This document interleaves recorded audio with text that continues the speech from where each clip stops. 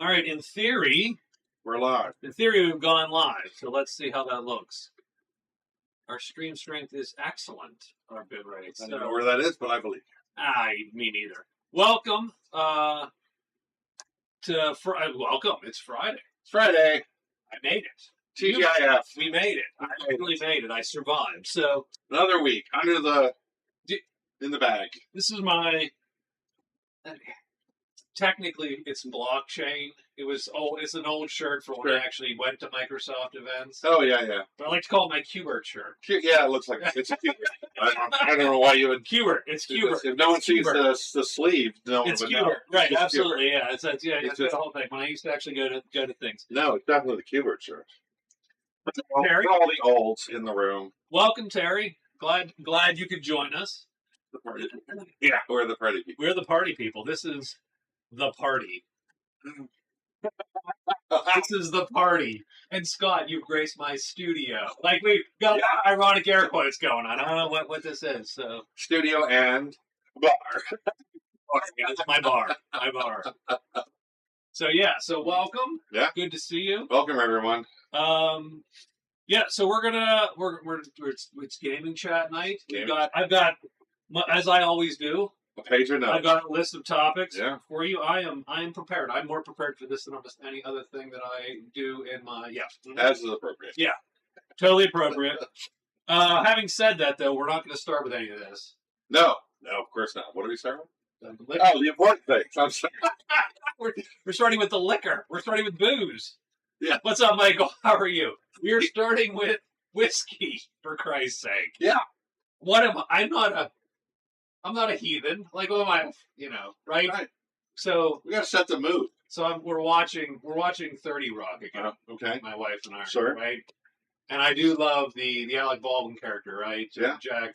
And she goes, right? She's like, "Why are you wearing a tux?" And he's like, "It's after 6. What am I, a farmer?" Just I don't know why that I strike me as funny.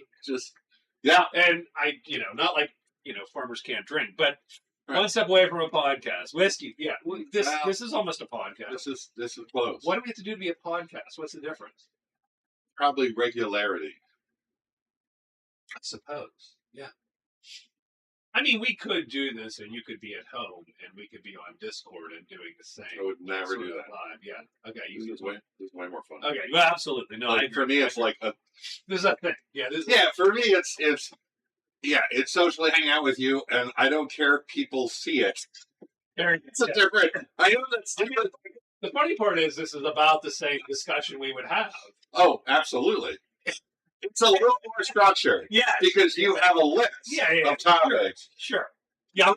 I do not come to our discussions with a list. Correct. Although I will say. Do you think? No. Okay.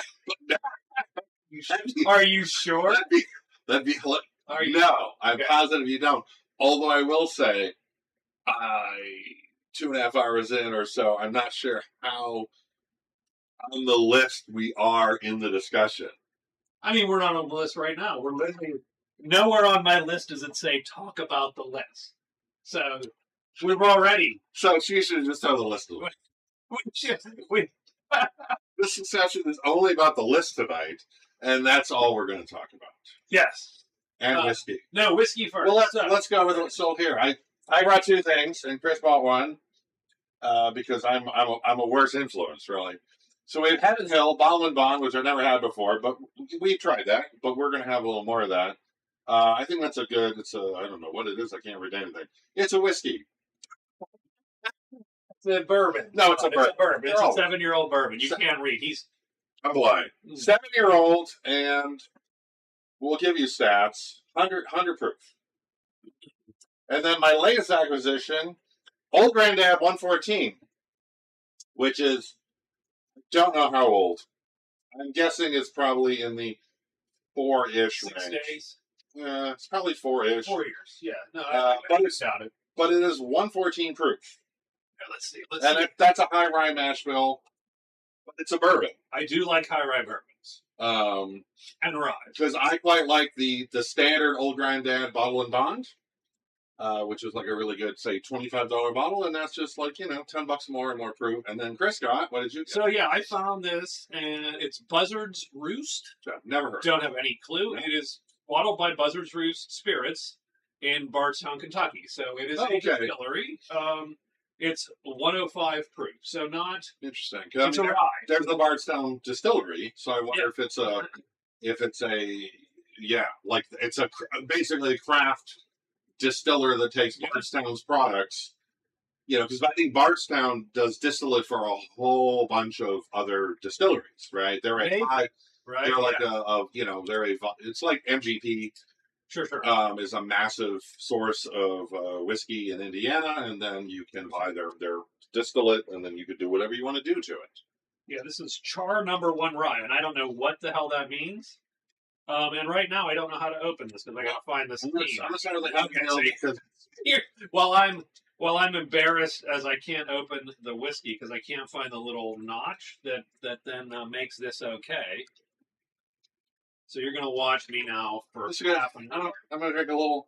Just set the palate with old Heaven Hill because it's at 100 proof, the mildest one we have. That's funny, actually, but good for us. But yeah, it's a good one. I like this. Oh, here we go. Now I'm gonna cut myself. I don't do that. Then we'll have to do like surgery. Believe me, I've done that already. I know. Yeah. YouTube. Yeah, I once YouTube screen surgery. Yes. Yes, on stream you see me putting a bandage on my face. Yes, I would totally be doing this. Some butterfly stitches will be fine. Yep. Nope. Done it. Okay. So someday I'm gonna actually be able to open this. Can you find the little widget on here? That involved with vision? You're hilarious. Yeah. Good. That's a good point. Just keep turning until it cracks. Pretty much. That's sort of where I'm at. So. There we go. We'll just It's going to take forever, but we will crack it. But yeah, so I found this and I was like, I'm not. So they had a little. That stuff is fun. Was that the one in the Strip District? No, this is so. So this is McIntyre Square. Oh, okay. Yeah, it's a big store. Yeah. I've been to that one. All right, so I'm going to try the Buzzard's Roost. Well, no, we're going to do Heaven Hill. Sure. Because we go first when we go together. Yeah, it's milder. It's mild, 100 proof. I liked this. I like that a lot. I think that's a tasty bourbon. And this is I'm breaking my liquor fast. Mm. I haven't drank anything in 2 weeks. Okay. Good for you. Here we are. Cheers. Cheers. He's done. He's like, yeah, you were opening a bottle.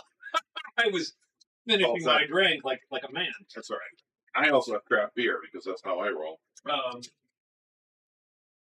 So yeah. No, and I like the Heaven Hill, so that's pretty. I think it's tasty. Pretty good stuff. Solid. Pretty good stuff. So solid choice. I'm the gaming. Absolutely. We actually we've spent as little time on liquor as we've ever spent. It's probably true. We're only 7 minutes in, and we've stopped talking about booze. Well, so that's good. That's a good sign. That's a good sign. So I think I don't want to do an entire AAR per se because I think we're sort of past that because we've blown past where anyone understands what's going on. Yeah, we missed a lot of in our episodes in our game, right? Yes, I agree. You're not keeping that campaign up for the viewing audience. Yeah, this will be a snapshot. Yeah, so but it'd be fun, I think, to talk about. So they did finish a major story arc this time. They beat the ancient mummified priest who had life-stealing capabilities, right? The ancient deceiver's priest who had a staff which drained life. And as it turned out, he had been shacking up. Once he escaped from you guys, he shacked up with the goblins. I mean, we drove him out of his old temple and destroyed it. Yeah. But he found residence, a new home. Right. He shacked up with the goblins. Sure. And consumed them. Yep. Fed. But also took over the tribe. Yes. right? Because I mean, he's reasonably powerful. So he Get that one up. I will do that once. So he took over the tribe. Yeah.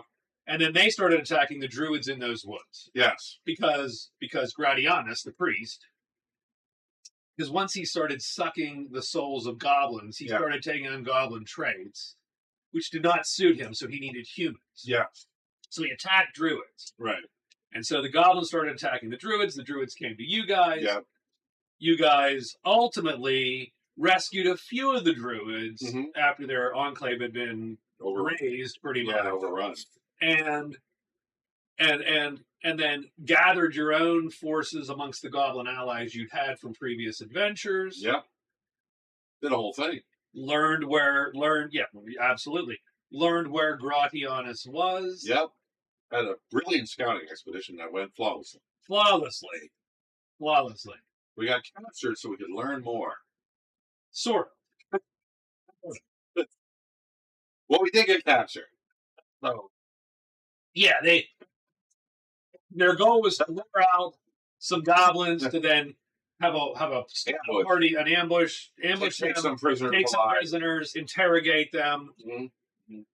Instead, the two scouts got netted and captured, and then the party had to go in and rescue them. But that worked out great. But we still got some hostages. Then they got a hostage anyway. Got one. So worked. Interrogated him.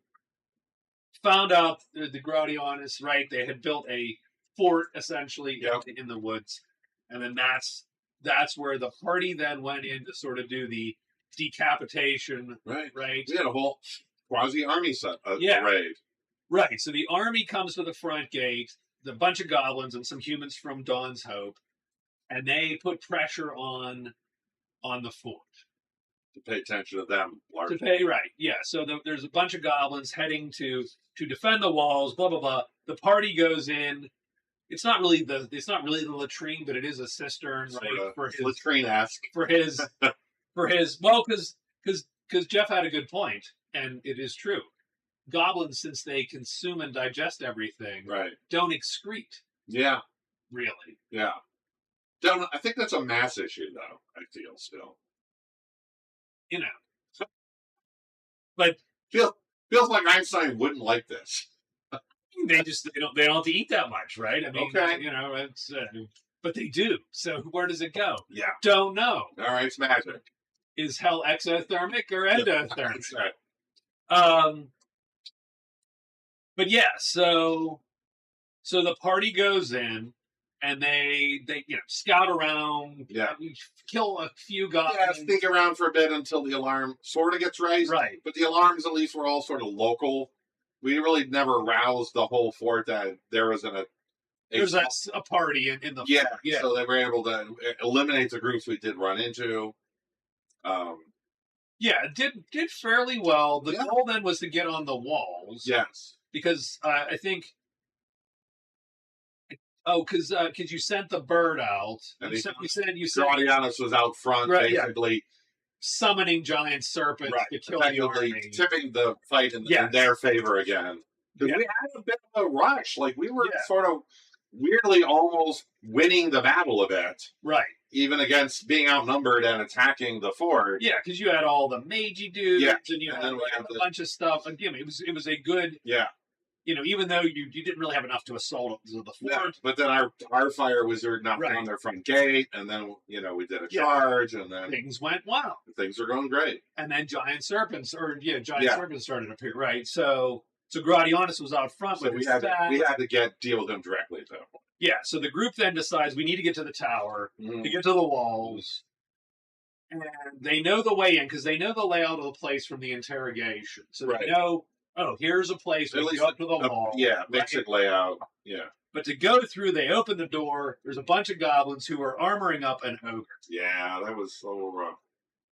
So then the party is going to fight, 15 goblins and an ogre or something? Yeah, something like that. That was maybe a dozen, but yeah. Yeah, it was a crazy... That actually was a shit fight. Pretty good. But it went okay. Considering how bad it could have been. Yeah, like that.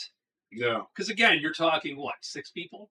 And, by the way, some people then didn't show up. And our sort of house rule has become... Yeah. We just You're take, just we just you're take you're you off just the map. you're not busy. there. You're doing something, but you're not. Right. We're not considering you for this session. Yeah, so we don't have people play other people's Yeah, characters. We don't play them as NPCs. We just take you off the board Yeah, and just sort of and continuity be damned. yeah, We're not that. Yeah. Just because it's easier. Yeah. Frankly. too hard to try and deal with weird. Well, and let me try this. Through the Abyss, India Pale Ale. I like it. I don't like it more than the other stuff you had brought last, the 2 weeks ago or whatever. I like its upfront more than its residual flavor. Its residual, yes. Its aftertaste is bitter and not in a good way. It just sort of sits a little heavy almost. Yes, I agree. The initial, it is a very citrusy, almost grapefruity vibe right up front, and then it's like, it's all right. And we're back to alcohol. MTA. Mean time to alcohol, 7 minutes. And what? No, yeah, it is. What's our mean time to discussing? I mean, that's 7 minutes, by the way. So I think we're in a 7-minute cycle all night. I'm just saying. So they fight. Like I said, the dozen. Yeah. It's about 6 to a dozen plus an ogre. Now the ogre is the big gun. He's the danger. Sure. They do lay into him pretty good. Like we like him a bit with range missile fire. And then it really comes down to Jacques has to face tank him. Yeah, so they have a big old Templar with good armor. Yeah. It's ancient armor, right? Yeah. It's an old set of rusted armor, but it's basically plate. But it is about which to is break. really good because armor's not. It's so I think we've done the armor rules about as good as they can do at this point, right? So armor in Runebearer soaks damage directly. Yes. There's no armor class. It doesn't mean you aren't hit. It just means you take less damage. Right. I like that system more than the sort of the mental thing of you aren't hit and therefore you don't take damage by the blow hits you, but it doesn't matter. Like I don't like that as much as sort of the degradation of, heavily armored means you're probably easier to hit. You're less agile, but frankly, when you are hit, it's just not that bad compared to very light armored characters who are wilier. Yeah. But it's going to suck when the troll hits you with a club. Like that scheme better. It makes more sense to me in my head. I mean, I don't hate either of them. But the other's okay. I don't like. Yeah, I don't hate armor class. Yeah, D&D is classic of the other style, and it's fine. I don't mind playing it. It's just a different. That's a more to me. That's a more abstract version of hit points. Sure, it's like your total ability to fight. Whereas I think in Runebearer, it literally is more. Those are your body parts being broken. Yeah. Like Runebearer has a more definitive. Ow, that hurt. Yeah, discrete. Every so many points of damage is literally damage. It is, it's not necessarily it's not hit points aren't a calculation of your sum ability to continue fighting. It's literally your bits being whacked. The best explanation, I'm actually going to. And then I like that. There you go. I like, even though it's annoying when it happens, and you can bring that up because it happened, I like that your armor can be damaged. Yeah. Or destroyed, and it matters. Unlike, there's no mechanism for that, I know, in 5th edition, right? Sure. Barring something just the GM Fiat or whatever. I'm going to try the old Granddad. Absolutely. I'm going to try the old Granddad, 114 proof. And I don't mind. Yeah, I don't mind the cheap old Granddad. No, I think it's fine. That definitely amplifies it a bit, which I certainly prefer. I would get that. That's a bottle I would just sort of keep on hand for $35. $35. It's a bit like 114 for $35 is pretty. It's a bit like the good proof, the 100 proof Knob Creeks.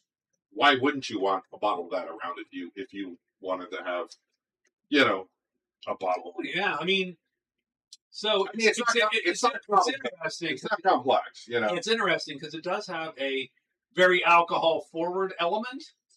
Like it sits on the back of the tongue, and you can taste the alcohol. Right? But there's a sweet thing that then happens also. Yeah. And so it's all right. Like it's not bad. It is. Yeah. I mean, it's not super clever. There's a nice little there's a nice punch to it, but there's a nice also like some sort of pleasant sweetness. Yeah, caramely or some sort of sweetness. I mean, it's pretty simplistic, but I like it. Agreed. So the ogre and Jock are facing off, and Jock is the tank. Sure, in this party. Grim used to be the tank, but he's dead. He nuked himself. Yeah. As in the last video we described. To destroy that.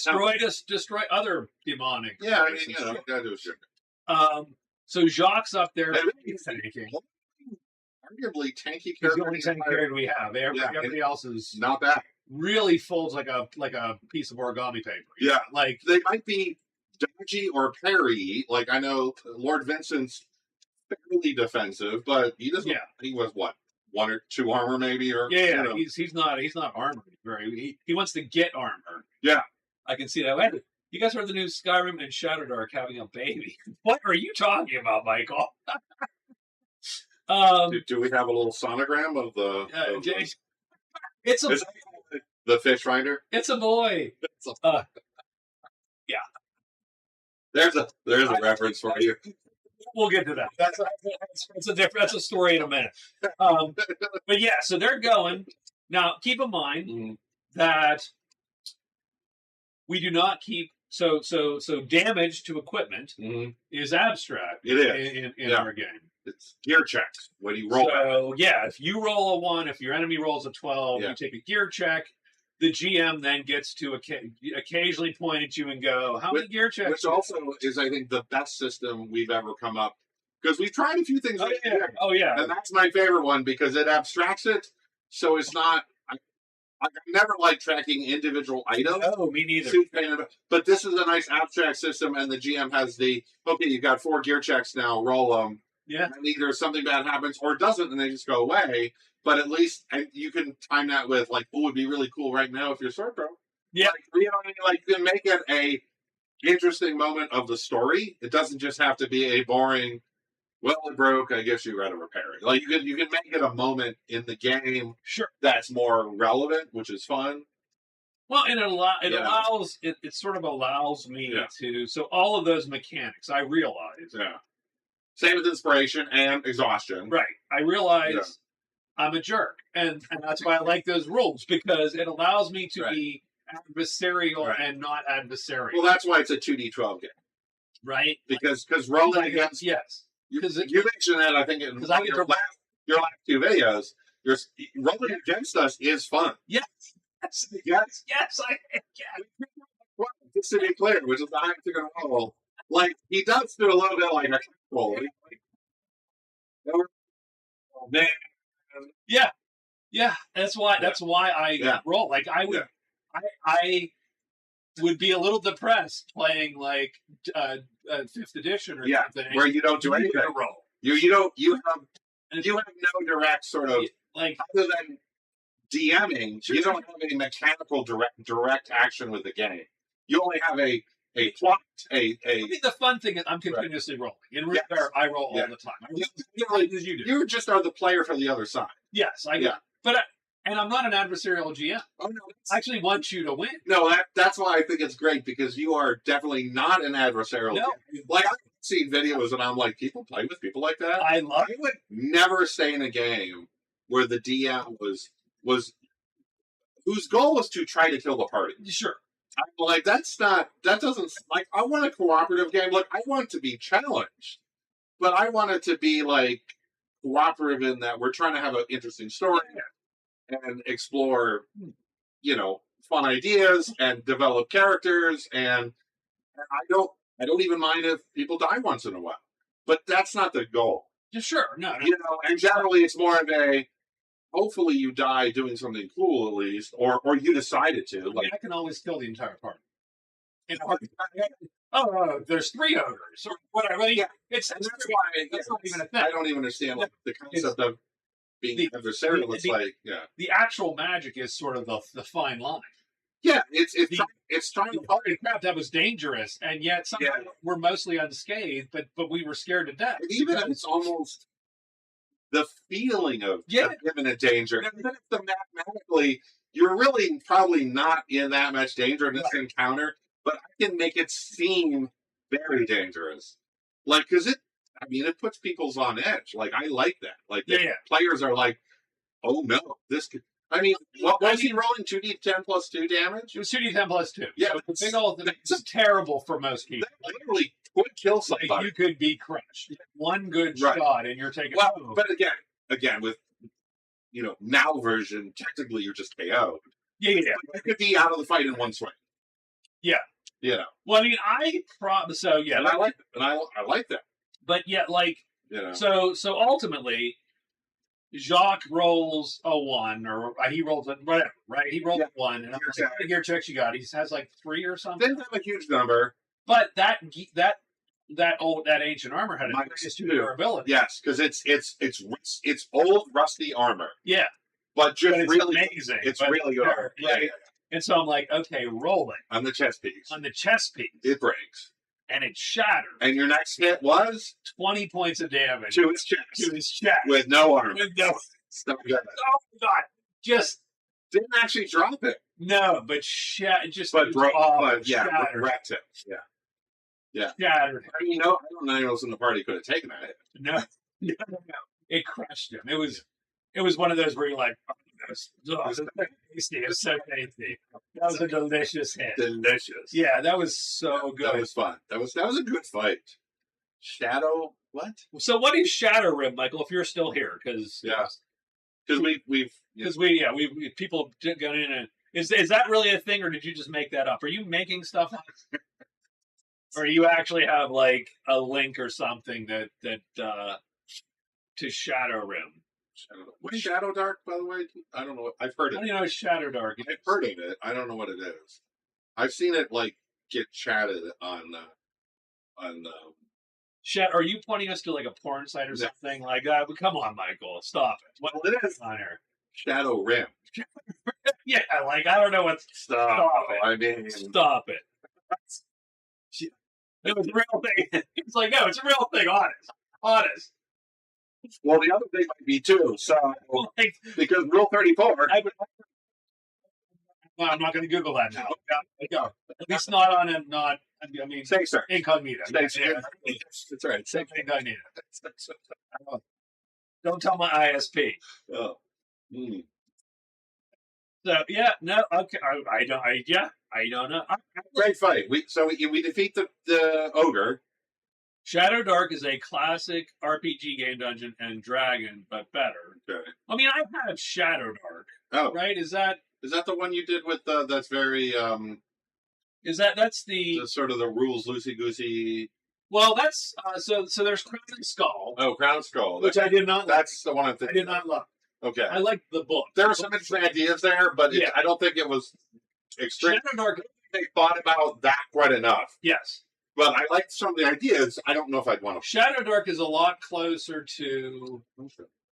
Shadow Dark is segs a lot closer to 5th edition, Okay. but it's like OSR 5th edition, Oh, okay. right? It's like, okay, it is a 20 D20 rollover system, Okay. but it's a lot simpler, Okay. right? Just a more It has streamlined. an OSR kind Okay. of vibe to it. I don't know what shit. Well, and I don't know that it's better than D&D 5th edition, to be honest. Like, Fifth I personally like 5th. Like, I don't crapping on 5th edition is sort of not. I think 5th edition actually does its thing very well. I actually like 5e a lot. I mean, I think Wizard of the Coast is trying to ruin everything it touches, but that's Yes, that's regardless of the system. yeah. Like that's them being bad. Bad stewards. They're bad stewards of D&D. to Strangely D&D. enough, yeah. And I think 5e does what it wants to do very well. Is it's a very accessible system to get a lot of people back to D&D, which I think it 100% did. No, 5e's a great game. I never want to play it again. I definitely. I would play it again. You don't want to GM it ever again because it's not your game. I mean, Yeah. How about this? I'm never going to pick the game. Right. I'm never going to go, let's play 5e. I know that. If we did, it would be something stupid like, let's play 5e, but you can only go to level 6. Yeah. or something. Well, I mean, that's maybe almost a better version of it, like a Like I have a weird E6 version of 5e. but I don't know that I would go. And I'm like, yeah, but it might. But you could just play Runebearer I could with just play any other with slow progression, I could and play- you get the same. play any other game. At Yeah, that point, yeah. and be fun, right? See, I like 5e because it is a building game, and I like building games. It's not like 3.5 building, but I like it weirdly because it is very, for me, an extremely easy to figure out building game. Yeah. Whereas 3.5 is a very tweaky. No. Yeah. You know, fussy mess. Pay attention. Like 5e is like you can do builds, but they're just super direct. Like you can look at all the things you can do and go, well, this is the thing I want to do, or this is the thing I want to do, or and I sort of like that about it. But it really is like a, what if you wanted to do a fantasy like supers game, because and that's why the E6 idea makes sense. It's like at some point it just gets ridiculous. Yeah, it quickly goes. It moves. Like step level 10, I think is probably a great game. Sure. And then once you get into like double digits of levels, I think it gets off the rails, because I'm like, that's really none of that is the part of a fantasy world that I think I want to operate in. It's just too much. Like it just becomes. I love the fact we have not even gotten through my first bullet point yet. Like bullet points? Yeah, like I've not got my list, by the way. This is every week, every time we do this, Chris. I understand that, but I do appreciate that. The important thing is we've talked about alcohol several times. 6 times, I think, so far. We've had a slight discussion about some total size. So, Michael, who is doing the Skyrim and Shadowdark, and what's the relevant information? And we're going to try to finish my first bullet point. God damn it. Okay. No. So anyway, they do ultimately kill the ogre. Yes. Rout the goblin. Yes. Get to the tower. Yes. Or get to the wall. Yes. And start fighting Gratiana. Yes. The evil undead wizard. And pelting him with arrows. And twice pretty good in the head. He's a little bit of, I don't want to say script immunity, because not. But he has a little bit of, you just can't drop him in one salvo immunity. He's a boss. Yeah, he's a boss. He's the boss. He took 2 headshots pretty well. And he took a fair bit of damage, but he did take the shots and did not go down. But his comeback was good. His comeback is to summon a giant serpent. Which then knocks... And then throw it at the wall, pretty much. And it knocks the one whenever it falls. Blows through the wall. Right. Except the Templar and I were vehemently holding off the goblins, and at that point... There's goblins down the wall. Right, but at that point, that fight's just a side fight. Yeah. Because we're not stopping them from going anywhere. Right. Everyone fell to the ground. We're just fighting for ourselves. So we had a great time. The party takes like 46. Oh yeah, it was damage. It was off the wall. Yeah. So they get nuked on. So the party's on their ass. Land and rubble amongst wooden rubble. Mm-hmm. Gratianus is casting again. And the snake's turning to come back around and run them over. Its whole right. Yeah. Good. That was good. So the party is trying to sort of get themselves and shoot and do all the things, and the snake's coming. Yeah. Gratianus is casting. Right. He casts the thing where he grabs all the wooden debris. Right. He has druid powers. Right, of course. Because there is a whole mechanism where he was essentially feeding druids into this mechanism. Right. To suck away their magical power. And give it to himself. The party did destroy. We broke that machine. That was the first really thing we did when we broke it. Yeah, which actually turned out great. Machine. They broke the machine. Yeah. So Gratianus is using that power, not realizing the machine's broken yet. So he's sort of using it up. Right. Yeah. So he has essentially an area of effect attack where all the shards of wood just shower down in the party, and then does like 3d6 damage to everybody. So I'm whittling that hard. Like that is awful. Yeah, that was rough. So they're sort of vaguely putzing with the snake and dodging the snake. Yeah, then running for Gratianus. Trying to close the distance. Yeah. Trying to bring this combat to a conclusion. Right. And he brings up a wall of wood. protect himself from the arrows. Right. Very good. So now he's behind cover. Yep. And it's a mess. And the snake is they're stupid dodging the snake and the back right and so on. And then I think you call in Lance. Yeah, eventually Lord Vincent gets, I forget, he makes like a tactics roll or something where he manages to sort of, do a command. Where finish that when you can, and then I will wait. Yeah. And he gets Lance's attention, and so Lance and his cohort sort of manage to form up and charge the snake. Right. And then sort of drive it away and kill it, giving the party their shot to get to Gradiana's unimpeded by the giant serpent, which was like literally a giant monster. Yeah. So Lance, the Cavalier Lance charges in with his cohort. They drive the snake off. Yeah. Give the party a chance to take their shot. To take the shot at Gradiana's. Gradiana's casts again. Yeah. But then he blows. He blows the roll, right? Yes, and then the druid magic has run out. Right, because we stopped his druid machine. Right, druid eating machine. So now he's out of that. So he sort of decides to get out of Dodge. So he decides to take a run for it. Yeah, back into the castle, knowing there's a bunch of goblins there to help protect him. Right, and then the party catches him effectively. They do, but he was what if I think it was Fiona got a shot on him that stunned him, and if he hadn't done that, he gets away again. He probably gets away. Yeah, she's and then we win the day. Probably at that point. But in another month or two, you're doing this again. Yeah. She stuns him. She stuns him. Because as he runs back into the dungeon and he gets behind 20 goblins. Yeah, and everyone's hurt. And you're not going to catch him. No. You're not catching him. But, then she and Lord Vincent and I forget, maybe Avery was there. Basically just, It wasn't Avery because Avery's not there. It's Willow. Willow back on the wall trying to... Oh, right, yeah. Willow. Remember, he tried... No, it wasn't Willow. He was totally ineffective that fight. Yeah, maybe it was Alphonse. Yeah, it was Alphonse. Alphonse, Lord Vincent, and Sister Fiona grab him and basically just... Pour holy water down his face. Yeah. They melt him. And he melts. He does the classic witch. Yeah, he witches it up. Witch of the West. And then all the goblins are sort of cowed, and they back down. Yeah. And the day is won. And the day is won. It was not a bad fight. I mean, that was I think, really like a 3-session, 2-session. 2-session? The whole fort? 2 or 3? 2 maybe. 3 sessions. Well, you did the druids. Yeah. Then the goblins. Yeah. Then the fort.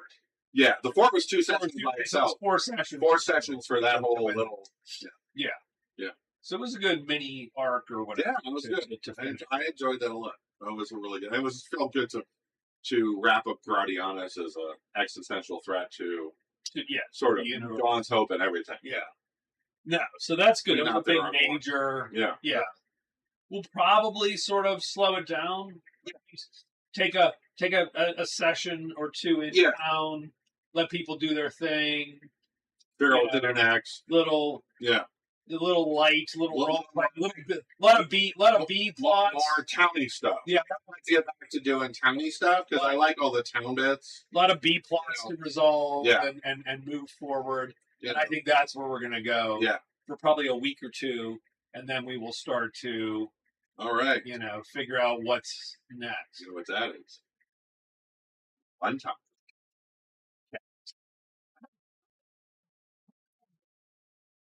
Can we talk about booze again now?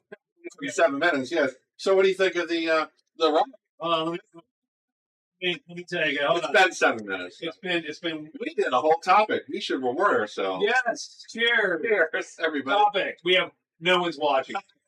It's just us. It's us. It's us talking into the ether. If I can't drive everyone away, I'm not even trying. Yes. Done. I like the aroma. Smells good. It smells rye.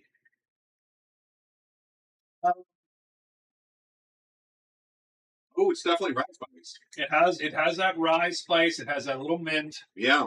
I appreciate the aftertaste, weirdly enough.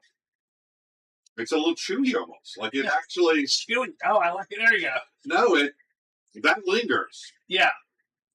You know what I like about it? It's not super sweet.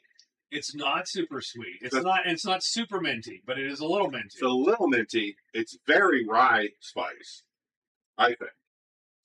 Yes, not as much as Knob Creek, in my opinion. See, I get more like pepper off from Knob Creek than rye. Maybe. Like it's definitely, you might be right. It's definitely punchier. Yeah. Especially I would say for that proof point, it's not super punchy. It's not super punchy. Like this is punchier. But this is definitely more alcoholic. Oh yeah, that's all right. 100%. Yeah, absolutely. Absolutely. I like it though. I get more mint off the nose than I think I do off the palate. Agreed. It's okay. Like I don't hate it. I don't love it. I do like it. How's that? Yes. It's that middle school crush. Yes. It's good. It's not great. I mean, again, endlessly. It's the middle school crush of I don't know. Like, you know. The Creek 7-year rye for anything in that level is so hard to beat. So good. Like, unless you're going to spend a lot of money on a rye, not much at that, anywhere in that middle price point beats that. Yeah, I agree. I agree. But this is good. Yeah, I don't hate it. No. Again, I would probably not buy it again, but so there's a weird, so I have a weird. What's the, do you know? That's about $60. I don't know. See, the bullet's better. So. I think. Yeah, so. The bullet. It's one of those where I go, I wouldn't buy it again. But it's not bad. But it's a C plus in that sense. Yeah. Right? It's like, I actually do like this. It'd be a lot better if it was $40. $40. This is a $40 rye. I'd still pick the Knob Creek. Yeah. So that's the problem. Because that's still that price point, right? Mm-hmm. But it's not bad. No. And it's new, so I'm glad I got it. But yeah, it's like, okay. I could use a little bit deeper pepper. Like I said, the problem is I like the peppery that the Knob Creek gives me. I like the linger in that though. Like I do. Yeah, it's a sweet little. Little. So. Yeah, that's good. That was a good fight. We had a good time. That was great. That was a really good arc. I like that whole build up. I like having to go to the goblins and persuade them and meet the other goblin tribe, and that whole bit of sort of gathering the allies together was fun. Yeah. Even if a little bit, scouting party went awry, was hilarious. And that was a big fight. Yeah, that was 20 on 30. Yeah. Like, that was dumb. Like, weirdly. That was a dumb fight. That was a fight and go, we shouldn't do this because there's 50 minis on the board. It was great, by the way. Weirdly, not much actually happened. Because it was sort of a skirmish and a draw. No, but we got what needed to get done. We rescued the prisoners. Yeah. Then we lured enough of them back to the trap that we still got the capture. Yeah. So it worked weirdly flawlessly, but it was a lot of like two decent sized forces sort of fussing with each other. Yes. Causing damage, but nothing really decisive. Yeah, like there weren't a lot. It was a weird. It was like. But I enjoyed it. It was like dicking with each other, but no one was willing to. No one wanted to commit to the full, like to just flat out charge. Yeah. Because I think we felt we were too outnumbered to do that, and that wasn't the plan. We were literally trying to draw them away so that the end around group could rescue the hostages, which worked great. Little fun fact at the end too, but no one really wanted to commit to a full tilt. We fight until there's no one left alive. Right. You know what I mean? But that fight worked well, and that was weirdly the biggest of the fights. Because the fourth fight was mostly abstracted, and then small unit actions. So Michael says Shadow Room is from Chubby Funster, and now see, I'm back to the porn site. What are you talking about? Google it because I'm not Googling Chubby Funster. No, 100% no. That's what are you talking about? Incognito mode. I mean, I don't even know what you get out of it. The FBI is coming to your house. It's so hilarious. Just I had a good time. That was good. Like I said, I almost think Michael's trolling us. I think these are probably actually games, or we're just kidding. I'm going to look up Shadow Rim. Not right now. No. But I will look it up. I'll look it up. Do you have a link? I don't know if you can post links, but I can. There's no there is 100% chance the link he goes sends is a rickroll. Yes, That'd be pretty fun. Actually. That'd be pretty fun. like come on. Chubby Funster Chubby Monster. by the rapper Chubby Funster. I mean, that would be a good rap name. Strangely enough, like Is it? like I think it is. I think it is. I mean, yeah. So Item number 2. number 2. So We got things to do here. okay. So we might as well talk about it. I mean, I'm dying to talk about it because I'm an attention whore. Let's understand Sure. something. I mean, there is a little bit of attention-seeking behavior in anyone who posts to YouTube, right? Yeah. I think you You wouldn't do it if you didn't want people to see it. right? And I wouldn't have thought. I don't think so. We aren't just screaming into the darkness because I think we are. I think. But, Oh yeah. but Look, I I played Magic Realm for like years. On I just entered the internet on my computer for research the name of the guy who created the book. Chubby Funster. Is he a rapper? That's my question. Right. I'm gonna need. Run DMC. You're gonna need the deets. Okay, here. You stay on. We're gonna talk to you. So did you? What did you? I know you did. By the way, What? because you commented. Did you watch the solo? I watched all of them. Did you watch? We just explained the rules to 5 heads. Yeah. No, 5 mics. Five mics. I liked that actually. I watched that whole one. Now, I did not watch the entire 5 mice in that adventure sure. because I'm like, I'll just get to the end of that. I Yeah. don't need to see the mechanics of winners. Sure. Watch all the solo RPG, and Chris and I briefly talked before we started the stream. So I love the solo RPG. So the only critique I would have. I just need to put a smiley face on there. I think it's The only critique I have of the solo RPG is I think you need to, and I don't know if anyone else cares about this but me, I think you need to delve more into the mechanics of how you are generating and arbitrating the solo RPG. I think I will do a It's a separate video with that because I think it is interesting. because So to me that's the crux of the problem of a solo RPG. How do I, as one person who's playing both sides of the coin, Sure. both come up with an adventure and then somehow be surprised by it? Okay. You're doing tables, So hold on. and you're rolling randomizers on tables, Sure. but you don't know much more than that. I mean, So- you might be underwhelmed. But- having said that, But I would like to see you delve into the mechanics behind this, whatever system you've got going. sure. Even if it's not much more than what I said, you come with some tables, you roll a die, you go, well, now I'll figure that out from there. That's fine. But I would like to see under the hood a little more. But I'm super enjoying the solo RPG. And as Chris and I talked about earlier, I want to play in that. Why can't I play in there? It's- Well, solo RPG plus Scott. Who's your plus one? My plus one is And Scott, presumably. That adventure is interesting to me. Like, not just seeing you do it, but like that's a compelling little adventure. I'm having I think it worked out. It worked enjoyable out. time. You know, I make comments about Martin all the time. I think he's an idiot, but I'm I'm rooting for him. Yeah, You know, he is adult a yeah, little bit.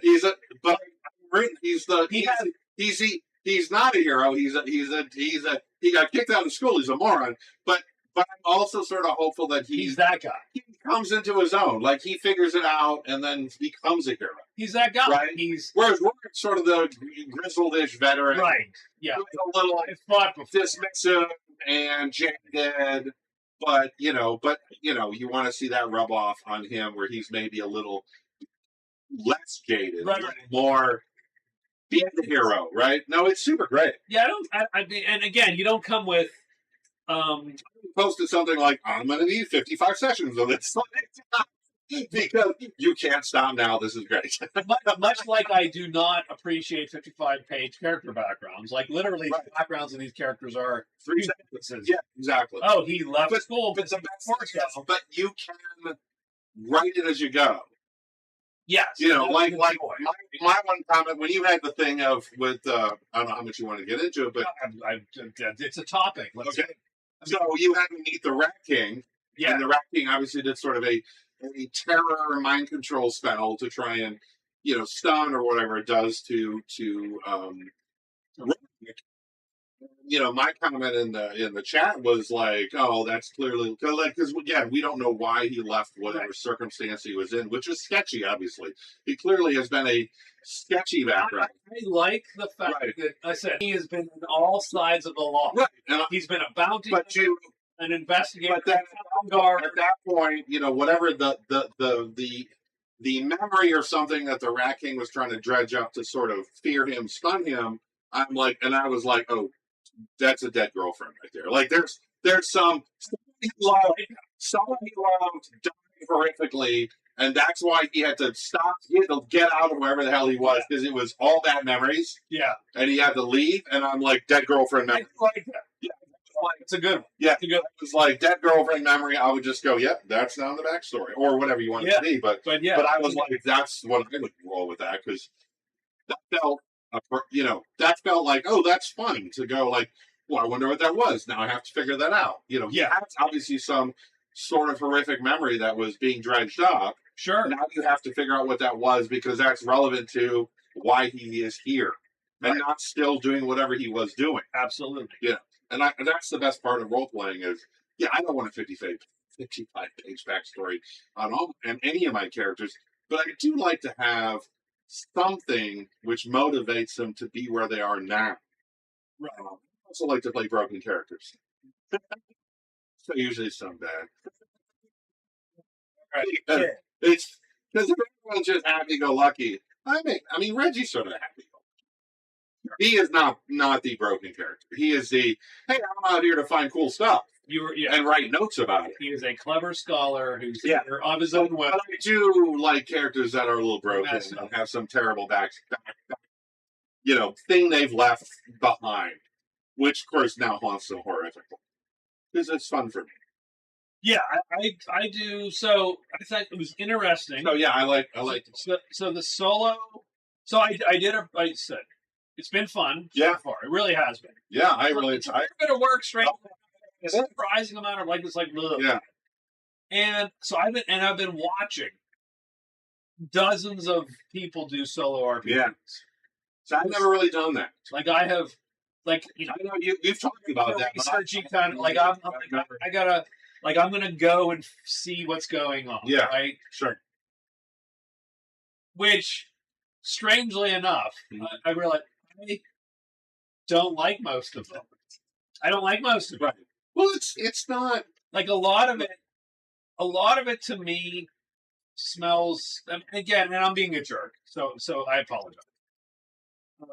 To anyone that everybody's play solo RPG. That's you. That's a you thing. You do you. Right?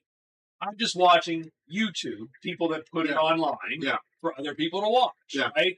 Theoretically, as entertainment. If you don't think it's entertaining, you don't put it online for entertainment purposes. But most of it, I think I sort of was concerned, and I'll talk about my concerns in a bit, right? But I think when I watched all these solo RPGs, I was like, well, the problem is a lot of this is just not that compelling. Sure. And some of the reason was because I personally do not like the use of, as I called them, word salad oracles. Yeah, I see. Right? So here's 3 words, make a thing happen. So I was watching a guy today, and he was playing Shadow Dark solo. Okay. Right? And again, Shadow Dark has an oracle, and the oracle's a D20. And 11 or plus is yes. 9 or less is no. Okay. We're rated. 10 is a random event. Okay. Right? Okay. An odd number is a but or an and. Oh. Right? So an odd number is you have to make a thing up. If you make the thing up, you roll on the stupid oracle dice. Okay. You roll two D100s Okay. and pick the words and then make up a thing. Sure. And I'm like, this guy was spending all this time doing it. And it just seems so random. Like, it's just like, oh, and then an explosion happens. But better And then a blah happens. have a premise in your head about what might be a good kernel of an idea, and then use some random dice to go, okay, well, what direction does it take from there? So here's what I think, Yeah. and this is so, and maybe I'm wrong. I could be wrong because I'm not in these people's heads. Yeah. Like, and my guess is that the people doing like Solo Dark or whatever are playing it to put it on YouTube, and so they're playing it straight from the book or whatever. Well, Just show people how to do the thing. they're not going to go off the rails because then they're not portraying the system that exists. Yeah. You're trying to explain the system to people, presumably. Right? Here's sort of where I ended up. Chat. It came back. I mean, I could test it, but I need it. Yeah, I think YouTube is telling us correctly. We reconnected, Sure. or not. I have one over here. Did not disconnect, so theoretically we're good. I have the one I can read and the one you can read, which is 900 times blown up because Scott is blind as a bat. Like literally, you didn't put that font. It's in Braille. By the way, it's in Braille for Scott. Because Scott is literally, you don't know. He's touching. Yeah, I don't know. He's like, okay, Michael put a smiley face up. It's actually Chris is so advanced. He just puts a chat into the whiskey, and then I just drink the information. Yes, done. This is. Yeah, I can read that fine. There's no way I can read that. So I think my take on it was that I was going to, again, because I come from games from a GM stance. Yeah. Right? I think a lot of people that play solo RPGs, and they should do what they want to do. Sure. Come at it from a player's They're stance. players. They're players. Yeah. They want to play by themselves. And so they play, and they roll the dice to get the words because that's the GM. Right. Because they're not the GM. Yeah, because they're not GMing. Yeah. And I'm like, no. You're doing. I'm not doing that. I'm moving to author stance. Yeah, you're right. I saw you. Move out. Right. Move out one level. I'm not the GM. Right. It's true. I'm not the player. Right. I'm the author of the thingy. You're telling the story. I'm the narrator. So I'm going to narrator stance. Right. So the player's actions, don't get me wrong, I mean, we're not going to, we'll if something seems obvious, we'll do the obvious thing. But if something's not obvious, you go, well, they do the thing? Roll a die. I'm going to roll a skill check or whatever to do the thing. And for the GM, same thing. Do you make this decision? There's no obvious answer for either party. Right. So you sort of, I think you back up. Yeah, I think that's and good. For me, that's more interesting because I don't want to play player stance. Yeah. I don't want someone to emulate a GM for me. Yes. Like, you know what I mean? Yeah. Like, I don't go, well, I'm going to play, my character and emulate a GM and have a story for the GM. I don't want someone to emulate. I don't want an algorithm to emulate a GM. Yeah, I can see that. Same reason I'm not like, and because I watched a guy he was AI. The GM was AI. It was ChatGPT, whatever it was, right? Again, now I have problems with that too. Sure.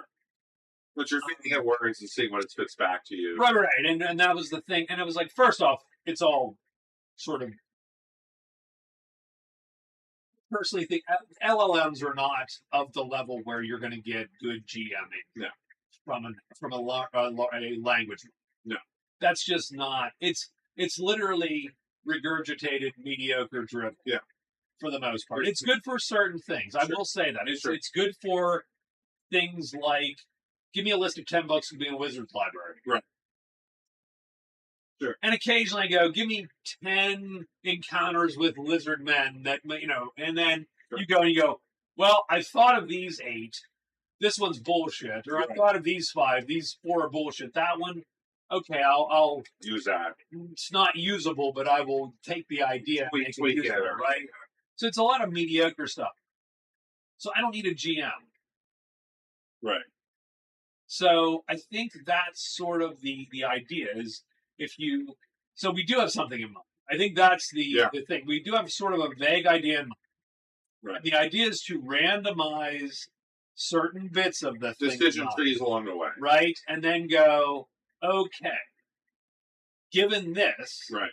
So, for instance, maybe I'll make a video of this, but, Yeah. But specifically, so for instance, maybe we go over it now? Are you okay? So the process was start with the premise, and the premise is rats in the basement. Done. Yeah. Like, that's literally the premise. Well, I mean, that's every first event. The entire premise, right? I'm like, yes, done. We're gonna do the trope. Sure. Of course. I like that old granddad. Yeah, I like that. It's 7 minutes. I like the old granddad. I 7 minutes. Yeah. Oh, you know what? This is growing on me. I like that. You like that too. I like it all, by the way, because I like reasons. You had the chart of there's going to be an end, the rat is an end, and then you had a chart of 7 or 8 different groups that might be an end, and you just rolled, and there were 3. Then you have to roll with whatever what seems reasonable for those 3 factions or groups.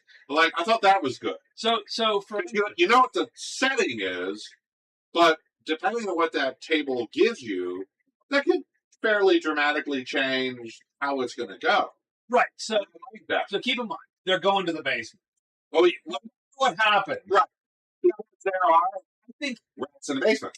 Well, don't be wrong. I think there is some weird convolution of circumstance and random rolls that don't get you to the basement.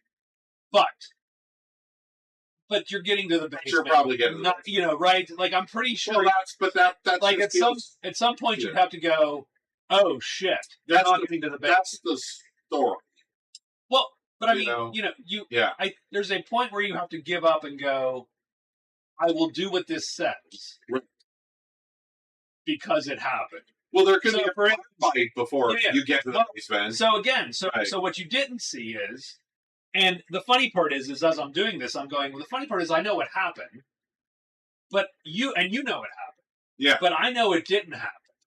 You know all the things that weren't picked. I know the mage didn't show up because he wasn't in the bar. Right. And by the way, she was the gateway to the next adventure in Salem.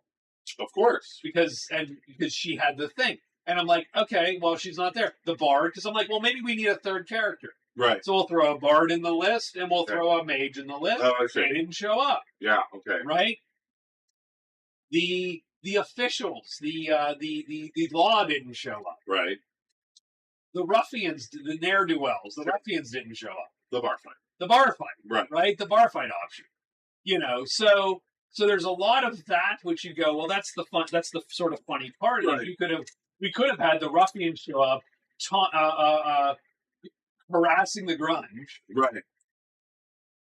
You can't imagine, strangely enough, Rourke or Martin standing for that. Right. That's a bar fight. Yeah. Do they get thrown in jail? Don't know. Sure. Do they get right? Do they, right? And do they bust up a bunch of stuff and the restitution is to go to the basement? Right? Right. A lot of different ways you could have gotten. A lot of different ways you can get there. Right. So we ended up with priestesses, and that's fine. Or in the middle of everything going on, someone runs screaming out of the basement. Yeah. Being attacked. Sure. Right. In the middle of whatever other thing happening upstairs could have been, you could have got it there a different way. But the plan was ultimately they're in the basement. Sure. And you just set that up however. Yeah. Right? Right. And I thought that was pretty cool. I agree with you. I thought that was cool. I liked it. The other things were, so essentially I knew the first fight was with rats in the basement. In that first room. Yeah. Yeah. And there was a boss fight. Well, there has to be a boss fight. I mean, there was, right? And that was, I don't know what. That was random. Okay. The other 2 rooms could have been whatever. Were random table. Yeah. There was a bunch of shit on that table. There was, so for instance, and some of those dictated the boss fight. Sure.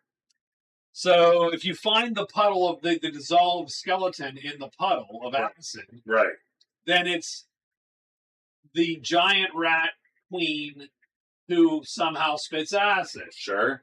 Right? Seems worse. Right? That would have sucked, by the way. The Rat King was not great. Not a great spells. Yeah, it was not a great fight.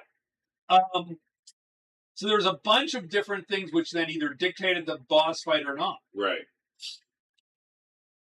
The reason that I was like, oh crap, right at the end of the one mission was because he turned and that I rolled. What was in that second room? Well, the second room was the kid. Right. And the thing was, is something sinister going on? So I literally rolled. I had a table of sinister things. Sure. And half of them were, no, there's a rat cult here. Oh, I see. There's a whole thing going on. Of people. Yeah, like there's a... I didn't roll it, by the way. Oh. But strangely enough, no rat cult. So I thought that was right. And so I was like, well, there could, like, it's a rat cult and the innkeeper's in it. Yes. There's a rat cult. And there's a moment where I'm like, maybe the innkeeper is in on this. Right. Because Rorik didn't trust him. I'm like, I wouldn't trust him. Yes, right. What do you got going on in your basement, buddy? And I already are you luring people in to be eaten by the rats in your basement? Is that where your customers go? Yes. But there was a role where that was the case. Yes, no, there was. There was literally, so I rolled a d6, I rolled a 3. Yeah. The 3 was that he was lured by Sir Flippy. Sure. Which indicated that the Rat King was the boss. Right. And that he had magic. Okay. Sure. Right? That set that up. Right. And 4, 5, and 6 were the innkeeper's in on it, the serving boy is in on it, or both of them are in on it. Holy crap, that's good. And that's sort of how you maintain that. It's not a ton of suspense. Yeah. Like there's a rat issue, but you leave enough tables and die rolls to go, well, I don't know how it's going to resolve. Yeah, like, because I don't want it to be totally random where because ultimately, I'll be honest. Give me 3 words, ChatGPT. And most of those adventures, in my opinion, and this is, again, I'm a little bit of a, I don't feel meaningful to me. They totally random. Makes any sense. It's almost too random. Just generic and random. It's almost too there's nothing pulling together. Right. I used to rate his beer. I do. So he's on his phone in the middle of our stream because time out. He's got to rate the beer. It's been 7 minutes. He's got to rate the beer. Don't ask. He's got to rate the beer. It's 9:05. It's been 7 minutes. He's got to rate the beer. Continue on. I'm going to continue. So yeah. And again, I think that's a little underwhelming. But I mean, that's that's most of. And then some of it is. And how do I then explain all of this shit? Right. Yeah. And that is a little bit harder, but I do that. That's how I GM half the time anyway. You're like, I have an idea of what's going to happen, but not everything's scripted out. Right. Right. I'm doing that as a GM. I like flexible, scripting things out more. Here's the funny part. Which makes it harder. Solo would be better. Solo would be easier for you. Probably. Because you can literally cut it off and go, I'm going to go and take a shower or go on a, whatever. I'm going to do my yard work. Yeah. And at some point, I'll come up with a thing to make this all work out. Like, that's sort of the... I don't know if I'd like that more.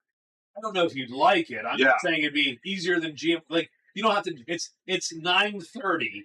And you've reached the point where you now have to somehow explain this random thing you just rolled on a table. Yeah. Right? Right. And you go, oh, hell. Right. I didn't expect 9:30. I expect this is 11:30. This is 11:30. You're doing it live on stream. No, I didn't do any of those live. Oh, I see. Those are videos. Right. I don't know if I do that live. That's a good question. Yeah. That's a good point. That's a later thing. You can't really go... I can pause it. That's even the more funny part. I can hit pause.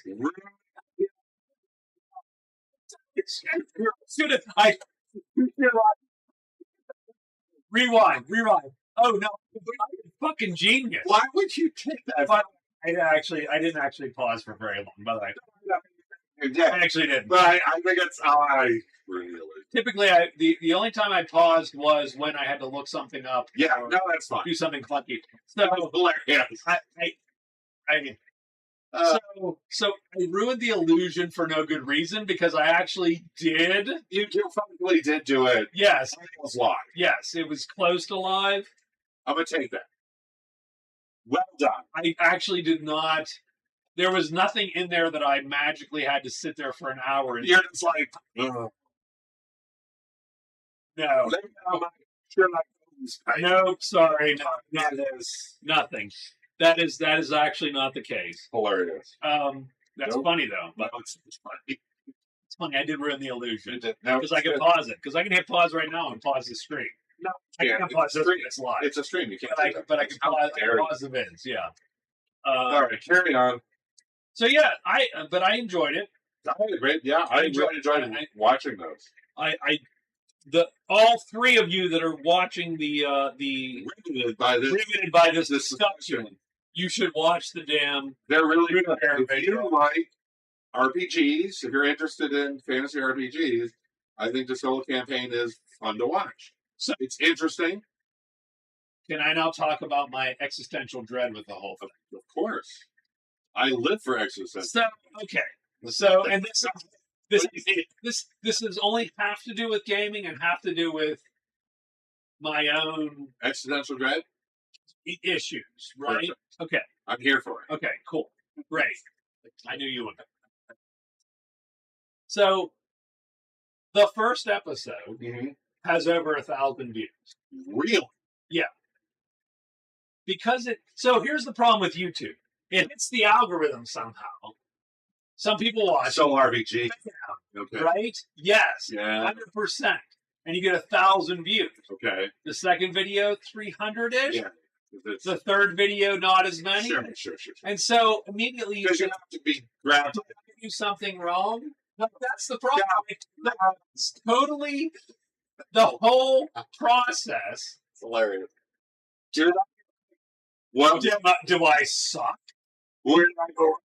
Did I go wrong? Did I do something wrong? No, they're idiots for not sticking with it. No, it's just so funny because that's fun. 1,000 views. It's 1,000 views. Boom, right? And you're like, so I did get probably 20 subscribers over the course of that time. Yeah, so I think it was cool. The strike against it's a system that it's not a system.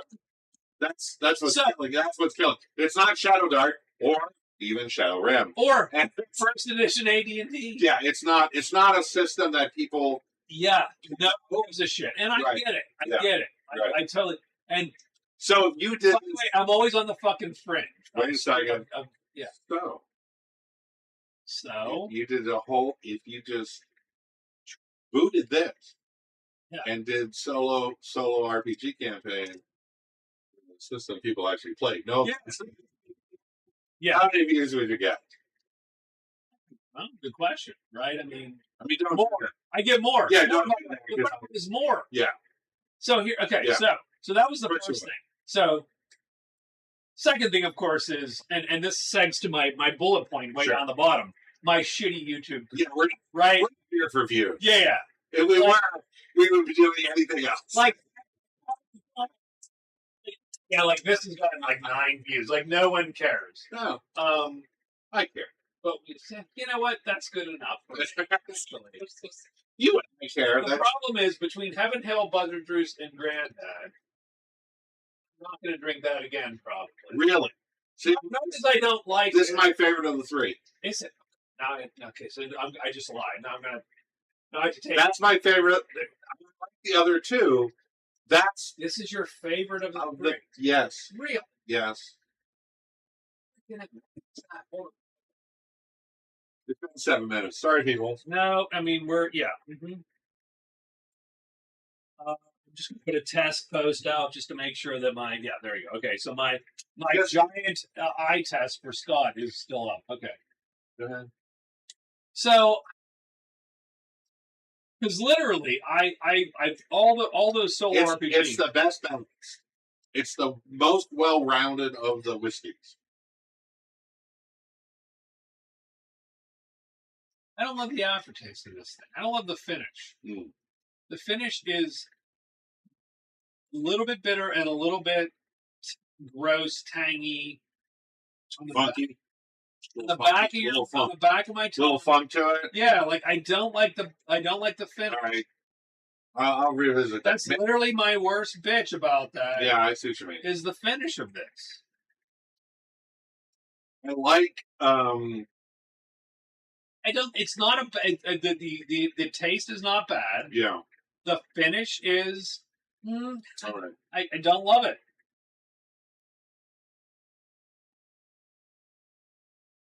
I do see that. Yeah. Yeah. So I like. But yes, I agree with you that it has a nice. The initial boozy, the initial sweetness is all there. And then the finish ruins it for me a little bit. Hey, what's up, Victor? How are you, man? I get that. I do think I like Elijah Craig more, which is also a Heaven Hill Distillery Sure. brand. I think it does that better. Yeah. And it's not far off from that, but it does that better. Now, I only buy their barrel proofs, which, again, doesn't hurt because now you're cranking it up to 118, 120, 100%. right? You're amping that up. I do see your point about that. Maybe a revival. Maybe that's not my favorite. I don't. I like. Here's the thing. Weirdly, I like the upfront of all of these a lot. Like the initial. This I do agree has a little bit of a weird finish. I sort of still like the rye linger to that. Yes. Yeah. And this is good. It is definitely. It's the booziest, obviously. Yeah. Because there's not a rougher. It's not even a critique per se, but it's clearly the booziest. Mm-hmm. Like it is the booziest, but also it's obviously the booziest. Yeah, it doesn't hide. It doesn't hide that it's. No. Yeah, it's a little rough. I mean, this is literally almost half the price. Hey, what's up, Bronco? How are you? And this is like 50 or 55. Yeah, we're catching some folks. Yeah, folks now. So we're talking about the solo Runebearer campaign and booze. Topic number 2. Yeah. We've made it through 2 of our list items. Just an hour in. By the way, we drank a lot more. We drank more than we've actually covered. Yes. Topics. Got it. And it's early. So, I'm good. So stay for the late game. I'm going to slow play. Yeah, I think I'm going to switch to beer. Slow play. I'm going to slow play. So, okay. Yeah. So, again, I enjoyed, and I will continue to do it. Probably. I really like it. I think the solo RPG series was very fun. Yeah. It was really good. I do get bummed because it's a weird YouTube vibe. Sure. Where you get a thing, it hits. Right. And then you get, like I said, 1,000 You don't get to continuing. But it doesn't necessarily. It doesn't it just goes down. All those people subscribe. Oh, yeah. And all those people are in. And frankly, they're not because they're like, I don't give a shit about this. Right? And I get that because you watch one person's thing, one video, and you go, this isn't for me. Sure. And so then you're looking at you're looking at a graph that mimics the stock market right now. Yeah. My 401k. It's by the way, the joy of you are just on point with where we are in real life. Yes. So it's just you just look at that graph and go, what did I do wrong?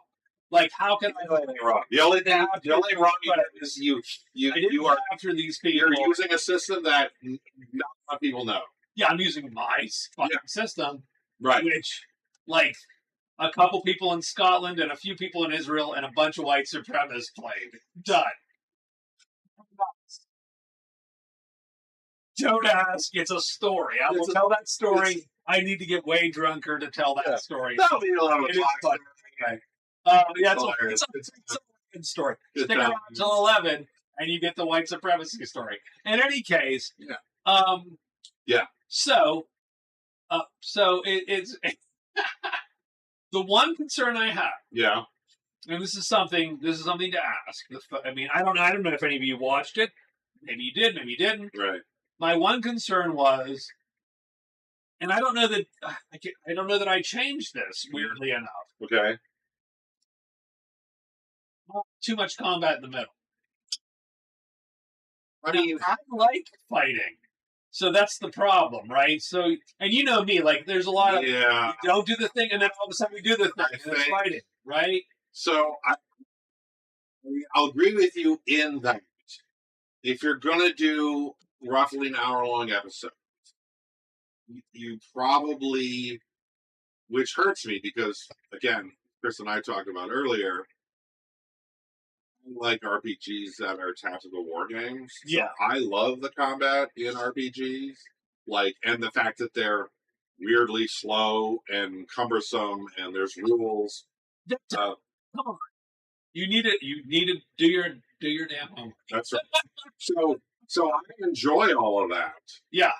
But I probably agree that if you're going to do hour-long sessions, you probably have to limit the combats to less often, because I think they do, they take a lot of time, which is fine if you're doing a tabletop game, and we typically run about a 4-hour session. Sure. You can always have a combat in a 4-hour session. That's fine. And still advance the story and have character interaction and do stuff. Maybe 2 combats. That's fine. If you're having an hour-long session on stream, that's a lot harder because it really dominates your time. Yeah. So I probably agree that I don't know that I can do anything different. That's the problem. Some of that was literally the dice said you're doing this. It is. And I'm doing this. And Runebearer combats take as long as they take. Yeah. And you are trying to explain it. You're not trying to just we're not going through it. Yeah, you're trying to explain die rolls and everything. You can be a little quicker, but that would be You don't be so much quicker. Yeah. Right. So that's just the system of the system. That's what the system is, and partly why I like it, as opposed to really fast resolution systems. But they take time. It does help that you have a very small party. And not that many enemies. Right. And that's maybe something to keep in mind if you're like, well, how many enemies should I have in the party? Well, we're gonna have like 6 characters in the party. No, but you can even go maybe take an enemy or 2 out of the fight. Maybe you tone the fights a little smaller. Danger, right. Stakes, there's a lot of that. I get that. But, I get it. But I do understand if you're going to have an hour 15 long session, it just takes time. I take all that criticism, and I agree with it. Yeah, I don't know that I'm changing anything. I don't know how you do anything different. I don't know I'm changing anything. I don't know how you do it. The funny part is when I've watched several solo RPGs that literally are amazingly mechanical, dungeon, blah blah blah, and they just do the thing, right? And that's 3 or 4 sessions. Okay. And I'm like, and that's what it was. Like you had a good 3 sessions of probably combating mostly. Well, if it's right that's there, and you're like, So here's the thing: as much as I joke and go, I don't care if any of this is entertaining because I'm mostly doing it to myself, streaming into the ether. Yeah. I would love it to be entertaining, right? I mean, I'm entertained. But I enjoyed. It's 100. Like strangely enough, I enjoyed 100% of it. Like I actually thought all of those were very fun, and you should watch it, Victor, because I am very disappointed in you. I think they're really good content on your channel. Yeah, I thought it was very fun. I don't generally watch you play computer games because I mostly just don't care about that specific game. Come in every so often. But all your RPG stuff I watch religiously. Yeah. Because that's what I care. That's your gig. That's my gig. Your RPG chats, your GM chats, or whatever. Yeah, video games are, it's so weird. I don't even know why I do video games, but I do them because I am going to play them. Video games. Anyway. And that's great. I watch your Adamfall. And I'm like, oh, that game sort of looks interesting. Okay. We'll talk about that later. It's a book. I don't know if I would buy it, but I'm not dissuaded from playing it. I'm watching it. Victor said, if you're disappointed, then get in the back of the line because I'm afraid it's quite long. That's funny. Let's go. Oh, Victor. No one's disappointed. Spring break. Okay, so what are you studying, Victor? Tell me what you're studying. I mean, we don't have to wait for it because it's good because It- everything's delayed. Blah blah blah. No, we just have to pause with dead. Everybody,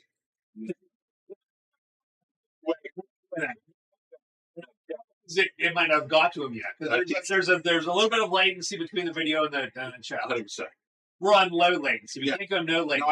No, I like if we do no latency, perfect. Decide. I'm not sure what your major is. It's Oh my god. it's not going to be better once you pick one.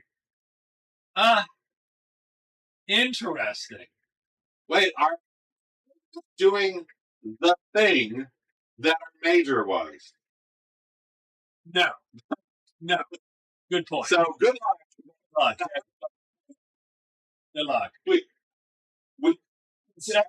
That's a good point. In a movie a long time I'm ago, not drinking. I'm slow playing. you have chosen poorly.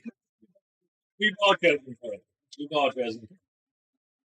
So I mean that's sort of the vibe. But I like it a lot. I Have a good time. watched a ton of solo RPGs. It's research. I'm going to put in quotes. Sure, it's research. And I told you I watched this guy playing first edition D&D. Slow as molasses. Yeah, well, He took like which 20, is weird from first edition. No. That should move, right? No. He took 20 episodes, 27 episodes just to get to the dungeon. How did you? You don't watch one. Tell me you don't watch. I watched 60 episodes of this guy. Like this is your sailing videos. I see a little bit of influence from Magic Realm and Runebearer. Time out. I have an entire variant of Runebearer. Would you like to add swords here to your note? I have an entire Here's an variant of Runebearer, which has the Magic Realm characters as classes. So Can't wait for it. Keep that in mind. Can't wait. Keep that in mind. What's up, Dustin? How are you? I'm glad to see Hello, you. Dustin. I haven't tried it yet, but you know. And Runebearer has a lot of influences, Ooh. by the way. Runebearer has a ton of influences. That's way better notes. I will get to that in a minute. Runebearer takes from Hero, Yes. 100%. Yeah. A tiny bit of RuneQuest. Ooh. Beer number 5. I am on I'm only on number 2. whiskey number 5. I don't know. I drink so little each time. Yeah, you're because I really have a. I have not poured much. I'm trying to slow play a little bit. Like this is I'm breaking a whiskey fast. Like I have not drank alcohol in 2 weeks, so I don't want to be. Okay. I don't want to go nuts, right? That's the thing. I don't want to get sloppy. How's that? That's okay. It's a Friday night. It's fine. So what else? You know what, Jeroen? I never played Jeroen. I never played it. I never wrote it. Never read it. I think I stole John Layman's copy of Jeroen by accident. There's a name. John, he's not here, but yeah, I think I just Non sequitur. Yeah. I either did or did not see Tom and Diane in Ohio at the Arboretum. Huh, there you go, Tom. I didn't walk up to them because there's zero chance I missed him because it was like I looked and then I walked away and I looked back and I'm like, no or yes. And I was like, I was not up for that. Do you guys have those friends you live like 10 minutes from but never see and never talk to? It's just been too long. I couldn't do it. I get you. Because I'm like, it's random in Columbus. There's zero chance, and yet it was like I'm like, Tom and Diane? No. Yes? No. Yeah. So anyways. Yeah. But hilarious.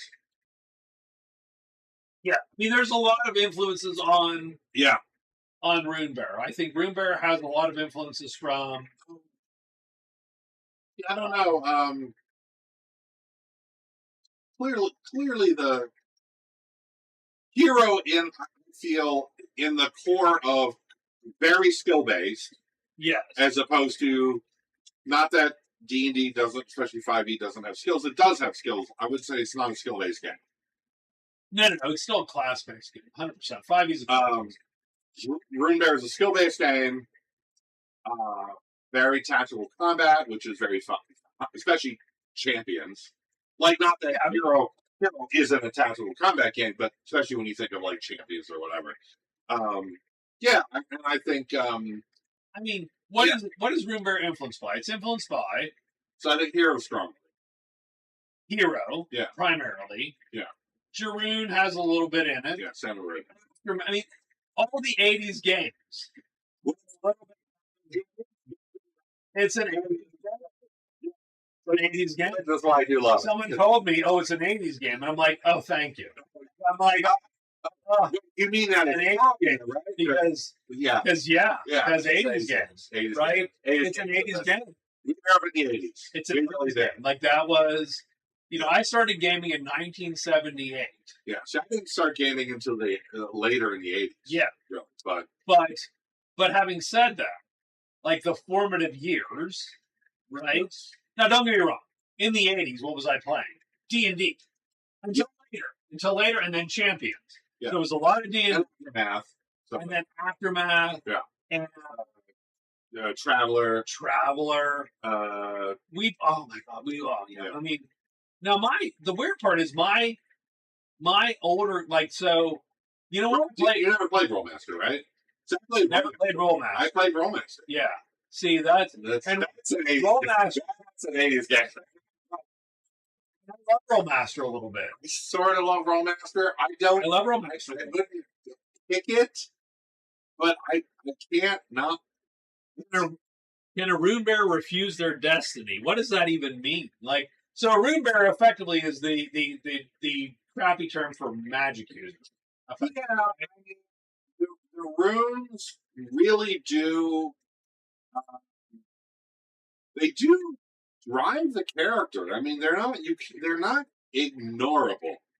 Right. I mean, that was which I think is the one thing that I think makes Bostonia and that system so interesting to me is no one treats magic there as just a thing I use. Because it really does sort of consume them a little bit. Right? So you can't refuse to bear your rune. So certain runes. So now mind you, physically marks you. You theoretically had to go get it 9 times out of 10. There's like you had to do a thing. Yeah, you had to choose it somehow. Except for a couple. There's a couple of them that can get you. That can get you. But most of them are you have to go seek it out. You have to pass a test. Yeah. Which may be literally lethal. Yes. And then you are physically marked. You are often emotionally marked. You often have it changed to your. This smells better than the drinks. Keep going. I'll get to this in a minute. You talk about runes. It makes you. It often informs your personality in some aspect. Yeah, you cannot refuse. Some of them are a compulsion in some way, shape, or form. You cannot refuse to bear your rune in the sense that once you take it, you get all of the penalties and benefits, and compulsions and stuff. Like if you do the blizzard, you're trying to free an ice elemental. Yes, the blizzard is. It compels you to try to free the elemental. Can the runes be transferred or stolen? No, except goblins. Goblins can. Because they can eat. Goblins can eat your flesh. They can eat your rune. And they have a small percentage chance to take the rune by just eating your flesh. That is, yes. Because they can eat anything. Because they can eat everything, and that's their... And might get your power. Yeah. So... No. Goblins believe that by eating their foes, they gain some portion of their power. Right. And that indeed includes their magical power. Now, it's a small percentage, like a couple percent. Right. But the answer is yes. Goblins defeat you because they'll eat you. They'll eat you, yes. And indeed, they will eat you and try to make that roll to get the rune. Yeah. Absolutely 100%. So, typically the answer is no. They normally cannot be transferred or stolen, though, because they are tied to you. They can only be erased in certain conditions. Again, the St. Michael. The hammer St. Michael. The priest have a way to save you from your heretical ministry. The priest, they're looking out for your soul. The priests, the sun priest, they will hammer the ring right off you. Yeah, and effectively the hammer of St. Michael is a giant magnifying glass. Yeah. which burns the tattoo off of you. For all intents and purposes. It's the heresy out of Yeah. it. And remember, if you're a wizard, you're a heretic. Yes. Don't forget that. It's Bostonia. I don't like this as much as the last one. Interesting. Because because even. All right, let me. Because the aroma's really good, I think. Because here's the problem. It also has an aftertaste, which is vaguely unpleasant. No, I don't think any of these are going to be good. I'm doing this, just to be clear. We'll pick these up on the way here. You're like, yeah, here. I know it's no. I didn't have a ton of time because I was trying to be here on time for the stream. Yes. Because I love you guys. Because he is a professional. Because I'm a professional. But I have to buy beer because I'm also drunk. So anyway, I'm like 3 New England IPAs, and you just don't know what you're doing. Yeah, absolutely. But horrible. Get these all fitty. Yeah, they're terrible. They're completely drinkable. I would drink all these. They're IPAs. I would never buy them again. Yeah. So far. Yeah, because they're not. But that's a lot of beer. It's a lot of booze. I sort of agree with you. I think the upfront, like the aroma is great on this. Mm-hmm. I know you here. Smell the glass. You probably can't smell in the can that one. That just smells like pasta. See, to me, like seriously, it smells to me. I got a strong pineapple. Grapefruit. I mean, I don't get any of that. Really? Are sun priests connected to Runebearers? No. So Runebearers are effectively people that bear runes. I don't know. People that bear runes. Yeah. So if you think of Runebearers, essentially, I will tell you, they're as close to sorcerers in 5th edition. They are closer to sorcerers. They have a pact with a power. Yeah. Functionally. Or almost a warning. Either. Yeah, sorcerer or warlock. It's almost half and half. Right? You have a pact. Yeah, you have a pact with a source of power. Yeah, which usually is a physical location, but it could be whatever. Yeah, like you can go to a volcano and get a rune that's a lava rune. Right. Or you might... It's there. Yeah. So one of our characters is a firewinder. Right. And so they got their rune by being in essentially a gigantic conflagration. Fire. Yeah. Like a village burning, or whatever. And forest fire or whatever. In the myth, a fire of that magnitude takes on a malevolence. Right. Well, a spirit entity. Yes. Right. It has a power upon itself. And so, you could picture like let's say, you're a 14-year-old, whatever, and you're in a fire. The raiders have pillaged your village. Right. And it's all fire. And you are in your house and it's burning. Right. And you're trapped under some rubble. Mm-hmm. And all of a sudden the fire talks to you. Right. Because it's gotten big enough that it has taken on malevolence. A power. Yeah. And it says, I will save you. Right. But you bear my mark now. Right. Right. And it marks you, and then you're good. Right? And you walk out of there. You're good. And you walk out of there, and now you have the power to control fire. Right. To spread it. And to spread it. But now you have some limitations. For instance, you must always... You always have to have a flame in sight. Or you take a penalty. And you don't like cold. You hate cold. You have to have fire. Right. No. And you said they get a little more hot-headed. Like the sun priests, the sunbringers, and the priests in general. No, absolutely not. Like they're not magicians. No, that is God. Yeah. That's the Father. We call upon Stratus to aid us in our endeavors. He answers our calls where and it's the saints too. We call upon the Stratus and the saints to answer our prayers, and they either agree or they don't, but we don't control any of it. Yeah. We just put our pleas to the heavens, and they either say yes or no, and that's not magic. Not really. That's divine power. It's divine providence. Yeah, it's divine power. Yeah, it's not magic. And then you have the sisters who have a rune. And so... But it's divine. But, yeah, so... Because it comes from the mother. Right, so... But they have more direct control. They do literally cast spells. They cast spells. They cast spells. Of course, the priests, their priests are divided on whether this is heresy or sacrilege. Absolutely. Because at some point the priests all got together, because there used to be all the priests were wizards. Yes, a long time ago. That led to the downfall of everything. Yes, because the priests wanted that power, and then there was a deceiver and the whole bullshit. But at some point, new priests go, no, all that's heresy. Some rune bearers are more accepted than others, like the mathematicians are considered to. That's something. I'll tell you another game that has influenced Runebearer. Go ahead. See, War Game. Oh my god! One of the best game books. Why don't you pull out a random share and see how? Oh, I accidentally pulled out Team of Horrors and Against the Judge. Why don't you pull out a random page of Fantasy Warhammer and see how horrific it is? Fantasy Wargaming, one of the best books in the universe. So, a terrible game, by the way, but a great book. Remember, great book. If you're a lady, don't have any rights. Yeah, I know. That's the Middle Ages, and that's how it was. Enjoy playing your character. I played with a lot of women and girls. Really? Yes, when I was in. Yeah, did you play Fantasy? We did, but you just erased all that shit. That wasn't a thing. Exactly. Oh, ouch, bitching. This is an amazing. Are you? Okay, Dustin. All right, Dustin. Okay, Dustin. Okay.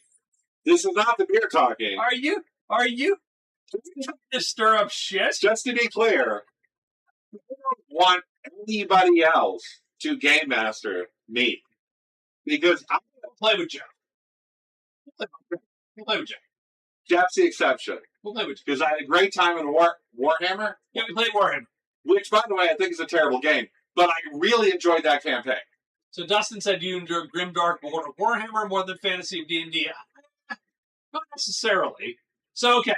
So let's answer that question first. Okay. Do you enjoy Grimdark more than Warhammer? I liked the world of Warhammer. Sure. I did not love the mechanics of the system. No, I thought the mechanics were very. He's a hero. Dumb Punisher. You're all a sad of losers trying to get by. I even like that as a. I don't mind that as a rule that you're not the hero. I don't mind between 5th edition, everybody's a superhero. Yeah. And, well, you're a superhero in the first few levels. No, I mean, sort of not, but you're still pretty good compared to most things you face. More scaled appropriately. Yeah. Warhammer felt a lot more like, well, you enjoy your 35% chance of success here. 35? You mean digging a ditch? Yeah. You probably failed to. You injured your foot with the shovel because yeah. You have tetanus now. I feel that I like the world. I like the campaign. I like the world. I don't love that system. I would play it. I'm not saying I would play it again because I had a good time. No, we had a good time. We had a weird. There's a weird vibe. I don't even know how to explain that game. I would. The only thing. This is gonna sound weird. Pull your wagon anytime. Yes. We started by. I was like almost a con. Dude, a buff brute, still dumb, and he pulled my wagon. Pulled his wagon. Pulled my wagon. That's not a euphemism. That's not a euphemism. No. It was a wagon. It's a wagon. I pulled it because I was a strong guy. And and he pulled it. I was really only good at that. So the only thing I remember is skinning the guy's hand with the tattoo to put it on my hand. Was going to try it. I forget what yeah, that was great. Weird class upgrade. I was going to be a weird white wolf dude. Like I was cooking. Here's what I was cooking in that game. I hate Warhammers. I dislike Warhammer's initial vibe in terms of skills, chances to succeed. Yeah. The whole thing with that. I love the progression. Oh, the weird class, the goofy trees. Super cool. Super fun. I do like that. Like trying to get into the next thing. I can be a rat catcher, and now I can be I don't know, a The werewolf hunter. I don't know. It's a collection of stuff. Yeah. Like it's a very. I do love that. It's a really cool vibe, but mechanically, I think it's a sort of an awkward system. Okay, I'm gonna go pee. You answered Oh my whether god! I am a shit game. No, he's great. You're trying to stir shit. I'll tell you what. For 40K versus fantasy. So you mean like sci-fi 40K combat? See, I only ever briefly played Warhammer like Space Marine combat once at Gen Con. Always prefer fantasy over anything RPG wise. Although I do have an affinity for sci-fi and the pulps. Yeah, I don't probably like Warhammer Space Marine action more than Warhammer Fantasy. Did I help create Runebearer? I don't know if "create's" a strong word. I think I'd give Chris. Chris is probably 90% of Runebearer. The briefly mentioned Tom Pope actually was probably more instrumental in terms of creating stuff for Runebearer. I have played it longer than anybody but Chris. I'm probably his. I'm the Runebearer fanboy here because I think it's a great. And by that I mean I like Runebearer a lot. It is probably my favorite in the various iterations. We are literally in Runebearer 4.0 now. Runebearer is my favorite fantasy RPG system, and I love Hero. You're bad mouthing me. I'm back. Okay. No. Anyway, no, the last one. you helped create Runebearer. You're really knowledgeable about it. No, but I'm your oldest player. Well, I keep you around primarily because otherwise, because you keep the rules in. I know the rules. Yes. Here's a reason I rules better than tricks. Yes. Just so we're clear. I think totally. If you have a rules question, don't ask the creator. Ask me. Absolutely agree with that. Because I know the rules because I'm a rules guy. Because I'm that guy. Yep. I came to gaming as a war gamer before I ever came to role playing, which means I'm a rules guy. Like I started with Avalon Hill. Yeah. War games, rule 3.6.5.9a, and I'm that guy. I love rules. I love war game rules. I love role-playing game rules. I like knowing the mechanics of everything. And I would say in our current party, that is mostly just me. No offense to the other players. They are great players. They're not great rules mechanics. Mechanics? Mechanists. Sure. Like, my wife, who's been gaming us forever, like, she's like, this is the character I want to make. I love your wife as a gamer. Make my character awesome, and I love doing that. Yes. Like, you tell me what you want the character to be able to do, and I will make that happen. Because Space Marines, I don't love. Yeah, I don't know enough about 40K to actually comment. Do you know partial 40K or fantasy? I don't either, but I would hypothesize that the sci-fi we like is not probably Warhammer. No, and I agree with that. I do agree with that. So we are probably more Traveler, or what was the space show with Firefly, Expand. That's all. I love the Expand. Fucking A. Like we are more. If we could do a sci-fi campaign,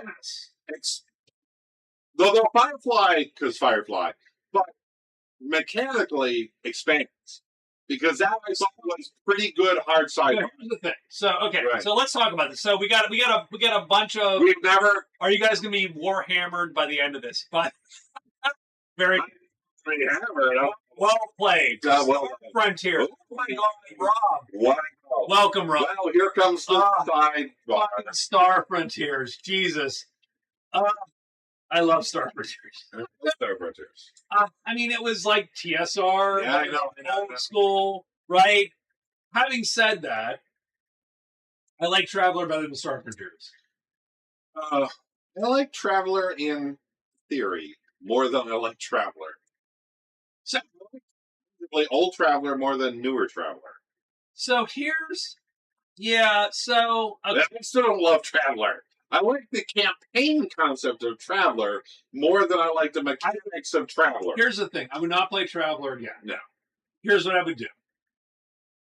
Just play using I would Hero. just play Star Hero. Yeah, I would just play Hero. I would just play Hero. Do a Traveler campaign in Star Hero. I'm in. Yeah. I would do that. If I were playing solo, I'd play Traveler. Why? Because why not? Because you might as well just, right? You might as well get the views. By putting Traveler in the goddamn... Because my YouTube career is pathetic. Thank you. No, but you got to do modern mangas or something. Yeah, I would do manga. You can't do Black Book. You could. You People could. still watching that? There's a lot of old guys fucking on YouTube. Believe me. They're great. Like everybody watching us is fucking old, except for Victor, who's on spring break. Good for you, by the way. So, okay, no. By the way, no, wait. I actually have You're on spring break. Why are you watching this? I actually don't you have something or someone better to stop it. Here's the thing. I do have an answer. Between 40K and fantasy, Warhammer Fantasy, I actually prefer 40K. Really? Here's the thing. Why? I don't know. But here's the thing. Explain that to me. So there's a weird, creepy Dune, not Dune, but sort of, it's that weird sci-fi with a fantasy sort of vague vibe to it. It is, sure. Right? There's underlying chaos. Yeah. It's Event Horizon. Okay. Right? Like there's this whole thing where you go, I could see that. Okay. I could feel that campaign. Okay. Right? Now I wouldn't play it in any 40K. Yeah. But that vibe would be fun. There's a point where I feel 40K and Warhammer. This is going to sound worse than it is. Like, buy their own hype or smell their own farts a little too much, where it's like, the world's ending and everything sucks. I would love a 40K style game that had a more almost Dune vibe. You had the still thing with the warp, and like the warp is demons. That whole vibe, right? And it's sort of fantasy and sort of not. Like I love some of the lore of 40K with the God Emperor of the humans being the beacon, beacon. Any of that. And a lot of that is really cool. Okay. Warhammer to me is like Warhammer like fantasy is like it's fantasy, but you're all schmucks and everyone's gonna die. It's true. I guess it's a little. And 40K has a better vibe. Okay. I mean, again, I would not, like I have Dark Heresy on my shelf, and I don't. Is that Warhammer? You're playing Inquisitor. Oh, that's not a D&D campaign? No, Dark Heresy. I didn't know that. Warhammer 40K. I never knew that. I like 40K quite a bit, but I wouldn't play 40K exactly, but I think that could be a neat. Like you could take that places a little bit. All right. I like some of the premises of that. I like the idea that traveling FTL is inherently dangerous because you were doing something beyond the pale. I see. Right? Sure. It's not sciencey. It's we need psionics to break the and the entire time it's like weird science. Yeah, it's right because Dune had the spice for the navigators. Yes. And that was sort of almost a psychic thing, right? They need to be able to see the future to be able to do the thing. It was not science either. This is that, but horror. Yeah. Well. It's one of the things. Would you like to highlight the horror campaign? So I've been told multiple times. Tell me why you like it. I say, Okay. Told several times by multiple people that every campaign I run ultimately becomes a horror campaign at some point. Because it does? Does it? Yes. Are you sure? Yes.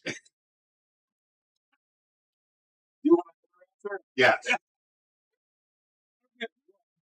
You either got there or you didn't get there. Voice is acting out a lot. Why is that? Well, that's weird. Okay. Because I'm super loud, probably. I'm sorry.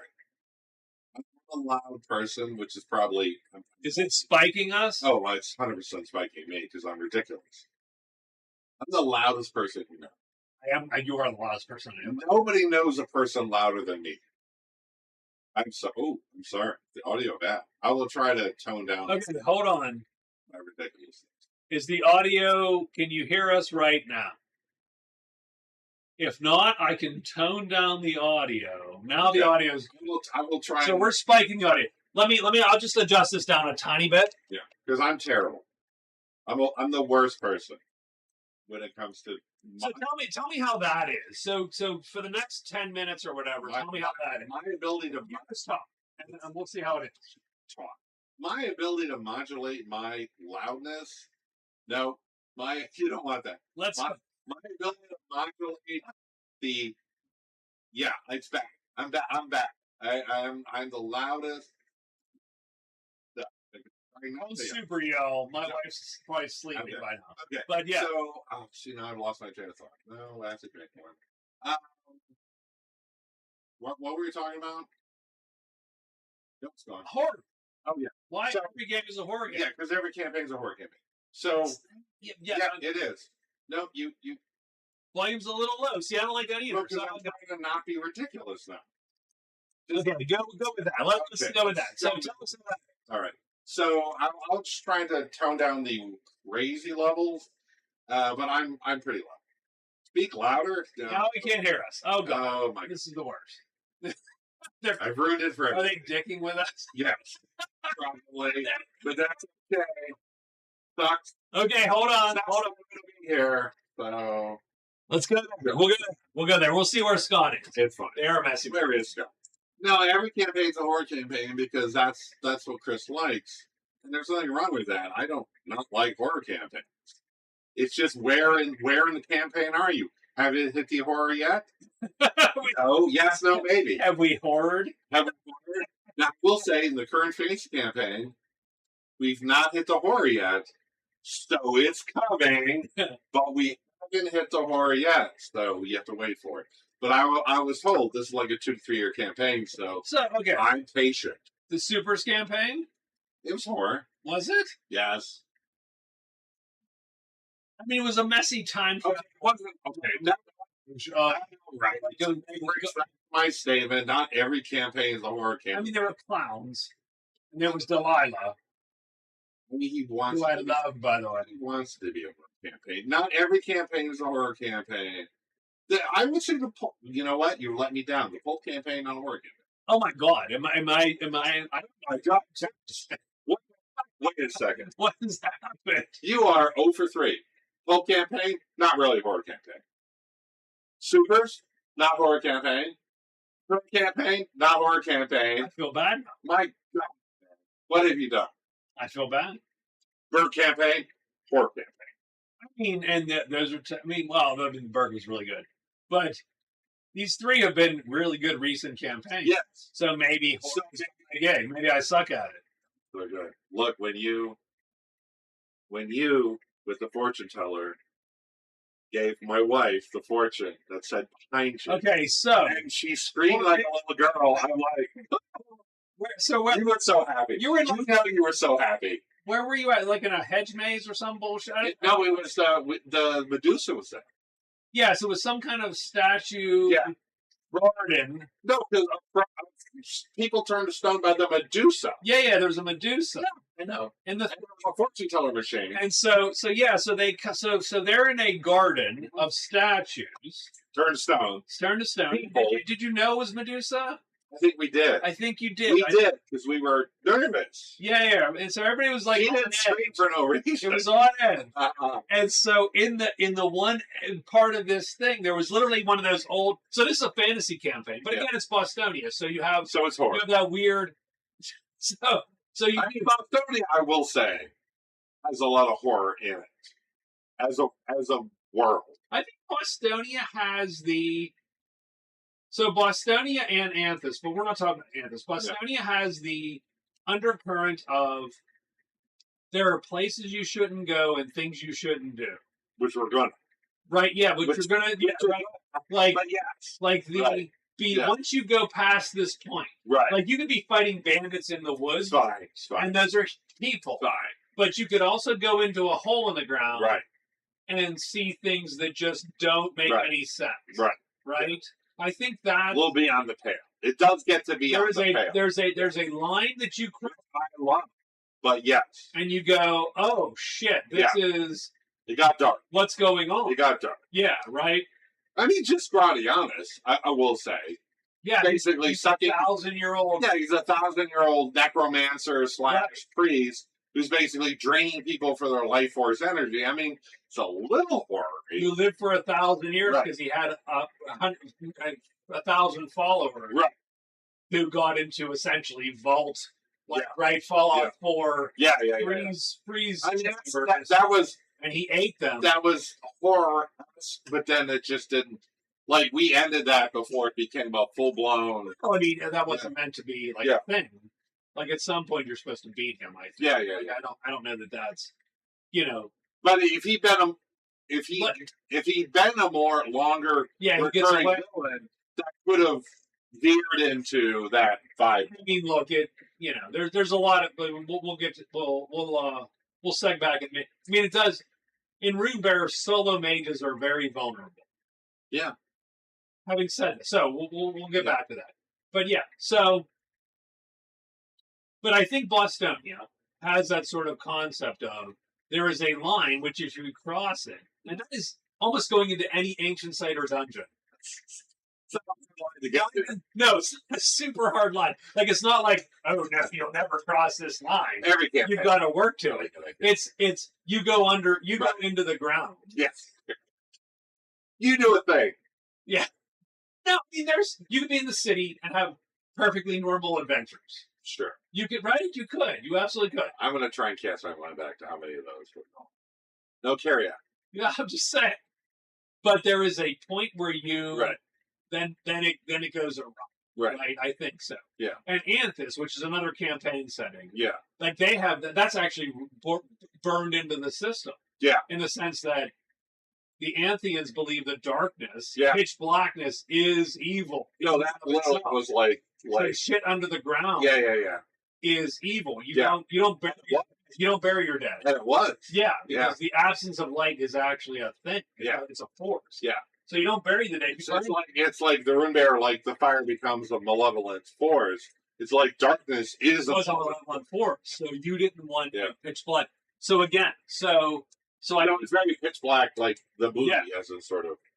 So, but it's terrible. Absolutely. So what the Rat King in the solo game reminded me of the dog scene. You know what? I'm just going to say we haven't had enough horror campaigns now. I know. I'm okay. Remember, we're playing tomorrow. Okay. Please don't tell the rest of the table. Scott said. Now you can because you are me. This isn't scary enough. It's scary enough. Hold on. Please don't tell the rest of the players that I just.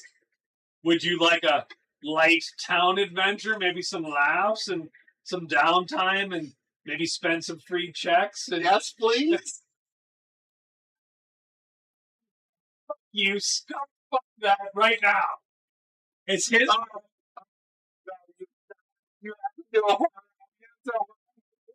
It's Biden's fault. Fuck it. Yeah, Biden, you have to do. I need a horror adventure. I'm just gonna need one. I mean, maybe. We'll see.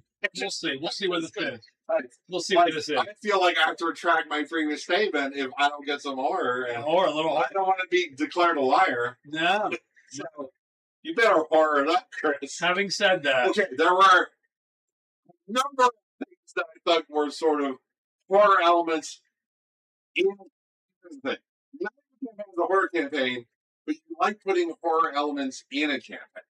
I mean, Too, actually. I'm mostly horror elements. Like I don't have much else. Like I don't watch.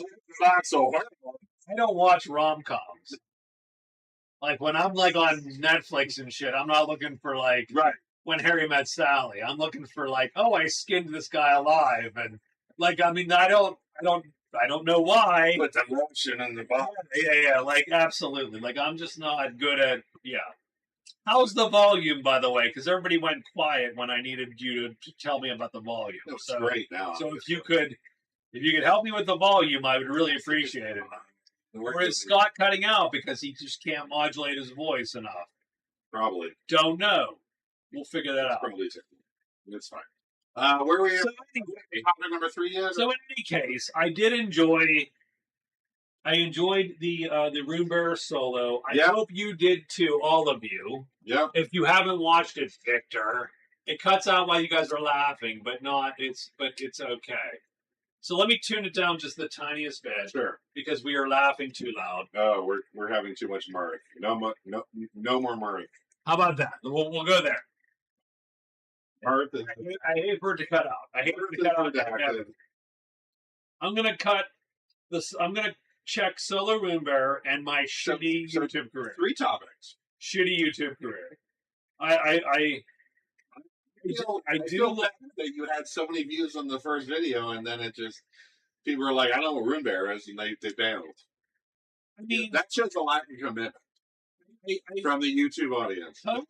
Guys, but I mean, we'll see what happens. I think it will vaguely go over time, but I do think that you get like that logarithmic graph as opposed to what you want. I bought Fantasy Wargaming book.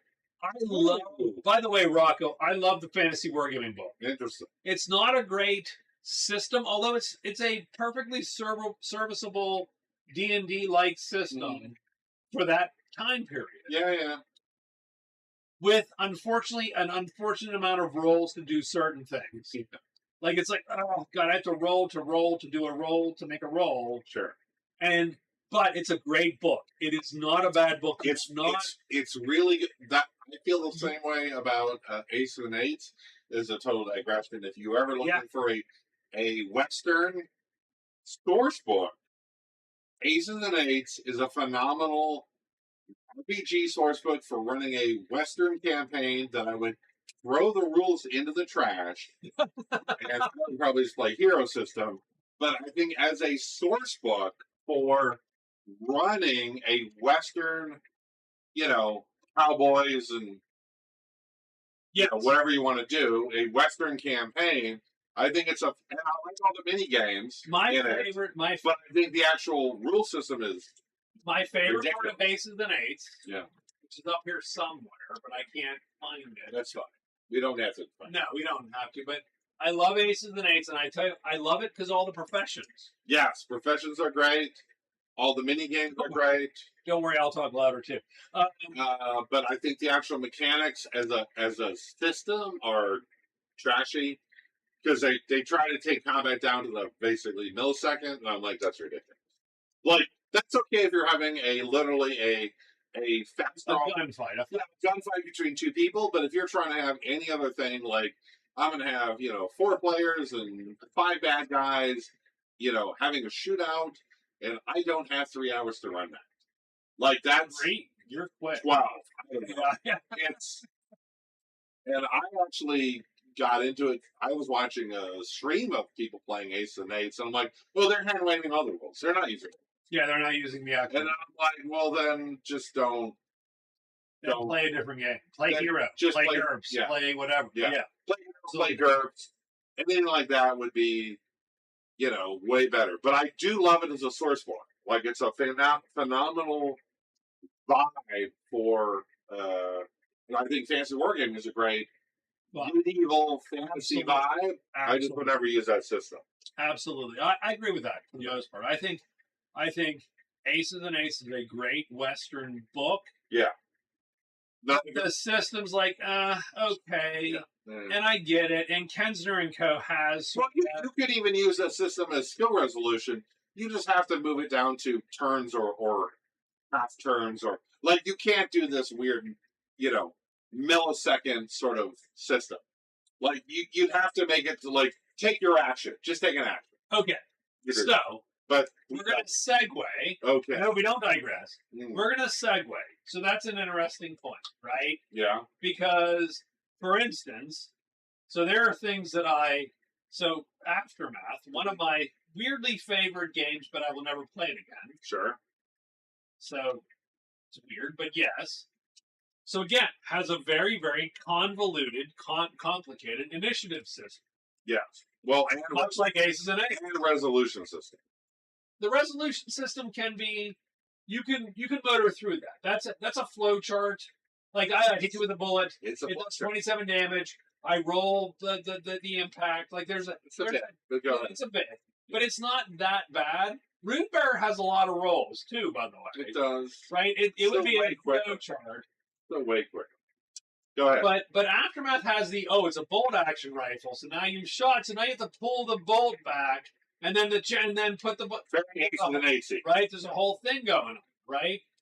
And one of the things that I have come to terms with in my gaming life is that there are systems that I care about enough to go into that level of detail. Sure. And systems I do not care enough to go to that level of detail. Okay. And I have put initiative on the side of I don't care enough. Yeah, I agree. Like, I love the fact that in Aftermath, my semi-automatic pistol is different than my revolver. It's different than my bolt action gun. Yes. And all of those are different, right?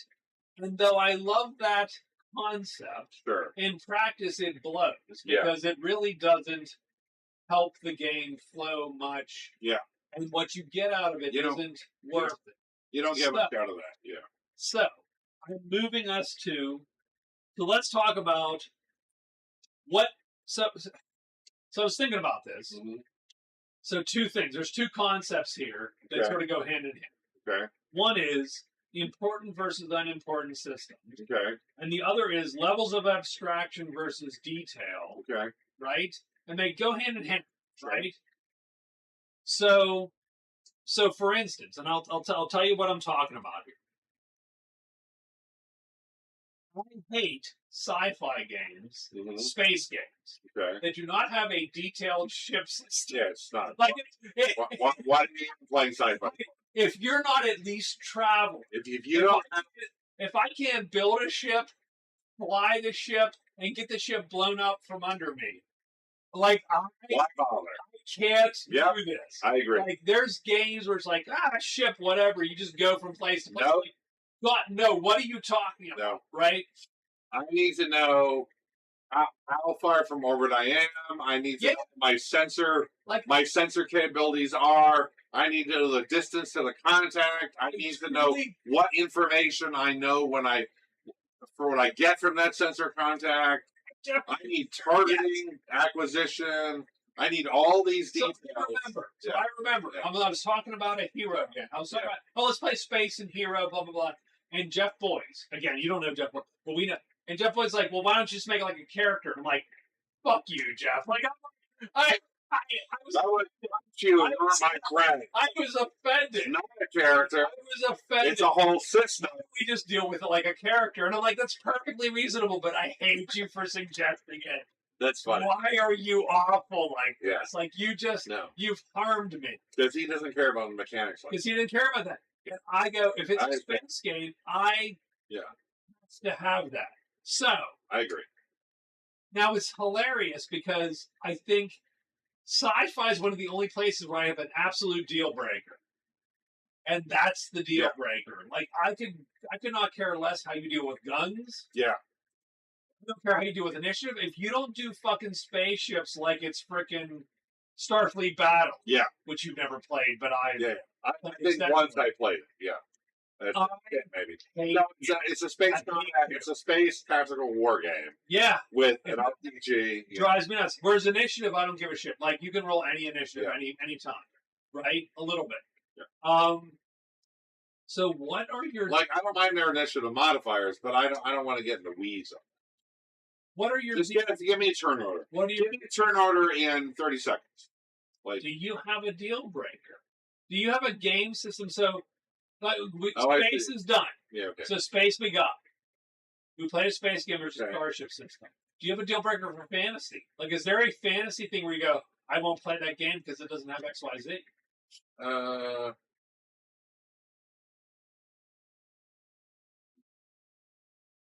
What about you guys? Do you have a deal breaker? I mean, it's tactical combat. And that's across the board. I want combats to feel tactical.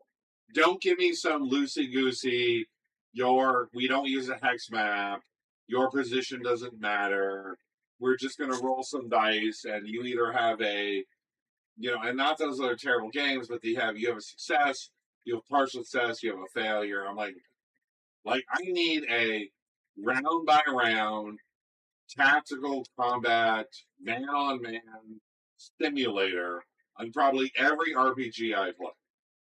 I want combats to be meaningful and specific. That's probably every RPG, though. Every.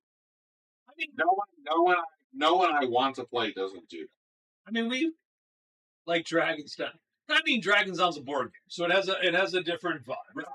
It's a different set of rules. I want a different set of rules. Yeah, right. I don't. Games should be that way. I like Dragon's Den's combat. I like Magic Realms combat. Sure, but those aren't combats RPG. are fine. Those are RPG. But there's different vibe, and you're going for different things. I could see. Sure. I could see doing combats in Talisman. And that's why I don't generally love. Certainly don't want to play Tunnels with Trolls. What's the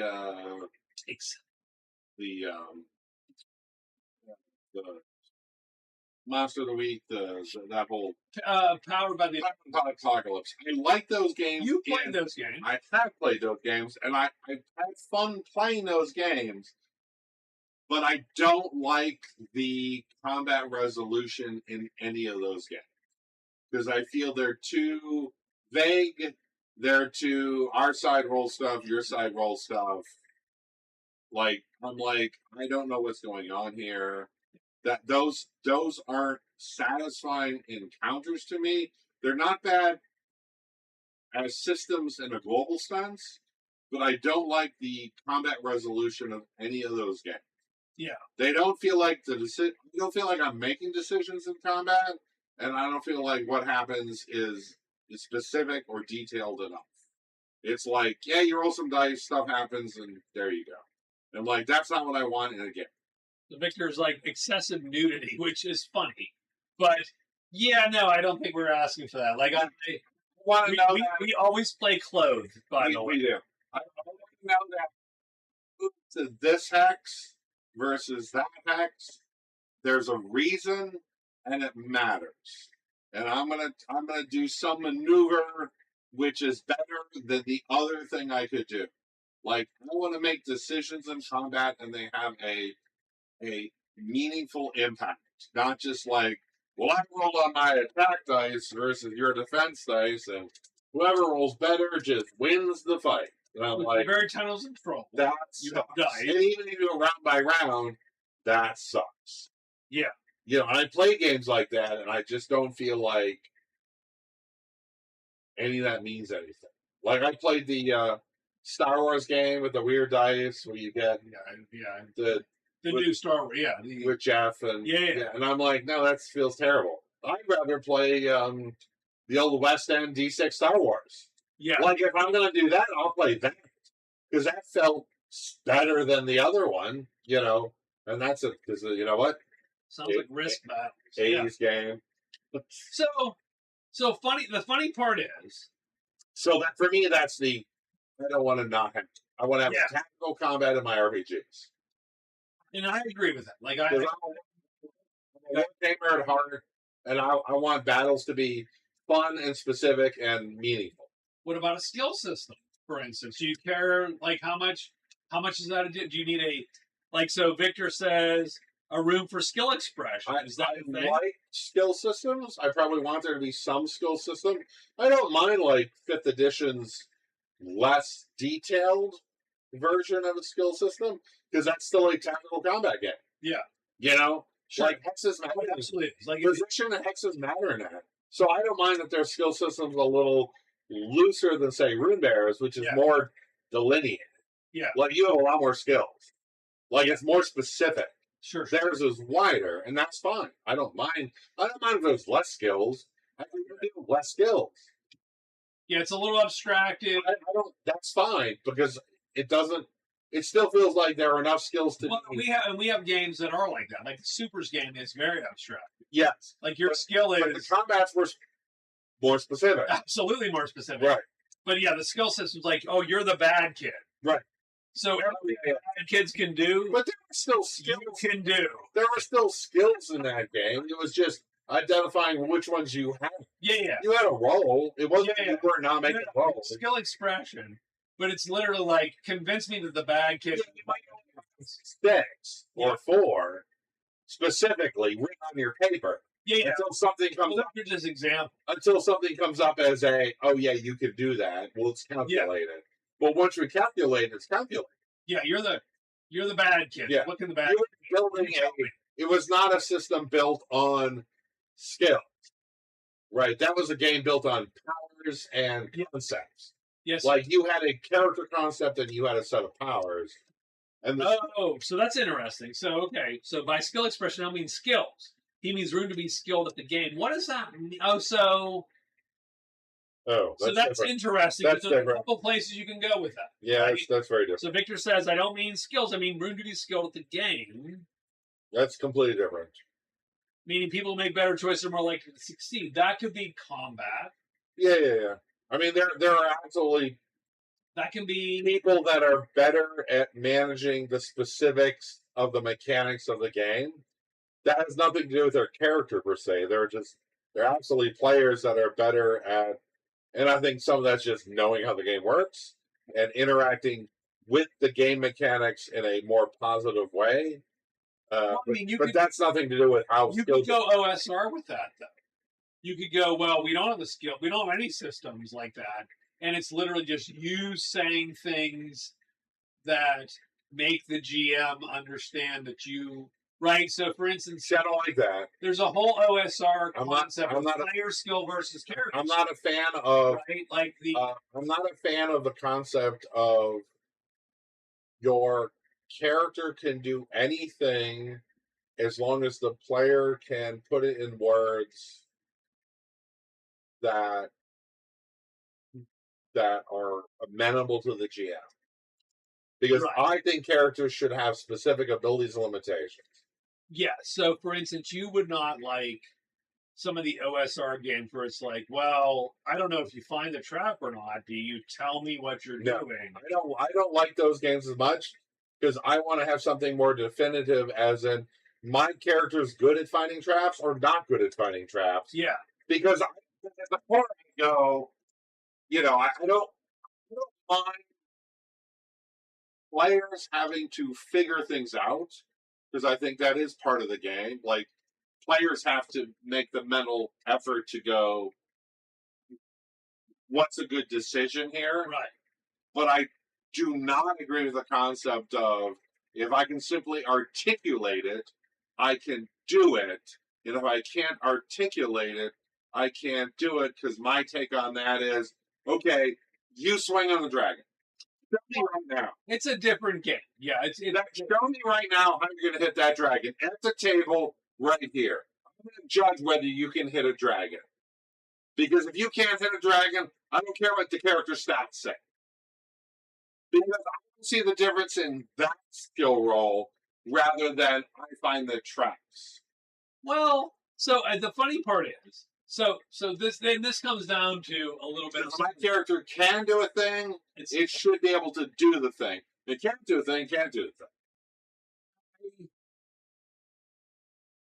it's an interesting line, and I'll tell you why. I kind of agree with Scott. That's why I make board games with predefined rules. So it's an interesting line.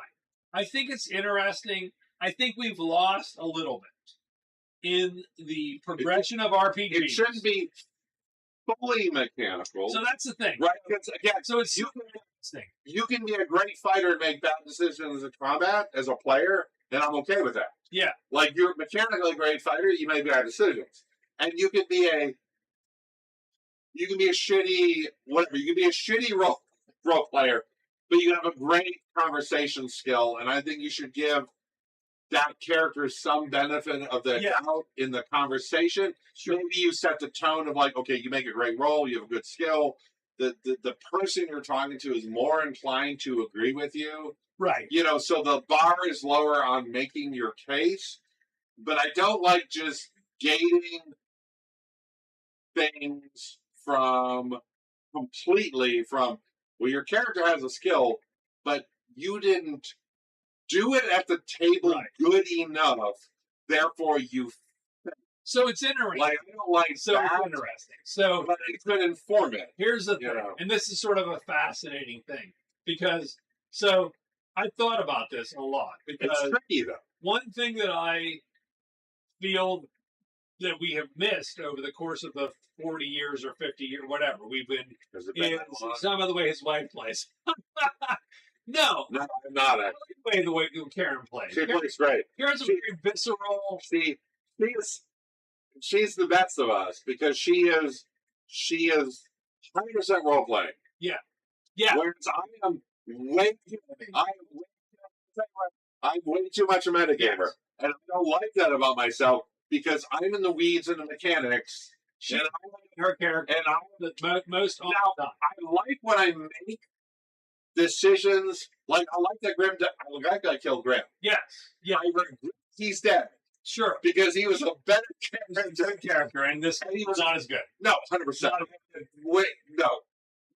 He's dead. I don't regret that choice. No. Because that choice, and I would have never done that choice. I would not pick that. But when Jack made the suggestion, I would go, Grim would do that. Yeah. And I can't not hear it. Like, Grim would make that choice. That's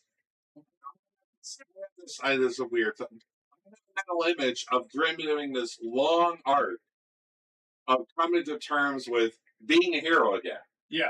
Because he was basically a lazy drunk. Yeah. And he wasn't a hero anymore. No. Like, he was sent here as punishment, and he was just going to ride this out, because he was trying to ride his career out. And then I wanted this in my head, a long sort of coming to Jesus moment of, as it were, to go, no, he's really found his faith in Stratus. He is fighting evil again. He is the sun bringer he was supposed to be. Right. And he's going to do the thing. And then it happened. What's that? It just happened quicker than I thought it was. Yeah. And I'm like, well, I cannot do that now. Because he would do this now. And so I didn't mitigate any of that. Super worked out. But I don't want to mitigate way too much. And I think about things that are, how should this play out? How could this go? How should this go?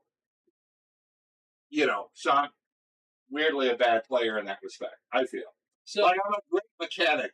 Yeah. And then I make bad decisions sometimes because they're mechanical and not visceral. They're not going at the moment. Right. So I think there's an interesting thing here, because, again, over the course of, from 1978 to, say, 2025, I think one thing that we have lost is that feeling. Now, don't get me wrong.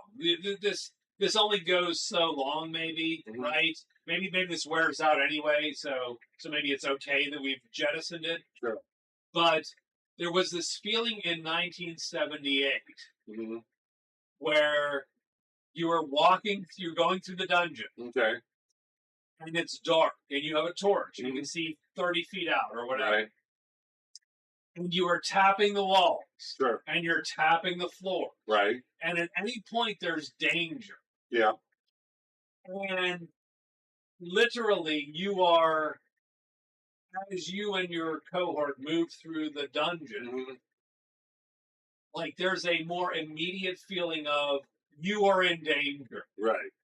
Whereas now it's like, well, It's I more walk down the hall. More mechanical. You, with your passive perception, Right. see the trap. Because we made the game more mechanical. Because we made the game mechanical. Sure. And there's a point where you make it mechanical. Yeah, and so it's like, it's a board game now. Yeah. It's not that same game. You go, did you roll a 10 or above? If so, you saw the giant spider. Right. Whereas these guys didn't see the giant spider. Yeah. They're fucking terrified because they weren't looking up. They didn't say, I looked up. Or I poked. And I get it. I get the sort of vague stupidity of, well, you didn't say you looked under the bed. So the thing hit you. And yet, there's a little bit of loss there. If I don't disagree with you. I also go with, it is hard to compare the gaming experience of a bunch of 9-year-olds and a bunch of we're 8, by the way. 8-year-olds and a bunch of 55-year-olds. We were 8. You know what I mean? No, I get it. And I don't know. I don't know if there's any way to recapture that. No, well, there isn't. I mean, we were 8, for Christ's sake. Everything was new. Right. It was so freaking bitchin'. But there is a magic there. Sure. That rolling passive perception. Sure. So even if you're new, so forget 8-year-olds. Right. Take a bunch of 25-year-olds that have never played D&D before. They're still going to have for that. Roll passive perception and go, well, that's right. I mean, if they don't have the mechanic to do, then it's a different beast. And there was a little bit more of that.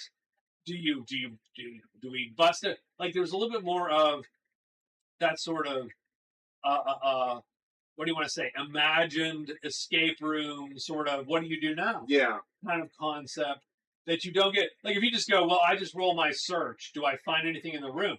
Sure. No. Tell me where you're looking. Like, what are you doing? I still think you can. I get it, right? You can find a middle ground there of, you can still make some things in the game a bit of a puzzle that the players have to figure out, regardless of stats and numbers. Because everything doesn't have to be just a roll. But on the other hand, I do have a thing of like, because you could do that with D&D, right? D&D right now. It's like, oh, my character is observant. Sure. And I have an 18 wisdom. Are you telling me I'm not allowed to use that? You know what I mean? Like, I'm just saying, to see stuff, and are you just going to say I'm not allowed to see it? I mean, it is what it is. Yeah. That's the part where that's the part where we've lost something. Because now the player can go to me and go, well, I bought perk X and I did perk Y and I rolled a nat 20. Right. What are you telling me? And I'm like, but you didn't look at the wall. Okay. You didn't poke the thingy. What do you want to do? So. But I can tell them you didn't swing at the dragon the right way. Well, I mean, that's always been a thing. That's always been a thing. That's always been a dichotomy of D&D. Yeah. That is, what do you... So, again, it's the whole... You're essentially describing the whole social skill milieu versus fighting, right? D&D has old D&D has very complicated rules for fighting. Sure. We know exactly how to resolve fighting. Social encounters, not sure. Talk it out. But Dune D&D has very specific rules for everything. Sure. The question is that a bonus or not? Well, I don't know. Is that like a joy? Like, do you literally want a game where you walk into a room and go, roll your conversation? Yep, I succeeded. Okay, the orcs like you now. Like, that's not fun either. No, but I mean, you so can again, play old D&D still. I'm just saying, that's the question. There's a weird line that we've drawn. I mean, for some of that, I would just go, like in conversation's sake, you can always just go, like, the classic, can a player influence another player? I'm like, absolutely. My DL is 45. Go ahead and roll it. I mean, you know what I mean? Again, I think there's always been this problem with conversation skills. Right. For instance. Sure. Right? Because, again, I rolled a 20. I'm the bard. fuck the dragon and I win. Like, no, you don't. Stop it. Right. Well, Like, that's not a thing. I rolled DL 45. I rolled a crit seduce. I'm DL's 45. I'm a Stereon or whatever. Yeah. I know. No, it's not a thing. It's one of the, so it's just this weird. But you could do that. So the question is. You could do the perception as well and say the DL's just. Not saying you can't do it. I'm just saying. If you don't look in the right place, the DL's here. What have you lost between here and there? That's all. I think there's a little bit. I've never played that game. It's a little bit of loss. So I don't. I don't have a reference to that. And I get where like the OSR is like, oh, we're player skill versus character skill. I get it. I don't agree with it because I like skill systems also. Sure. But at that point, you are buying into sort of figuring out what the skill system means.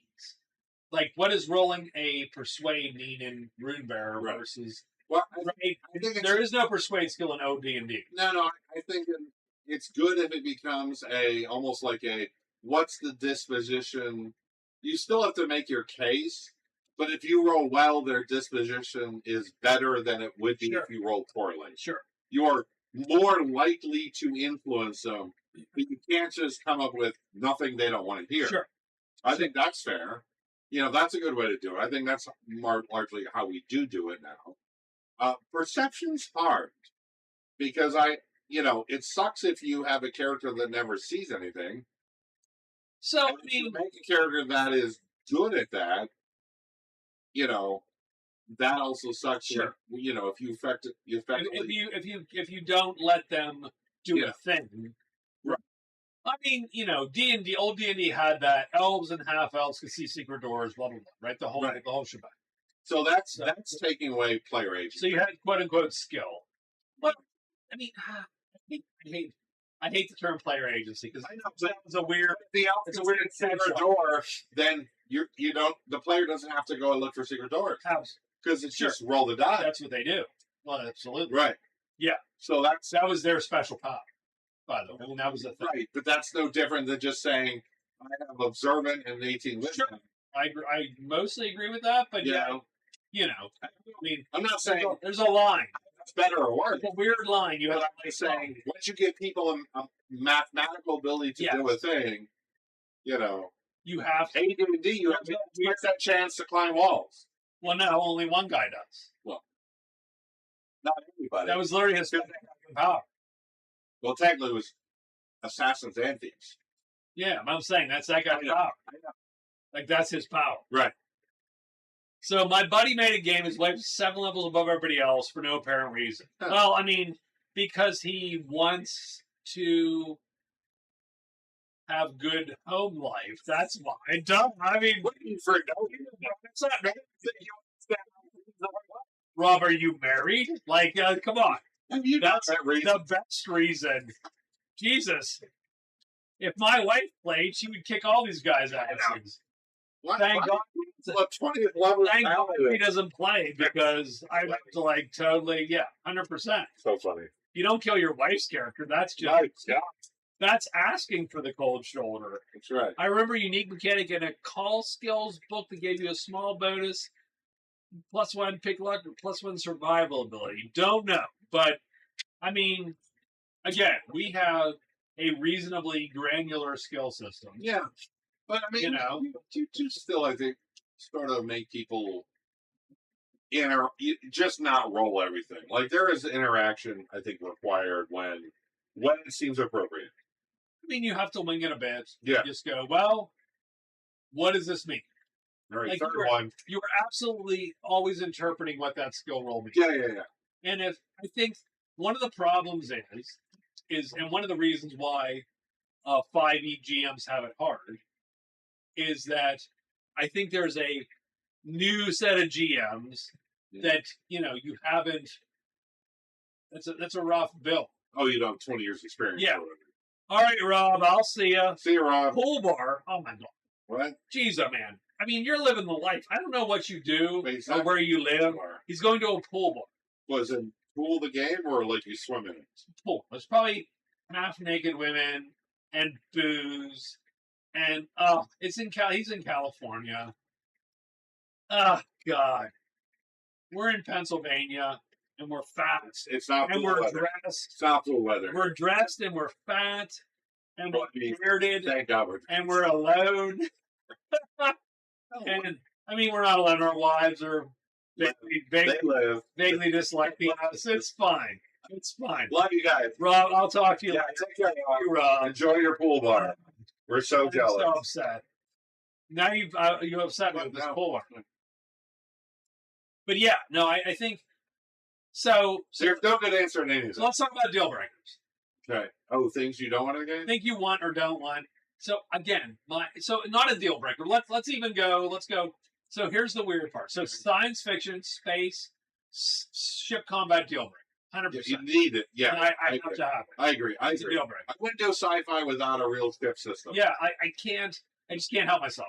Because I don't know what that game even looks like. Because I love sci-fi with a ship. I love Firefly. I love the concept. Yeah, I want keep my baby here's the flying. thing. I do want the ship to be a character. I just wanted to have detailed stats. Yeah. And had a whole rule system around it. So what is this? 4 points and strata. It's a hop. Okay. You not know that? You know.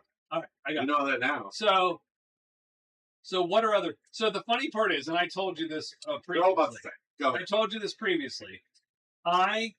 Strangely enough, and this is a weird vibe, and it's not a deal breaker, but it does color my view of a game. Okay. I love for a game's experiences to be interesting. Yeah, that's like fair. I don't like though I agree in principle with 5E's milestone. Sure. I agree in principle. I get it. You just go, you guys have made second level, all of you. I hate it. I think it makes a good sense for 5E because it's a very level. It's not granular. I don't love that. None of them are good. It's a level based game, and it is certainly problematic in 5E if you have a 5th level character and a 4th level character and a 3rd level character. Yes. That's a real problem as a GM to balance encounters. Yeah. So I think milestones. Because at that point, if the goal is to keep everyone roughly at the same level, who cares if you're counting 20 experience, 400 experience? No, I agree. Like, that's the same. No, I get it. I get one. Doesn't do any of that. Don't care.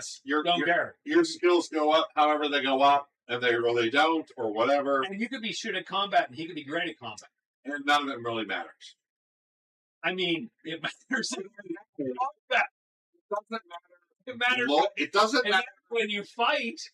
It doesn't matter globally, but it does matter in that fight. Like, whoop. Like if you're fighting the ogre, Reginald's fighting the ogre, he gets his ass kicked. Unless he blocks every attack. And he blocks every attack. Until the time he doesn't. Until he doesn't. Then he's dead. Dead. Yeah, like there's a... Yeah. But no, I know. Like, it's a different game. Like so, for instance, I'll tell you what, one of the things about Rollmaster I love. Yeah. The experience system. It is so freaking crazy where you get experience for every little thing. Every little thing. You get experience. You pick a lock, experience. Yeah, you pick a lock, you get experience. You explore a hex, you get experience. You fight a guy, you get experience. That's true. Because you did damage. Unless you get this much experience. Yeah. You did a critical. That would drive me.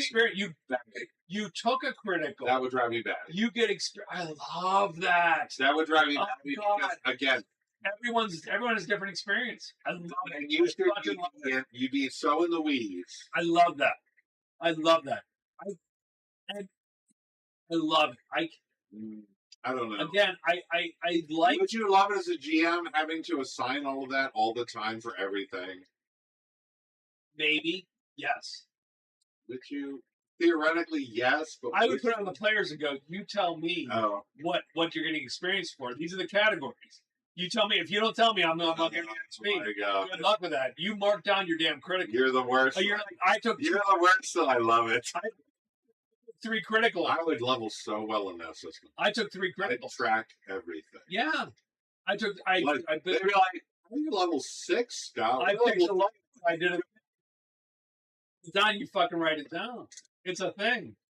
I love Rollmaster's experience system. I do like Rollmaster experience. So the only I admit it's totally. I don't think it's tedious. The only critique I have Runebearer, is Oh, yeah, we're back to Runebearer. Okay. sorry. And see, Do you like the checks and skills system? Yeah. The one critique I have about it is a little sort of triple random in that Yes. it's not so bad.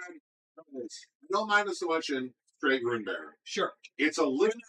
Good night. Good night, Rob. It's a little trickier in the versions of the game that also have levels. Sure. Because the levels matter. Yeah. Because that's hit points and perks. Yeah. And then you have the system of, well, you get 8 tag skills or whatever you got. And then checks and skills, level skills, and leveling skills get you potentially level, right? Sure. And the trick to that, and I don't think it's a bad system, but the one, it's not even critique, it's just a caveat. Yeah, sure. You have to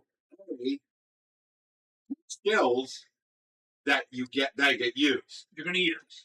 2, they have to show up in the campaign. They have to get used. Yeah, sure. 3, you have to succeed or nothing happens. Sure. 4, you have to roll the check. Yes. Otherwise, you don't level at all. Yep. So it has this weird thing of you could have 2 characters, doing the same level of content, the same level of activity, and one could level not unreasonably significantly faster than the other because they just I'm okay. You know. Like that doesn't bother me. Like, so I hold out. no, Especially with Swordsman, which is what you're talking about. You're not talking about Runebearer. You're literally talking about Swordsman. because Runebearer, Which is, by the way, Swordsman emulates an MMO. I know that. And you can make bad characters in an MMO. I know that. And I'm sort of okay a little bit. Like, I'm a little bit of a dick. I don't even think I'm not saying it's a problem. No. Yeah. It's defensive. I'm like, yeah. It is a right. You should try. You just going in that system, especially, you should go in with the presence of mind to go. You should try to make a character that can blow. That can level. Yeah. Right, that can level. I'm going to pick skills that get used. Yes. That's all. Like I plan to do this. I do absolutely like that system. Yeah. No. I like because again, it's specific, right? You use a thing, you get better in a thing that makes you better. Blah blah blah blah blah. It's way more interesting than like just D&D 5th edition. You get 100 XP, eventually you go up in a level. Sure.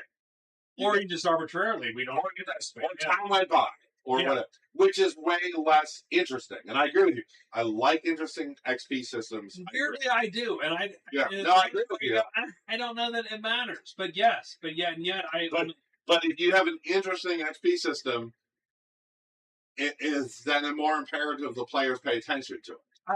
Absolutely. Because in 5e, you don't have to pay attention to it. You're just like, I'm the second level because you're all second level. Right. I'm third level. Giving out XP is probably about the same. It's the same XP. It's the same. And in D&D 5th, it's the same. It's the same XP. Yeah.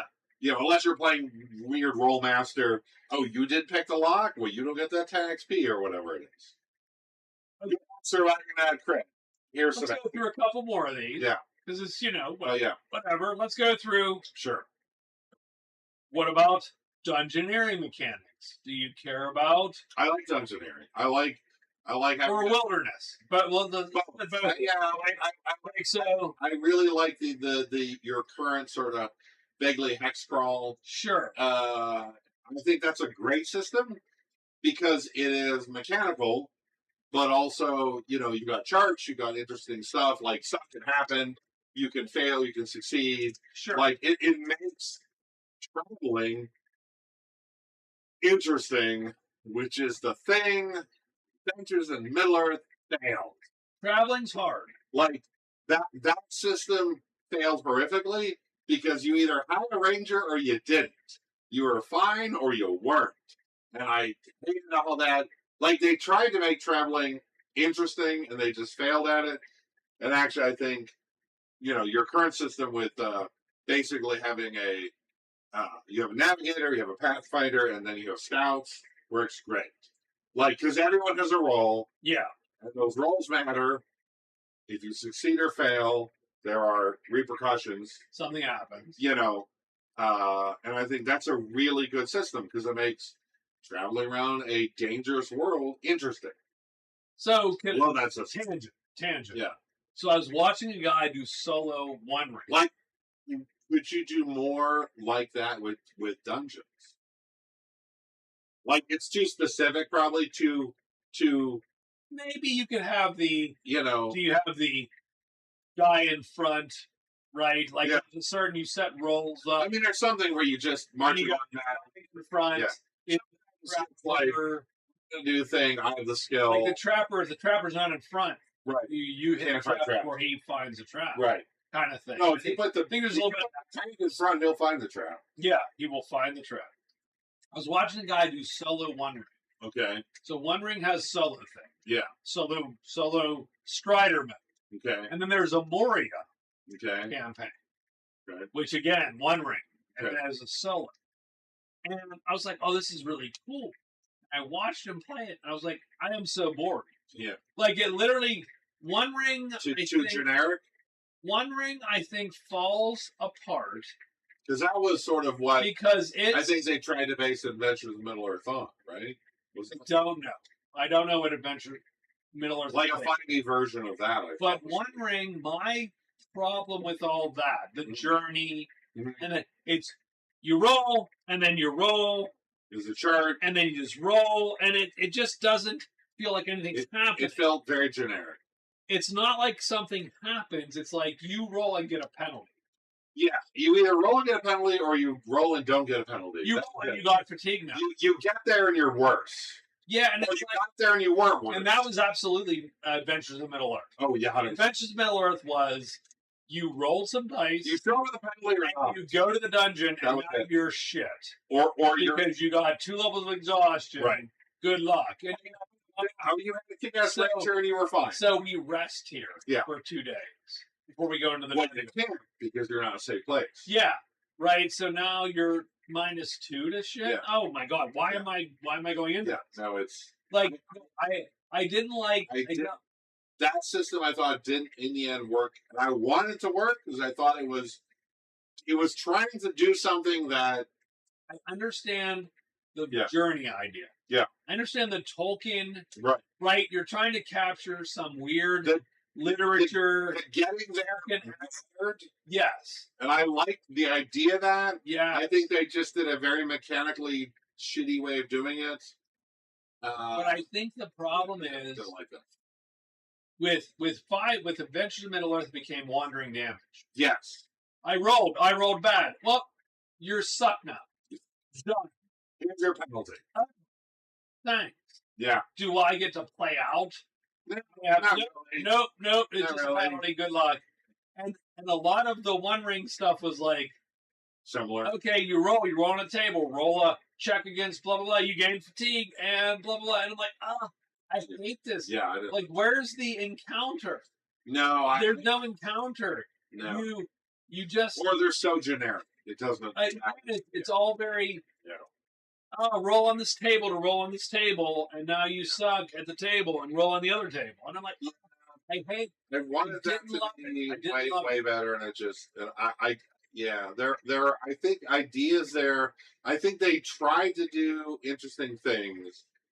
I think so. Here's my take. Here's my take. Adventures in Middle. If we ever played it again, you would have a good deck and a bad deck. Okay. You'd write up 20 encounters. Okay. Good encounters, bad encounters. Okay. 40. You'd write up 40. Sure. 20. And you go, you succeeded. You have a good encounter. Okay. I'm going to draw from the deck. Okay. And what happens is actually not a thing yet. You find a good path and blah, blah, blah. Or you can do this other thing. You choose. Okay.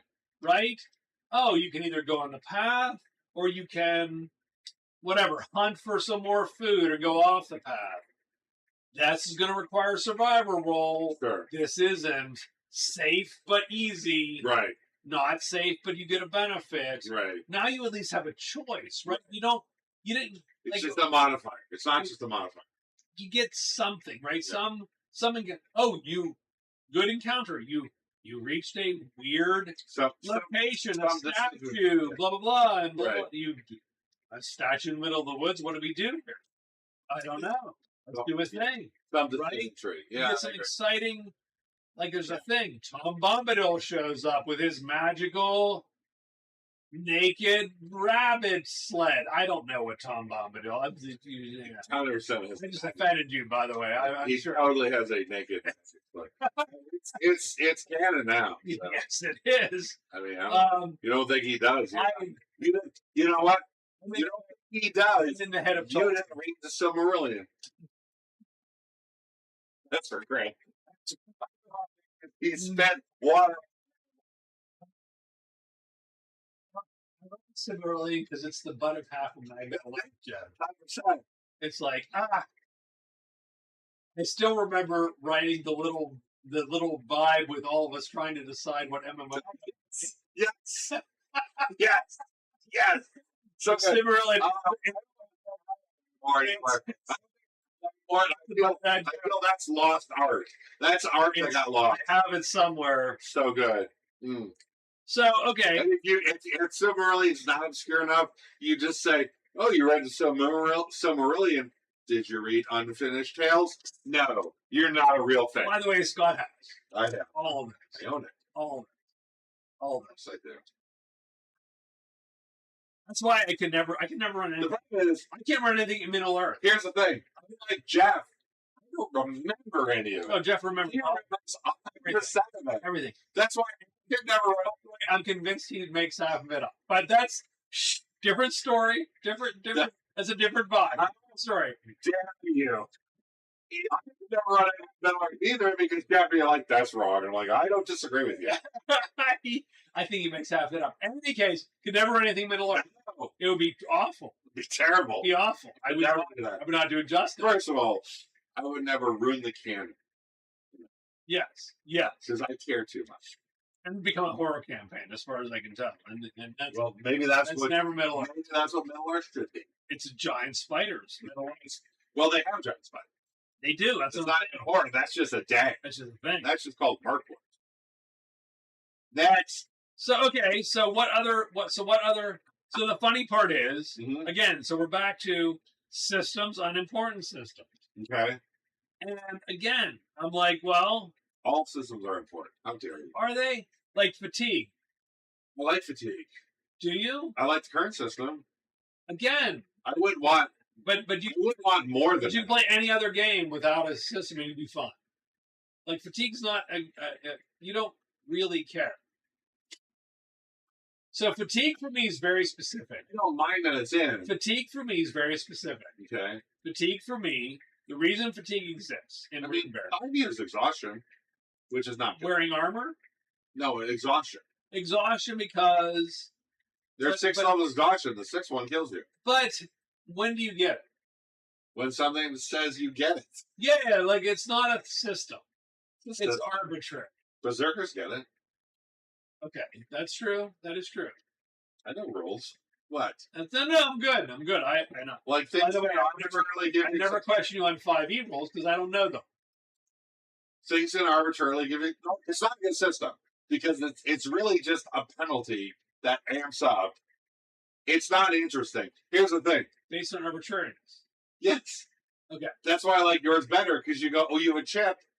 I'm going to use that right now." That's why I like The it. reason fatigue exists, very simply, is to penalize heavy armor. Well, sure, because you hate me. No, I just. Well, yes, that too. But It's a to it's a counter deep to. down. Why wouldn't everybody wear the heaviest armor they possibly can? because there are a lot of penalties to it. Other than exhaustion. On certain pieces, yes. Skill On certain penalties. pieces. Yeah. Like perception, Yeah, like movement, and stealth. which I I know you did. So originally, so the old versions were all like, oh, you had a goofy and blah blah No, blah. now it's a lot. Yeah, like there's a bunch of And you add exhaustion. and I added fatigue to go. Do you really want to wear defense? I don't think it's a bad system. I just Yeah, no, I'm not defense. I want to change it. Fuck that. Sword Sphere gives you a defense penalty on top of everything. I'm good. I'll look at that. But yes, No, it's no, fine. absolutely, It's does. great. Yeah, absolutely. Does. Crush. Yeah, fatigue exists. So I like fatigue. So heavy armor. But I like it because it's just a roll. It's once every 3 rounds, and you get a chip or you don't, and you can cash a chip in. Yeah. You know, it's your ability to interact with the current situation in an interesting way. Like you can go, oh no, you don't make that. So in Runebearer, I think fatigue it's great. is I like fatigue. fatigue is if you get fatigued I think during it's the awesome. day, Yeah. or you get fatigued during. And you rest successfully. Yeah, if you rest, you go away. But if you Fantastic. have it, you get chips as you build it up, and the GM can cash the chips in for rerolls for the bad guys. Yeah, I think it's great. I think Because the bad guys don't get rerolls unless they're bosses. right. I think it's a really good system because it's easy to keep track of. Yeah. But it also is a penalty for, and it gives you a.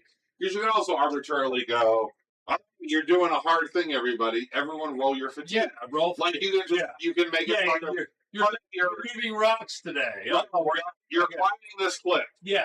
You know what? Everyone roll. Like you can just say, make a fatigue roll. Yes. You know, and it's generally a lowish chance. Yeah, it's not like a lot. It's usually like 3 to 5 on a D12. Yes. So it's almost always less than half.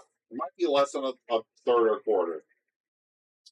But it has the ability to, you know, you get a penalty when you decide to, and I like that. It's not just a penalty. It's a penalty when you decide to cash it in. It's not a good overall penalty. It would suck more if you're like, oh, it's one all day. because that's worth. It's more. That's like, oh, you take a -1 to everything. And I'll tell you why I like it. See, I like that. I'm back to, I can be addicted. I can sit there and go, you just hit the guy. Yeah, no, you didn't. With an auto wound. No, you didn't. Oh, that's hilarious. Give me your fatigue. Yeah, no, you didn't. And re-roll. I think it's great. I think that's great. I know. I agree. I love being Love people angry. Love it's not an it's just that. You know what I mean? you can find moments in the adventure where having a character potentially right now fail when they succeeded is interesting. Yeah, you can, because you're modifying how something is going as opposed to a flat penalty, which is flat penalties are boring. They're boring. And they're easy to forget. Yeah. Yes, they are. Yeah. Yes, I agree. I'm not sure everyone. I agree with that. By the way. Look, when you impair somebody, I'm not sure everyone tracks that well. Maybe they do, maybe they don't. Right. But it's also, I'm not wrong. I think the wound system is good in Runebearer, but who knows how much people keep track of every modifier that goes on? Sure. You know, but having something you can go, yeah, give me that chip. I'm going to cash it in right now. Yeah, you re-roll. I think it's great. Yep. You hit Inspiration. You hit them. Inspiration's a great system. Sure, you re-roll. And again, I think that works because most bad guys don't have inspiration. Right. You guys do. Right. Fatigue is anti-inspiration. I think it's great. Effectively. That's good. That works it's a out. good way to penalize, potentially penalizing, overtaxing yourself with a system that's sort of interesting to interact with, as opposed to just going, well, you have a -1 for the rest of the adventure. Hope you remember that. Yeah. Hope I remember that. -2, Boring. whatever. Yeah, Boring. it's a lot of. Yeah, it's a lot of. Right. So yeah, so what about wounds? So that's an interesting one. What about wounds? Wounds are great. So this is interesting because you Fun to do, fun to have. right? It's an interesting mention, Yeah. right? Because again, there's a lot of games with a lot of different systems. D&D doesn't have a wound system. No, You're say okay, you just boring. and Just and we'll talk about this in 1 minute because I thought about this today. We'll just we'll talk about wounds. Okay. But for instance, Rollmaster, you got all these different wounds, right? You got all kinds of shit, right? Your intestines can spill out over the battlefield. No one needed all of You that. can spurt blood into the guy's eye. Like all kinds of shit can happen in Runebearer, in Rollmaster. No, no one needed. No, it's great. In fact, there's even a set of wounds in Rollmaster where you are stunned I know. because you wounded him so badly that you I know. were shocked at how badly you don't got the other guy. I hate that. I don't love it. So, but a game without a wound system, so like D&D 5th.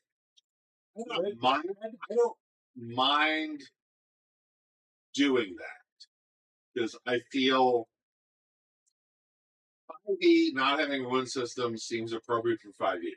Okay. Because that's the game it is. Yeah, sure. Because it's not a gritty fantasy game. It never was. It never tried to be. It's not trying to be.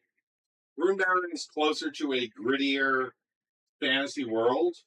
Yes, I do want Runebearer to feel like if you get into combat, with whomever, sure, you might the repercussions. Something bad might happen to you. Well, it doesn't have to. It's not just wounds. It's the healing is less easy. Yeah, it's less you can't just rest in Runebearer and all your hit points are fine. You in 5e, that's the base system. Sure. If you rest, all your damage goes away. Long rest. Long rest. Yes. No matter what happened to you, you are 100% fine. That's fine for that game. That's not a critique. That's just that game. Sure. You made it. You got to a long rest. You're good to go. And 5e is, in my opinion, about the encounter. Yeah, you survived the encounter. Yes. You got a long rest, and now you're ready to face the dragon. Day 2, go. Because you're now again. You can critique that as a idea, but that's what that system's for. That's just different. And Runebearer is not about that. It's about that you have a bunch of fights, you're going to get worn down, you're going to be hurt. There's going to be probably long-term healing. Healing can only bring you back so much. It's just a different sort of game. Maybe the wound takes you out, maybe you don't. And that's the game. That's that game. It's not a, Yeah, you might. But you're not doing some weird 8 encounters a day. That's. You might do you might do 8 encounters over the course of 4 adventures. Yeah, the idea is one encounter. Right. Then takes you and you're like, oh, but I'm hit points now. Right. For a week. Yeah. Because I did one encounter. Yes, that's absolutely if you think about the Gratianus arc that we just did, it's 3 rounds in Runebearer. Every 3 rounds you roll. Yeah. If you look at the Gratianus arc, we literally had 2 encounters. We had the got captured and then rescue fight. And then we had the fort. Now, the fort was a bunch of fights. Well, you did the ogre fight. That's one encounter. Well, we had the fight in the hallways. Yeah. Then we had the ogre fight. So it was like 4. And then we had the final fight. Yeah, so it's 4 fights. So we had 4 fights. For an entire arc. Yeah, an entire story arc. Yeah. Like in 5e, that's like not even adventuring day. I mean, maybe it is. Depends how you run 5e. But like 4 fights could be one goddamn day. Like that's not an arc. You know what I mean? One of the difficulties of Runebearer, in my opinion, is that if you do like a dungeon, quote unquote, like Martin and Rorik doing a dungeon. Dungeons are hard. Yeah. You could, in the first fight, be done. Got those guys and be like, "Yep, we're gonna go sleep for a week." Yeah, you might be because we're incapable of going forward. Yeah. Like you could have reduced them to. Or in 5. And in fact, I did a test combat. Yeah. With those guys, so I just okay, 5 rats, 2 guys, throw them in. I didn't do any. It was just a blank space, and I threw them in. Sure. And just didn't think about it, and they got chewed up real hard. It was like, just get it out. Runebearer is real bad. Numbered is bad. Real bad. I was like, wow, that is bad.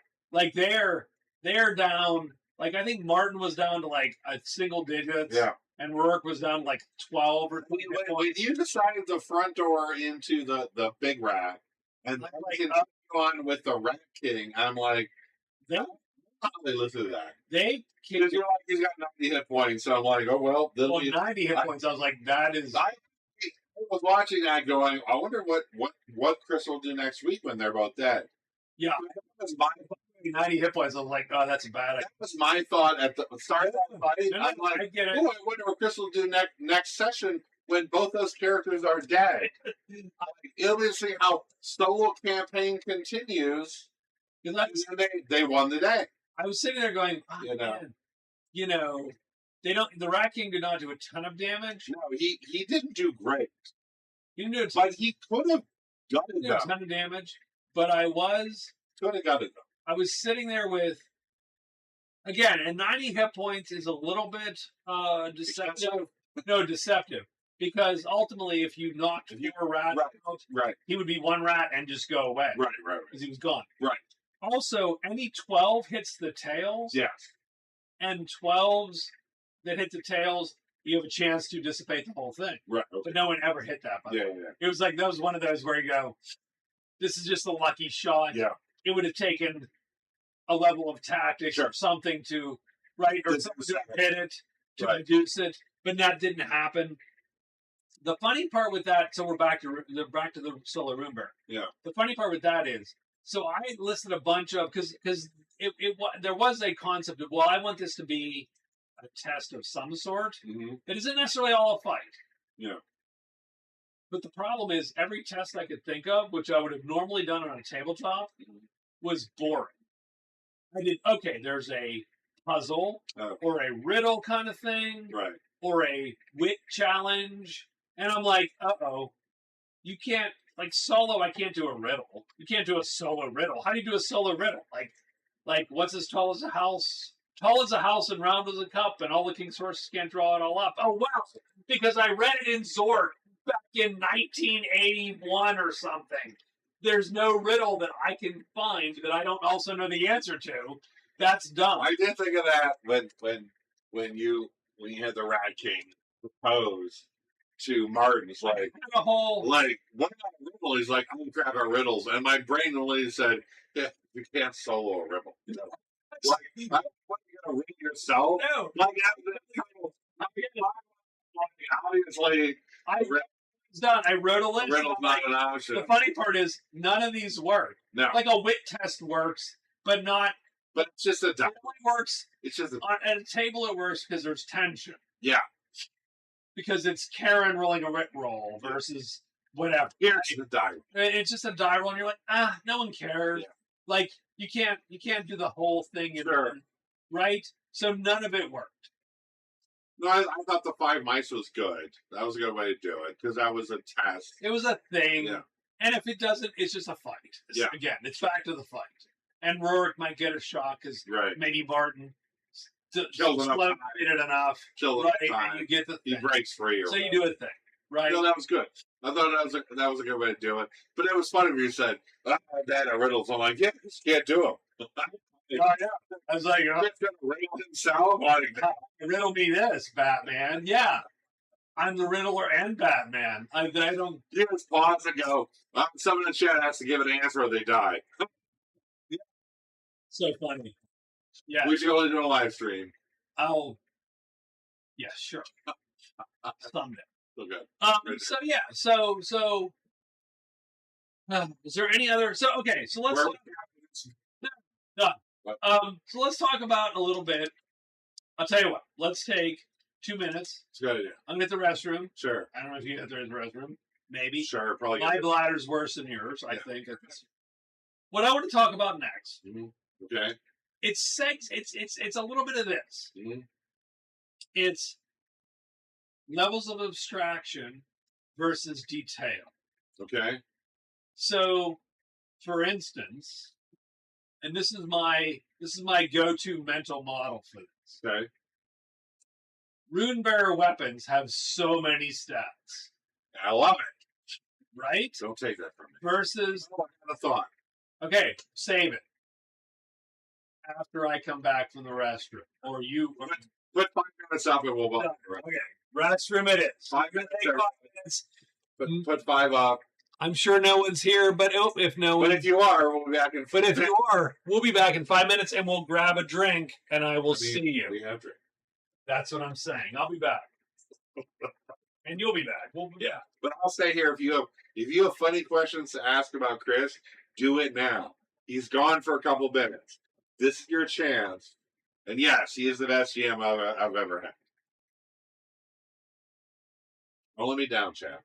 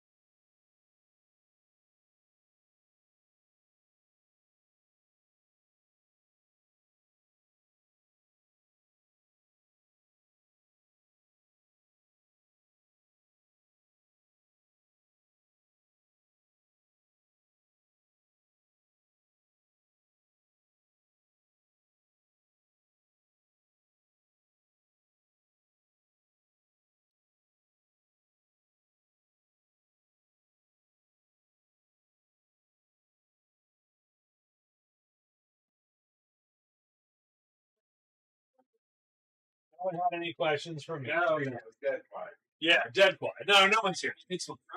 It's fine. No one's here. It's all good. It's all good. Good. We're good.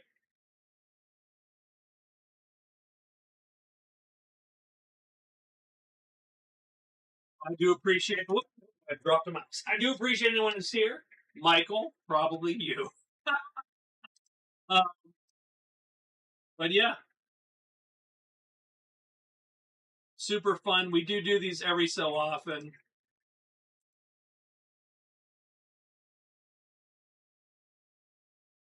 Real quick. Yeah, understand that there's not a ton of folks who are interested in watching me and Scott sort of vaguely, drunkenly talk at each other. So I get it. But we're going to do this every so often because we like to drunkenly talk at each other, so it works out.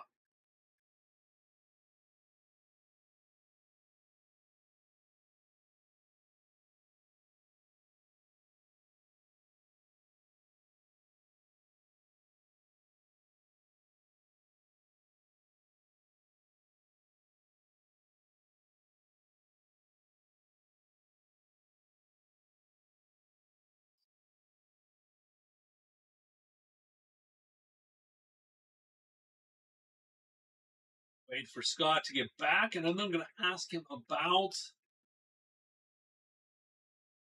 his wedding, strangely enough. Before we get it back into gaming chat, we're going to chat about wedding songs. There you go. Why? Why not?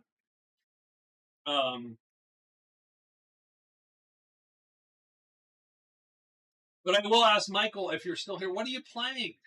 Hey, what's up, Raven? How are you?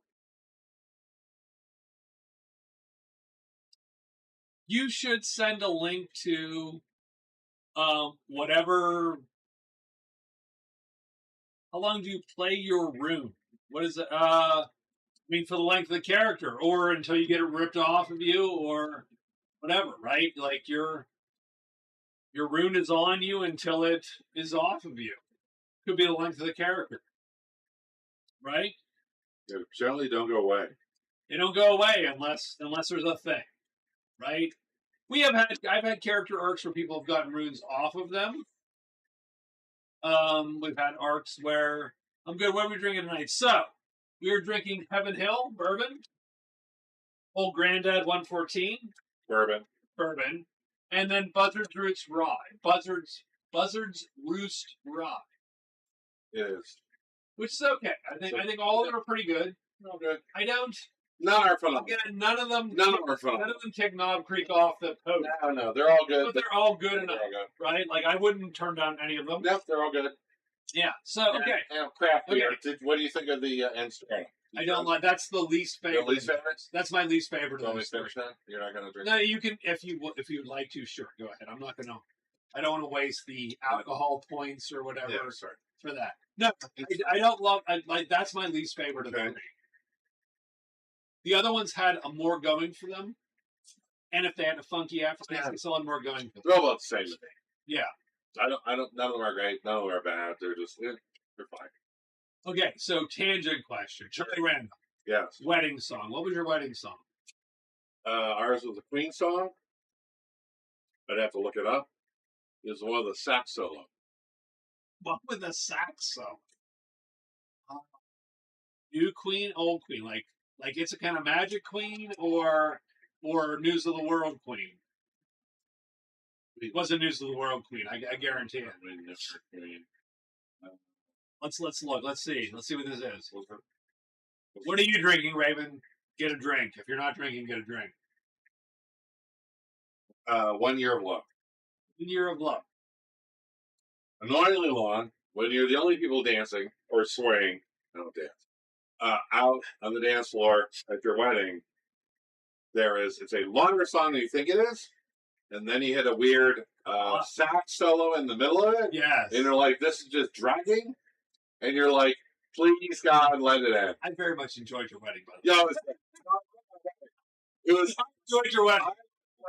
I enjoyed. Great time. I enjoyed. So many good stories there, but it was funny that you're just out there and you're like, oh, that solo. I'd forgotten that. There we go. 8 minutes long. No. Okay. No, it was like 5 Feels like it. It's like 5 minutes. Eternity. Yeah. When you don't really dance and you're just in the middle of the room and everyone's watching you and it just goes on and on and on. You're like, Jesus Christ. I love this song, but holy crap. No life without coffee. I agree. No. 1 Year of Love, Queen. Queen is, if I had to pick one band, Queen's my favorite. Queen hits a lot of notes. Like, there are bands. There are bands I situationally like more at the time, like in the right mood. Sure, but there is no time I don't want to hear a Queen song. It's up for a Queen song. No, Queen, because I always have a song I'm happy to hear. You know, Queen is a lot of good songs. Now, so many good songs. There's a don't even. There's like one. If you tell me, there's one or two songs. You disrespect. You're my best friend. No, if you are my best friend, by the way. Having said that, the song is lame. I was going to say, if you disrespect, I'm in love with my car. I will walk out of here. I will walk out of here. I mean, there's one or two songs in every Queen album which I'm like, I can do without this. Okay, but that's every album. Yeah, no, and I don't just necessarily disagree with you. But it's hard with Queen. It's harder with. Dare you? I'm serious. Oh. And I love Queen. Dare you? Queen. I love Queen, and I love Fleetwood Mac. By the way, Dare you? I love old Fleetwood Mac a lot. I like Fleetwood Mac fine. I didn't grow up with them, so that's like I love old Fleetwood Mac quite a bit. I love Bare Trees. Heroes Are Hard to Find. Like there's so many. Your band of choice is ELO, correct? Like that's your my absolute favorite go-to, right? Band of all time. Yeah. Which I don't necessarily listen to all the time. Yeah. Like you know what I mean? Like I don't listen to anything all the time. I love Radio Dog, even though it's a dumb song. I don't care. It's a song. I do love that song. Good song. I don't even think I would. Yeah, I like all the Queens, but yeah, I love Queen. Queen's my. But the weird thing is, I love a lot of music that is absolutely not that. So like it's just like that's probably my favorite single musical group. You're more musically interested than I am typically on it. Like I love 9 Inch Nails. I know that's not your jam at all. No, but I have to be in the mood for that. That's not an all the like I can't go because you're miserable old fuck too. Like you're. I'm not. Yeah, well, and that's why. Yeah, like I grew up with that. Yeah, I mean that was the late 80s. Like you had that whole trench coat thing going on. Like you were angry for some reason. I don't know why. So angry. I don't know why. I was I'm still an angry person, but I love 9 Inch Nails. I love and I. In complete kudos to Chris for turning me on to Blues Are Cold. Yes, one of my favorite bands of all time as well. I love them because Blues Are Cold. Blues Are Cold is a crazy mix of. They're not serious, and they are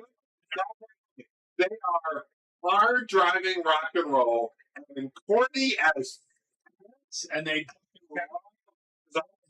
corny songs. I love Blue Oyster Cult. That's why I like Queen. Queen has corny songs. Queen is corny, yeah. Like, listen to Killer Queen and go, that's not a corny song. And so catchy. And girls, so freaking corny songs. Yeah. Like, again, I love my car. Yeah.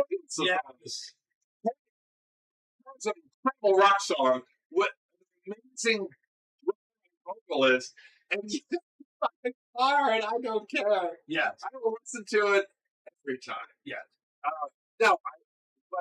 I love Rage Against the Machine. Again, that's my angry times.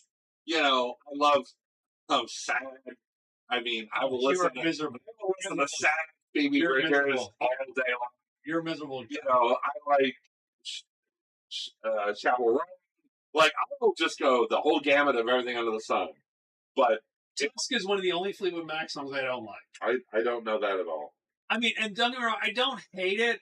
Pretenders, phenomenal. But it's, I like Pretenders. Pretenders rock. There's Ohio, baby. I was just there. Ohio.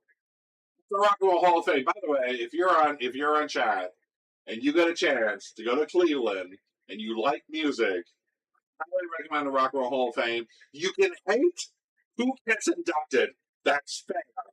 But the Hall of Fame is a great experience. You will like the Hall of Fame as a collection of rock and roll memorabilia.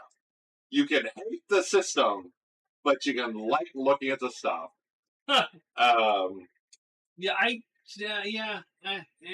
Whatever.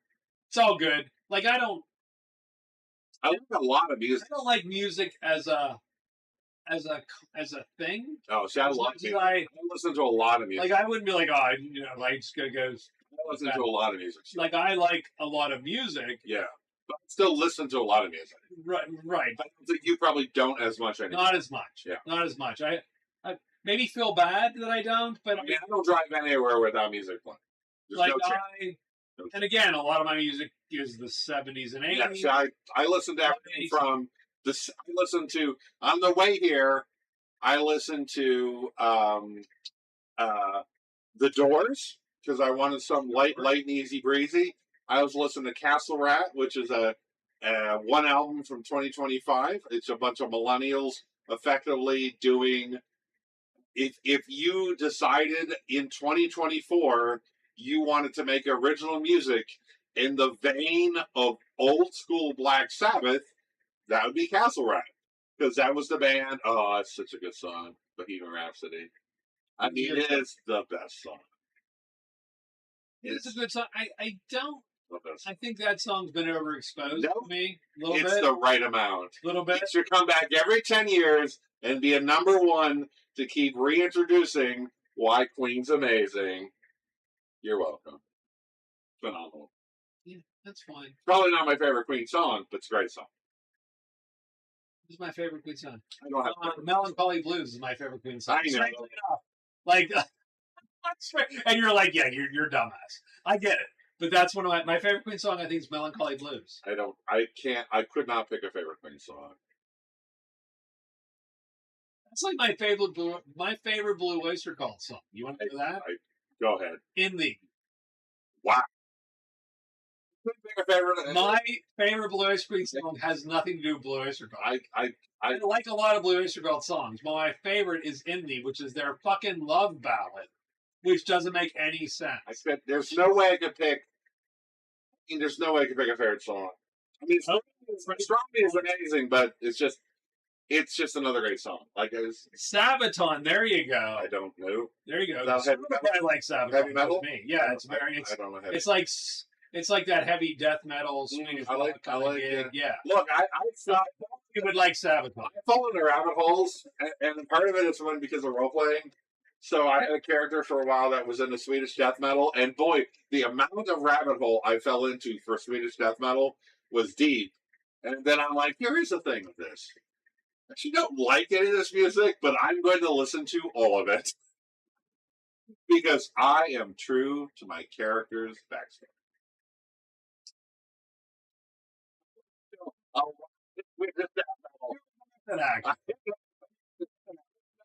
For role playing. Correct. Method actor. Yeah, I should not make another character that is driven by music ever again because that's a lot to go through. I mean, I'm all 70s, right? Styx, yeah, Queen.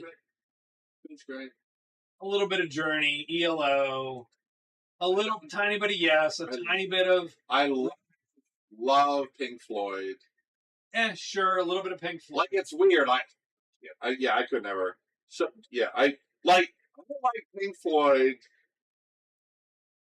songs potentially better than Queen's.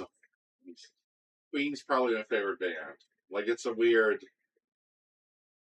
Pink Floyd. It's not fun.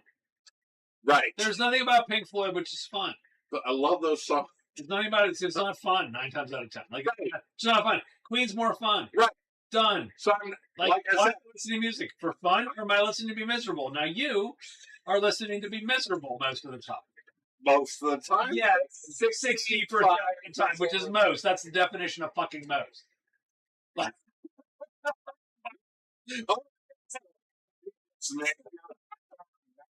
Man, By the way, that is the definition. you're probably correct.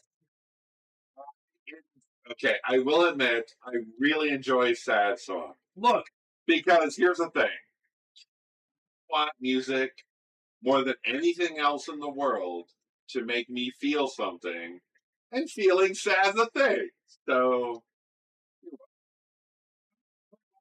Queen is my favorite band because there is no time I would turn off a Queen song. There is literally, if a Queen song came on, I would listen to it. Any Queen song. Any Queen song. Sure. Whereas, absolutely, all those bands I named are all my favorite bands. There are times where I go, not today.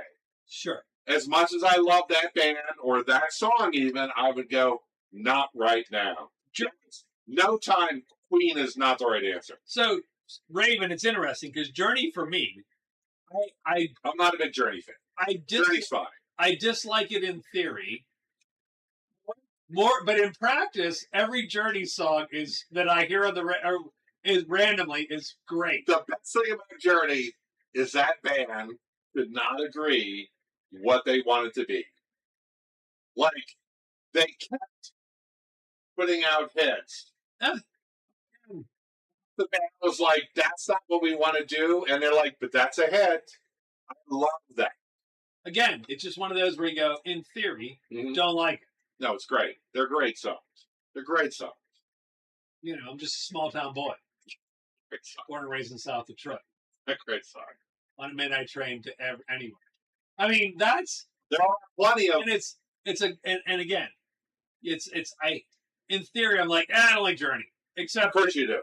Every little song I hear, I go, that's okay. I like. Now there are keep that bad boy on like that. Yeah. Let's stop believing. I'm not gonna turn off a Journey song. Right. It's fine. No. Like, it's never my favorite band, even in the top probably 50. But they don't have bad songs. They're good. It's great song. It's great. There are plenty of really popular bands that I despise. I'll throw them out for you. I hate everything AC/DC ever done. I hate everything that Oasis ever did, and I hate everything that Slash is a great guitarist, but who's the band for Slash? Oh, help me out. You're hitting me at 11. Hate those guys. Yeah, there are bands that are like super popular that I cannot stand. Funnily enough, the top floor of the Rock and Roll Hall of Fame is entirely Bon Jovi. The top floor is all Bon Jovi. In a circular room, entirely Bon Jovi. Exhibit 6 floors. That seems a little excessive. I mean, Bon Jovi's fine. Yes. But that's really? Yep. Like, what Bon Jovi songs are we talking about now? I don't care. Like, literally Journey song. Like, Don't Stop Believing. Like, you're remembering that song. What Journey over Bon Jovi every day, and I don't have What Bon Jovi do you remember? Well, they were mega huge when I was in high school. I get it. Believe me, I had a girl. I rejected them. I had a high school girlfriend that was into Bon Jovi. I rejected them out of hand. I'm not going to tell you who I was listening to in high school because I had a year where I made some terrible choices. Oh, no, tell us. No, I'm not going to tell you. No, Let's hear it. Let's hear it. Come on. Okay. Come on. So, come on. Lost in the Mist of Time. Yeah. Cinderella. Because I had Keep going. Is that it? Cinderella. It was all of the hair metal bands. Yeah. I love it. Oh my God. I regret this decision. That for 1 year. Right through the heart. And you're to blame. You're to blame. Do you give them a bad name? They did. They did. I had one. Right. Dudes in my face, White Snake's great. Dudes on high school love rap. Like, did you also have the revelation that those dudes on the Poison cover were dudes and not girls? Did you also have that number? Dudes? Did you go, I don't know. Those are cute chicks. Jesus Christ, are dudes. I listened to Poison. I listened to Cinderella. I listened to Europe. I love that. I have the hair metal. Put that behind me. That's hilarious. I love that. A lot of White Snake. White Snake. actually holds up. That they're the bands of their ilk of the time. That's so good. Oh, But then I moved on. But here's the thing. by the way, then I went to college. have I lost a little respect for you? Maybe. Don't know. Figure that out. Then I went to college, and I found college radio, which is Oh, that's so good. the cacophony of bands that are great and terrible, which I love. Don't get me wrong. My musical range. You stopped. I stopped. I you stopped. literally stopped developing at 14. Musically. Yeah, I'm Like, still fine today. My wife likes old school hardcore rap. Like old rap, Yeah, and the very original newer rap. I do like the Beastie Boys. Beastie Having said that, those are Jewish white guys from Brooklyn or some bullshit, right? Those aren't even. That's not even that's rap for white dudes. Sure. Yeah, They're also phenomenal. 100%. Very good. Having said that, my wife's into all that, and I'm like, I mean, Run DMC's good. nah. And I agree that and it can be good, and I don't like it. Yes. I still hold that. I still hold that. I can still go. That's objectively good. Sure, but you don't want to. And I don't care. That's fine. I'm not. The internet hasn't poisoned me that much. I mean, Lamar Kendrick's great, and I don't care what you think. Super Bowl phenomenal. Yeah, you doing this track at the Super Bowl. I respect that. Plus. I respect the Plus. I do respect it. White from New York City, who's a rapper, it'd be Marlon Crump. I have no idea. Nobody knows You just that said words. But if I had to go back to a current white guy from New York City, You could have said Waylon Jennings, and I'd have been like, at least I know who that is. oh, that's his rapper song. Yeah, okay. I take Marlon Crump. If died. you want to look at, What else? Yeah. yeah, No, that'd be my current. you've lost me. That'd be my You current. know what you did? You snapped me out of this musical talk. You're like, yo, wake up. We're talking about someone that. Let's Yeah. go back to gaming.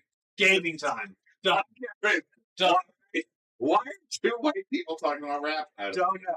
No, no. Okay. Next, So, all right, my next gaming topic. yes, It's talking about abstraction, right? Yes. Levels of abstraction. So I do find it interesting.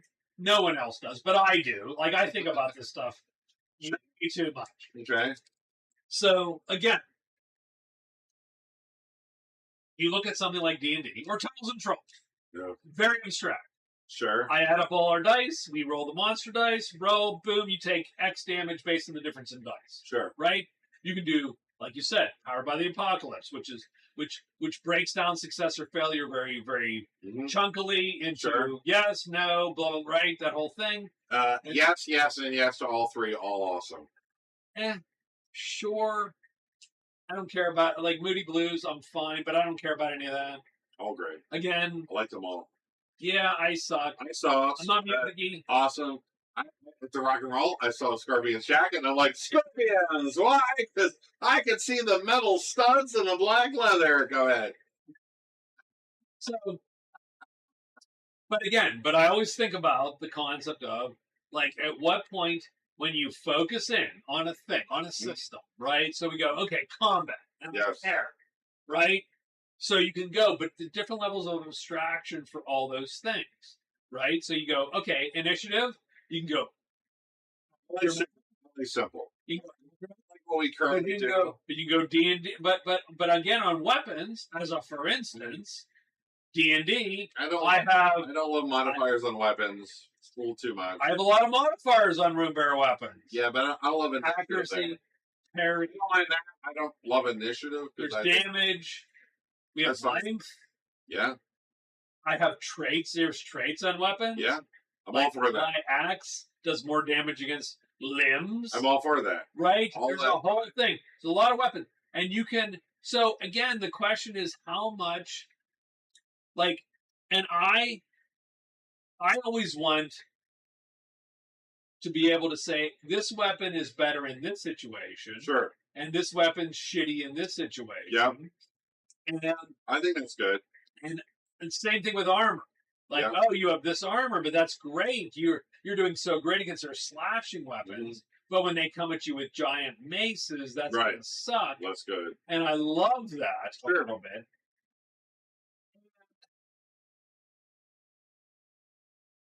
So what level's appropriate? Like, I think that's again, I love where we're at right now. Yeah, I wouldn't go more than what we're doing, but I think what we're doing is a good level of distinction.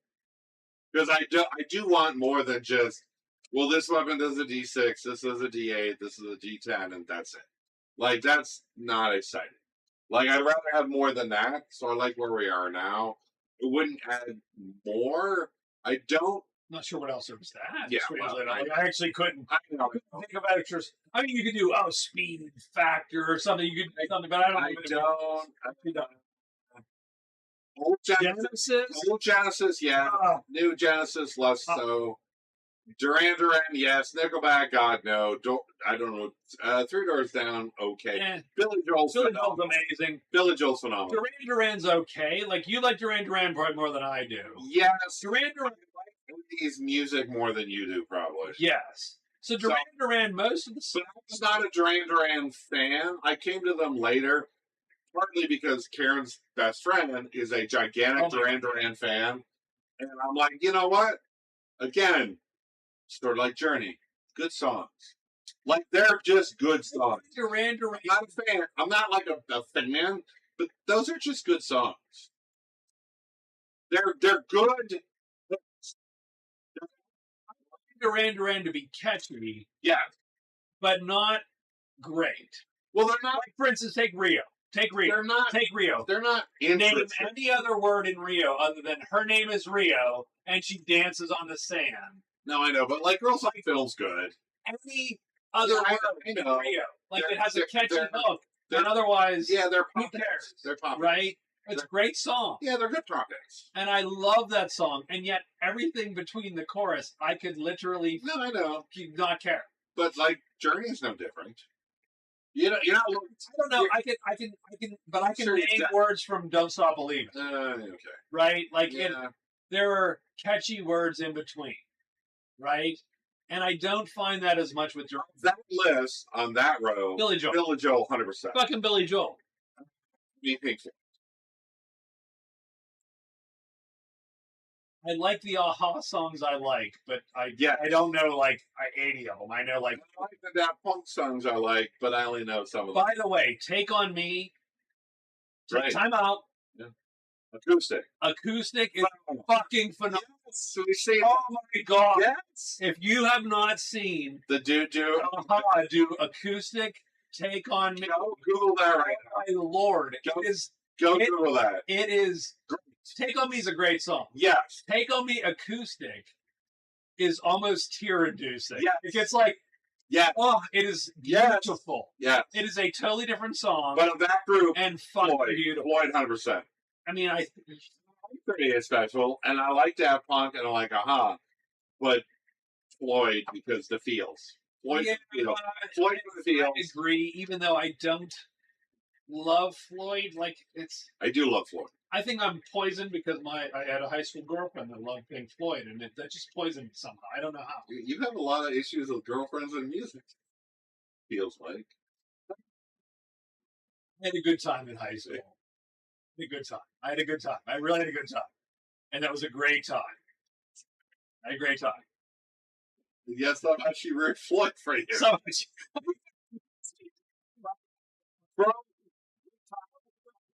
You just said. I had a great time. I think she ruined Floyd for you. I had a really good time. Love the Floyd. Having said that, I don't like Pink Floyd because of that. Yes, 100%. She did ruin it. That's one of my favorite bands.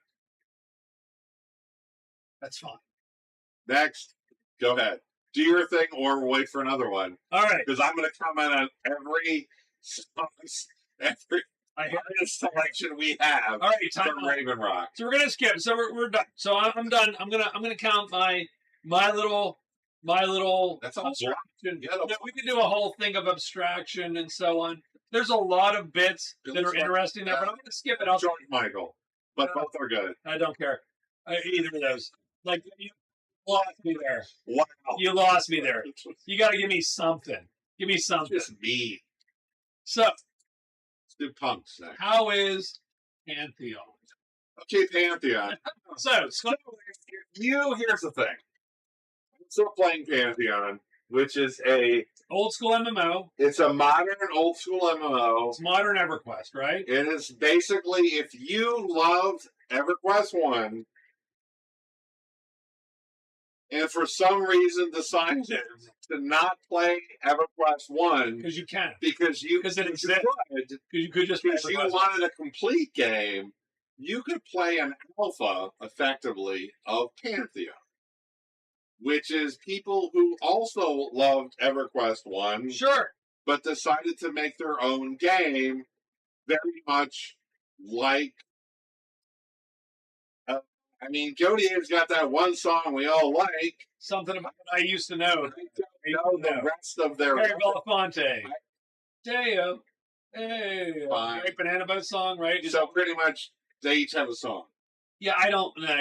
You've lost us there. You got to do better, Raven. I'm sorry. But if you love EverQuest 1 and then for some reason decided instead of playing a complete game like EverQuest 1, I want to play an alpha of a game that was inspired by EverQuest 1, Pantheon would be that game. And I'm still playing it. And you're playing because you love it. No. You're freaking in. No. Yeah, I'm playing it because I still know one person who is still playing it, who's a friend of mine, who I thought might show up today, even though I prodded him and he said, "Are you blaming Hoppy on the Hoppy? Dare you name him?" No, Hoppy and I are still having fun in Pantheon because Hoppy and Pavarotti, I don't really do opera. So my grandfather loved Pavarotti, and I love Pavarotti. Okay. On an aside, I don't see your favorite. Wow, your faves are all over the place. By the way, Mario Lanza. If you want to do opera, if you want to go opera, my grandfather loved Mario Lanza. Okay, I don't really do opera. Loved him. And I like Pavarotti's okay. I don't. The tenors, yes. Three tenors. Fine, yeah. It's all good. But because I like playing with Hoppy, even though everyone else has bailed on us, and some people didn't join us. Wait, time out. It's you and Hoppy now, though, right? Yeah. Or is that it? That's it. Is that literally it? No. I, by the way, am disappointed them. I bought Pantheon. Oh, no, you shouldn't. I bought Pantheon. Never heard Billy Squire. Like all music, gangster rap, drill. My wife likes gangster rap, strangely enough. Sure. Imagine a 54-year-old redheaded white woman. Love it. Blasting gangster rap in her... Yes. And me going, fucking A, what is this bullshit? Okay. Where's my prog rock? I like prog rock. But yes, that's sort of where we're at. We'll say, I can't recommend Pantheon because it's just way too alpha state. I would say, they're not going to release for 2 or 3 Are you years. still enjoying yourself? Yeah, because I like playing games with people. And I'm playing games with a people. One people. It's our people. So, yeah. But also, it's not because of Pantheon. It's just I like hanging out with Hoppy, chatting with him, playing games. Yeah. It's a shared experience. It's not a great game. It's not a horrific game. But it's just like you could just play EverQuest 1, and why wouldn't you? But if you want to be in sort of the development level of the game, yes, right. Then that's the thing. It's not going to come out for launch, I'm sure, for 2 or 3 or God knows how many years. If you want to be in the alpha, knock yourself out. It's $40 to buy. Every patch feels like, because it's a very small development team, and that's fine. But every patch feels like, well, we don't actually test anything. We just patch. You try it. So it's like COH, where every time they patch, pets would get borked. No matter what. They've gone through that. No matter what they change, they would bork pets every time. Of course. Like, but it's also worse than that. We made some name changes to some shit, and pets just told you about the machine gun race. Yeah, go ahead. Do The bugs are crazy, and I don't know what we're doing. That's fine. As I said, yeah. So that's my. I don't want to delve too long into that because it's not worth it. It's just not. It's just not. It is the computer game I'm playing now because I got nothing else I'm really doing. But as soon as either Hypertank. What's up, TV? Hypertank. I love Hypertank. Hypertank. So I still love Hypertank. Hypertank. Fuck your TV. So I do have thanks to Hoppy, I have a base on Excelsior. Okay. The server. No, wait, time out. Go ahead, no. Do your thing, and Before we go into that, what Raven is the COH private server that you're playing on with all your special bits? Oh yeah. Team. So just because, yeah, right? You should That's promote interesting. That. So Raven has there are actually special controller primaries and secondaries. There are servers that allow input more than others, and I think Purgatory. I don't know what that is, but it's intriguing. So yeah, you have we play in Homecoming or whatever playing Homecoming because that was the first one to come out for the private service for City Heroes. So that's the only place I've ever been to. But you got some special. Yeah, she added her own. Yeah, like your own sets or whatever. Sets. You should take a look at that because that's sort of a fun. If you like supers. Many new ATs. That's cool. That's interesting. I like that can exist. Because if you're going to have private servers...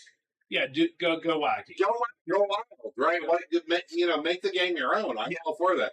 I like Homecoming. It's fine. It's also very more static. I mean, not that they haven't released stuff. They have. They've added stuff. But... it's less wacky. How about that? Sure. Okay, back to music because that's what I care about the most. Adam Lambert is goddamn amazing. His voice is phenomenal. I like Hall & Oates. Of that list, Hall & Oates would be my pick. Yeah, I would take Adam Lambert every day. Different era. Yes, I'd take Adam Lambert every day. Also, sings for Queen. Done. Wins. The rest are fine. All the rest are good. But Adam Lambert for me because his voice is phenomenal.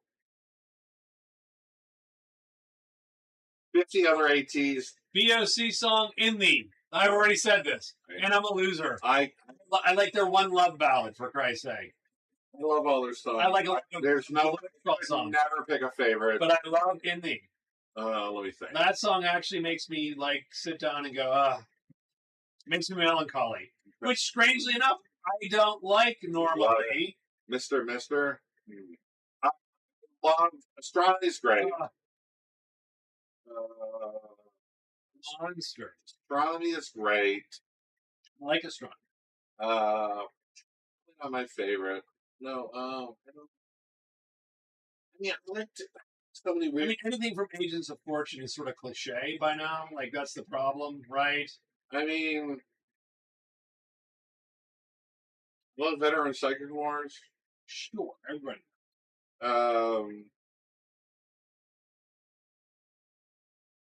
Go ahead. The Speech to the Investiture. Von, whatever. That probably is not it, but it's hilarious. They have way too many songs for me. Eagles, done. Sorry. And I like Bowie too, but Eagles. Eagles. I mean Bowie. Eagles. Bowie of that, but I love the Eagles. Eagles are very, It's funny because my old poker group, which I never see again, there's a dude there that hates Eagles so much, but he had a Alexa or whatever, and I would just yell at, play the Eagles.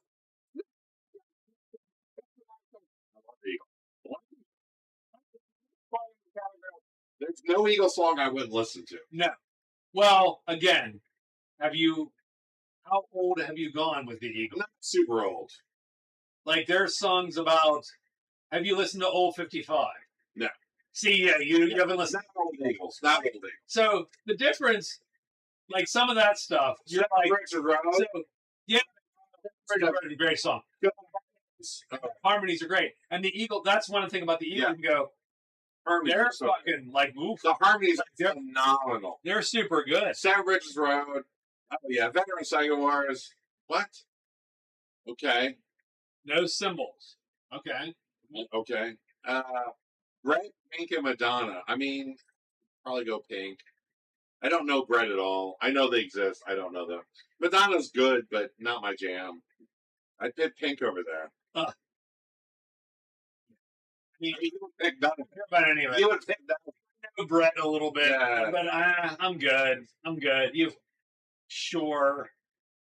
Again, I'm not music. I'm not wide. I'm not wide. Like if you know 70s arena rock, I'm probably there. And if you go out of that, I'm probably like, fuck it, I'm good. Yeah, I couldn't do. I mean, Imaginos is phenomenal. Imaginos is good. Yeah, I couldn't.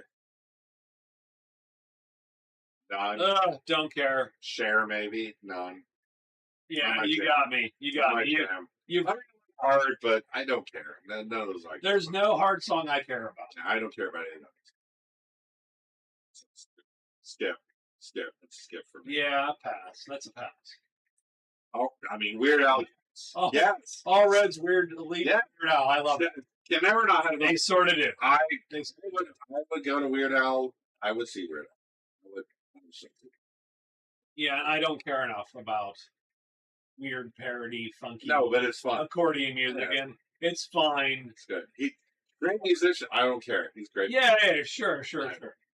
All right, next to your topics. Do we get okay, Pantheon's fine. Pantheon's fine. It's fine. Don't. I loved Heart. Broken Peach. I don't even know what that is. Broken Peach is great. I mean, they do a lot of covers. I don't really listen to their original music. Their performances are phenomenal. I always love their Halloween performances because they always do a fun Halloween show. Chris is like, I have no idea what Don't care. Yeah. No, Broken Peach is just that's a great YouTube bit, right? You have run me out of Tiny Tim or Skip Tiny Tim. No, Broken Peach is great. Back to the Halloween stuff. Go ahead. So, okay. I have, and again, this hasn't hit us yet, but no classical. But PC games starting to hit a price point of $70 as a standard. I mean, okay. And Nintendo games are talking about even more, 80 or 90. Cost more. Yeah. Okay. You ever see what eggs cost? Sure. Okay. BB King's great, sure. But yeah, so I almost think that I understand what you're saying. And yet go up. I think that video games, and I understand it's been $60 has been the thing for a long time. I mean, a long time though. A long time. Yeah. Very long time. And I even get it that, but developer salaries go up and blah, blah, blah, and so on. And yet, I almost think that you're hitting some weird vibe because the thing is, I'm not competing with the price. I'm competing with every other game on the universe. And if you look at my shelf, I have more games on my PS2 shelf than I can play before I die. Sure. So you don't need more. But that's what I'm saying. At what point do you go? That is not a market-driven universe. If you tell me, well, you're going to pay $90 for a game now, I'm like, well, and yet I can play the 6 million hours of Steam games that I have already. Most people probably aren't doing that. I don't know. Is that am I an outlier? I look at 90? No, I think you are because I look at price point ELO. Done. 100%. I know. Bam. I love the stuff. Literally the best band in the universe for me. I love the ELO. I do love ELO. Aerosmith. I don't mind Rolling Stones. I like Boston. I don't mind Grand Funk Railroad. I like a couple Steppenwolf songs. I Like do. all those hit me Yeah, in the right place. I do like ELO a lot. I pick this. I like the Snows a lot. Sure, Aerosmith is fine. but if you have ELO's, Prices are going to go up. Everything goes up. Everything costs more. There's no way around that. but at what point are you? So eggs you have to buy. You don't have to, but you know what I mean. Like food, you have to buy. Yeah, Car, you have to buy. sure. At some point, But- you own enough games that you don't have to play. You don't have to buy another game for probably 10 years. I mean, I'm going to, but sure. I bet you. Look, I understand that they're all effectively luxuries, but every other luxury has gone up in price. I see. Books cost more, movies cost more, media costs more. None of it doesn't cost more. You can't hold one segment of the entertainment industry to say, well, you're not allowed to increase your price. Oh, they're allowed to do whatever they want. Yeah. I'm just saying. You might not buy At some point, I'm done Sure. because I just Yeah. can't justify anymore Yeah. paying $90 for a game I might get 10 hours. Like that's the weird. So Yeah. so you've hit this weird point. Yeah. Like $60, I can go. Well, I can get 60 hours out of this, or Sure. 10 hours, Yeah. or whatever, and go. Well, maybe it's okay, but at some point, $90 hits that. Yeah, no, I do hit that weird point where I'm like, well, hold, this is a weirdly expensive bottle of bourbon that I wouldn't buy. Sure. Yeah. Like, at what point do you hit that? Like, weirdly for me, it is $60, right? Like for me, it's $60 where I go, oof, that's a line that it's hard for me to draw beyond that line and go and picture paying $80 for a game Yeah. or 70. Like, so what's the number you can picture for paying the best game you've ever played?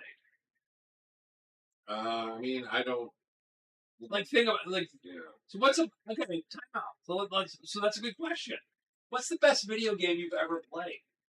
What's the most enjoyable video game you've ever experienced? City Heroes. City Heroes. Okay. So today they bring out a new whatever, right? That version. Mm-hmm. You got bam. All Homecoming is gone. Sure. And we're bringing out a new version with new graphics and blah and so on and so forth and some new mechanics. And we're going to update it and so on and blah, blah, blah. And it's City Heroes 2. Right. What's the price point for that game for you? That $200? that I wouldn't pay. I mean, I paid $200 for CO. Yeah, we paid for Champions Online. By the way, I still got my money's worth out of CO.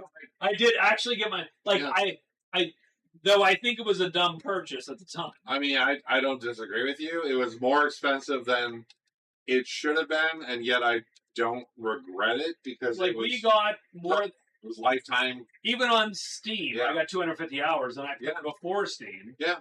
So we probably got 500 hours out of that game. So I don't regret that purchase.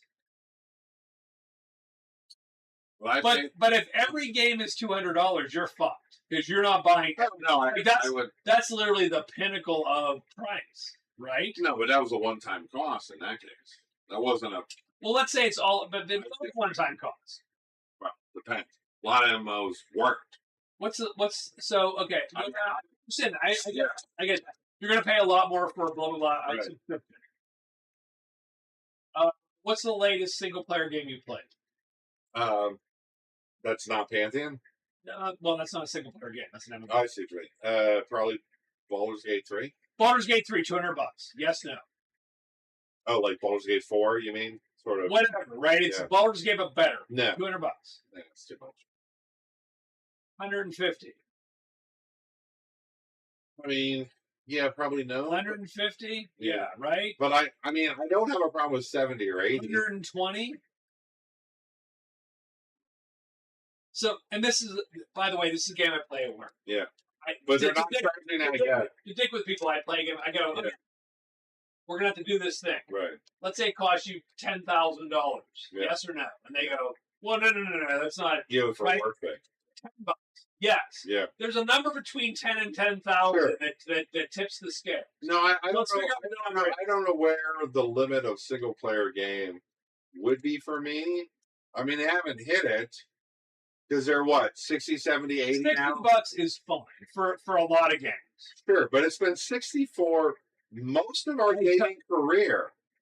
Well, no, it's been cheaper for a while, but it's been cheaper in our young. But I get it. I understand. For AAA, Yes, for AAA, the past, let's say, decade, maybe.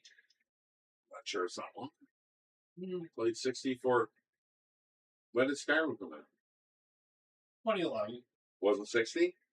I don't know, actually. Good question. It probably was. Problem. Long. But that's 14 years. So, yeah, I get that. Okay. Yeah, sure. I mean, that's a long time for the hold the price. I get it, and yet I go, that's fine. You can justify it going, well, prices are going up, and I go, sure. Here's the funny thing. Skyrim's not competing with the market price.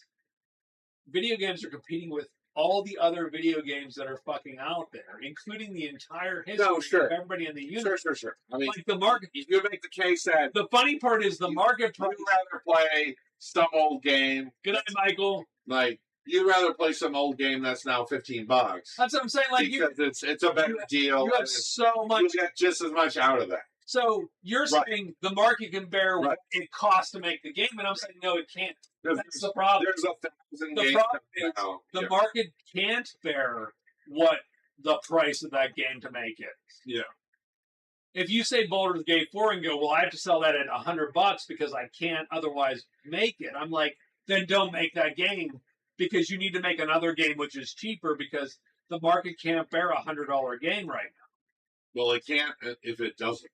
I mean, and I get it, right? You won't know till you find the number that's too much. You know. I mean, Baldur's Gate 3, obviously at 60 or whatever it was, crushed. Super successful. Sure. Is 70 too much? I don't know. We'll find out, I guess. Yeah. Like, I think you will find out. Yeah. Because that's what people are pushing for. Yeah. Well, I don't know. Or do you just go, you know what I could do? Wait a year and it's going to be 40. Well, sure, but that's different. Or 30. But that's everything in the world.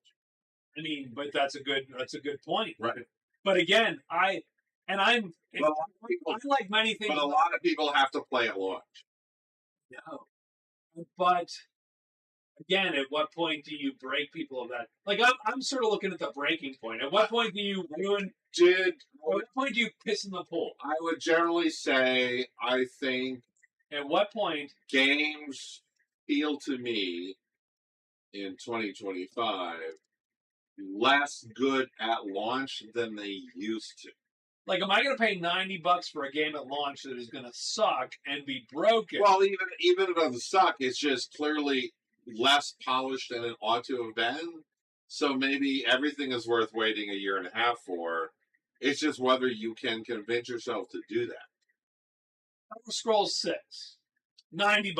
Never. I'm done. I'm out. I know you are. I'm out. Decision when it happens, if it ever does. I would not pay $90. Sure. Would you pay 70? At launch? 50-50. No, not right now. Like, it would have to have glowing fucking... Like, people would have to be, like, literally coming on YouTube. Right, because you because I played $70 Starfield. Yeah, I know. By the way, I didn't pay $70. I paid, like, 50-something. I forget. Because there was a deal. Yeah. And I had a coupon or some bullshit on Green Man Gaming. But again... Yeah, I've seen that game. Yeah. Guess what? That game's not worth $70. No. So. That game's not worth. I didn't regret the time I put into it, but yeah. Yeah. Game's not as trash out the door. I agree with that, sort of. No pre-orders. I do think pre-orders are much harder to sell now than they were before. I'm not saying I would never do one, but I'd be hesitant to do one. My take is They do feel the take I have is it feels like developers are getting pressured more by publishers than they used to be to ship a game, whether it's ready or not. Yes, I mean, Pantheon's $40 for an alpha. Yeah, $40 for an alpha. You're paying $40. Buggy alpha that's not remotely finished. Yeah, not even in the ballpark of. Like, there are classes that don't even have skills that go to level 50, which is the end game. Like they've not even done, let alone balanced or any bullshit like that. Literally level 20. Is that a publisher pressure though, or is that? I don't know what that is. Like I don't know what that is. It's a different beast. But I mean, like and that's not the only game that's coming out. I mean, Diablo 4 wasn't a success of success. You could name a ton of those, like a ton of games, which right. You could have waited 6 months on this and been way better off. I mean, I think gotten a discount. I think the last new game I bought was probably Baldur's Gate 3, which was great. I liked it a lot. I had a great time with that. You know what I have to break myself of? What's that? Occasionally something comes out and you go, I want to buy that. I mean, I bought it on the channel. I bought some discount games because I'm an idiot. Yeah. But none of it's going to matter because no one gives a shit about my YouTube channel. Done. So why buy a game to play on YouTube? It's content. Because I'm an idiot. I get it. I tell you, content. Why do you insult me so? I understand. EG3, everything's better on sale. EG3's great. Great game. I don't regret buying that at full price at all. No, I don't either. That was a good game. It's a good game. It's a good game. And I haven't even gotten it, so I haven't finished it. I finished one playthrough. I will probably go back at some point. They've added a whole bunch since it launched, which is great. At some point, I want to do a evil playthrough, do the whole whatever they're called. Oh yeah, the thingamajigs. Yeah, I don't know. I forget what it's called. But it's dark. Blah blah blah. Yeah. I haven't pulled the trigger on that because that seems like work. Like I have to figure out what to do, and I don't know what to do. No, Baldur's Gate 3 is fine. Good game. I like that game. I do have more fun with that than Starfield. Like again, Atomfall I bought because I'm like, oh, I'll play it on channel, and it'll be interesting. I'm like, it's interesting. Yeah, but it doesn't look bad. It's not worth it. How much was it? 40-ish. Not terrible. I don't hate Atomfall. I don't love Atomfall. I stopped because the gift hit on me. You don't like what's her name? Look, if you haven't had sex with a bear, you're not even playing that game. Yeah, what's wrong with write it off? I should. I need to make an LLC. Pay myself a salary. You should. $10 a year. Mm-hmm. And write off all these games as Lizelle. Was Lizelle, but yeah, she's a pain in the ass. Like, yeah. She's not coming to the party. I mean, it didn't help that I killed with a gift, though. I have no idea what Space Marine 2 is going. I actually don't. I've not done bought it and played it and looked at it. I bought some Steam sales, and then I just go in a bin. I don't play them. But there are so many good games that are indie games that cost like $20. Sure, probably. You could just buy 1,000 fucking of those. Good. Like, there's no reason to buy any game on Steam that costs more than probably 20. Strangely enough, $20 probably. Yeah, unless you want to play it. But I'm just saying, like, you could probably wait for all games. But I get it. I get it. And you go, and I go, yeah, you wait a year. I mean, I haven't felt compelled to buy anything new in a long time. So No Man's Sky is a fine game. It is it has a lot of bits to it, and yet the problem with No Man's Sky is everything they add. Here's my problem with No Man's Sky. Mm-hmm. My problem with No Man's Sky, it's a fine game. Sure. Played it with we played it. We did a bunch, and we did a bunch, and I played it multiple times. Right? It's fine. I don't care. The problem with No Man's Sky is they've added a lot of systems. Sure. None of those systems is actually worth spending time in. It's not. Like, it's very wide and not very deep. They have not yet hit. Like, at some point you go. It doesn't feel interesting. It's not bad. It just doesn't feel interesting. It's like if you're playing like a sandbox game, which it is. It's a sandbox game. Yeah. But nothing you do is different. Yeah. Oh, you go here and do the thing. Sandbox thing. Oh, I go and land on the planet and do the thing. I mine things, and there's slightly different things here than there, but nothing I do is different. I just get different widgets. It did not. When I go here, it did not grab me. I didn't mind it, but I wouldn't go back to it. No, and even though they added another, like they keep adding updates, and I am so impressed with all those updates. And you go, it's way better than it looked. And yet I go, if I went back, I don't care. If I played it, yeah, I would be like, oh, this is prettier and slightly more interesting. Yeah, but it doesn't. I mean, there's nothing I really want to. There's play. a depth that it lacks. Yeah, there's nothing. Unfortunately, I really don't want to play. So, sort of. There's a depth that it lacks that you go, oh, I can't quite get there. All right, where are we on top? Where are we on the list? So Scott's like, whoa, stop talking about video games. Nah, give me a thing. Give me a thing. Nobody cares about video games. You're not here for that. I mean, I don't know why you're here, but you're here for that. I know it's here at this point. Definitely not. It's midnight. I don't know why you're definitely not here for video games. Pretty sure. Pretty sure. Pretty sure.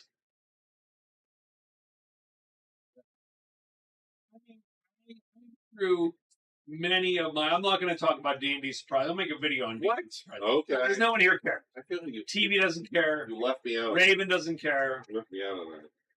Fine. I'll make a video. All right. What do we got? What's next? I guys ever played RPGs from Dragon Age? I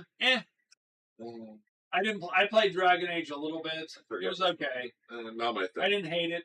I played one of those. I don't know. Not my thing. I have some more video games, but you know what I'm talking about. Okay. No, we can. I'm not saying don't. Saying don't. Don't see that.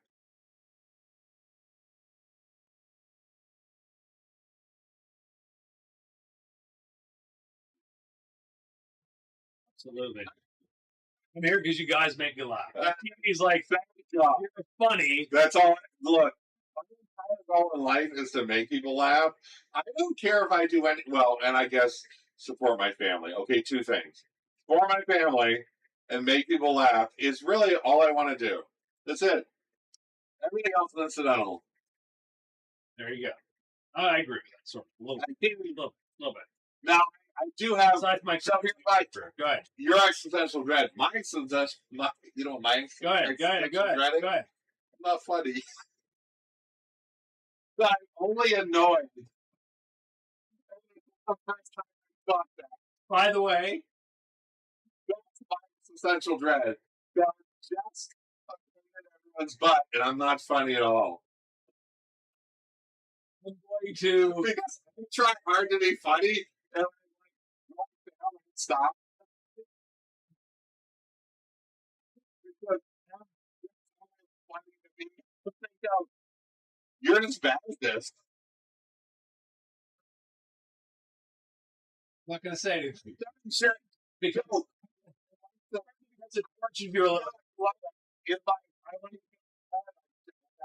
Literally no idea. Partly because I'm polite, and partly because I want to get resolved in your brain. Yeah. I don't need an answer. I don't want an answer. I get it. I get it. Because I talked to Jeff about that, and he didn't give an answer either. I'm like, we're cutting out. Are we really cutting out again? Sorry. Are you too loud? Are we cutting out a lot? That is depressing. That's a thing. He is. He yelled at the mic. I'm sorry. Let's try that level. Let's try that game on the mic. I'm a terrible person. There is for many parts of there's no modulation here. Vocally, otherwise, I can't. I don't have it in me. You're loud or quiet. Like you have nothing. You have no in between. There's no middle ground. There's no middle ground, man. They're too loud or too quiet, and that's all I got. No, I'm terrible. He's enthusiastic. He is. He's a loud man. It's fine. It's fine. This is not my forum. Like technically. It's just it's. I don't know how to. I'm best. Yeah, it's the gear. I agree. I have best experience live. I agree. I mean, by the way, we have a good mic. The mic is good. By the way, mic's fine. the mic's fine. It's a Scott problem. we do need to don't figure blame out equipment when it's the user, and that's me. we do need to figure out what the proper balance is. There's no balance. You can't balance it. We need to figure it out. I only have too loud and too quiet. So, I mean, I have very few other topics. We've run out of most I topics. don't believe that. You have a whole list. We did. I've checked them off. You can see it. There's a lot of check marks on the list. What else you got? Give me anything. Let's bring it home. Let's do it. It's time for the closer to step up to the mound. What do you got? Compression for the win. I do need to figure that out. That's a good point. I will try to figure something out that will compress Scott's audio properly. Done. I don't know what that is. Don't know what it is. Do I need to wear like a muzzle? No, is it like the dude in the Dark Knight? I wear the mask. Hear no sound at all. What? You hear no sound at all. Well, that's too bad. Does Scott play board games or something? Scott is a board gamer. I don't play board games. Well, I will play board games with my family, but I do not really play board games like I used to play board games. There you go. We'll go to the next hour. Okay. We'll just take questions. Let's question. And if it dies down, I will then ask questions. What Okay. questions do you have? I like board games a lot, but I don't. Other than playing with my family, I don't have. So we played Magic around with Chris and the crowd, as it were.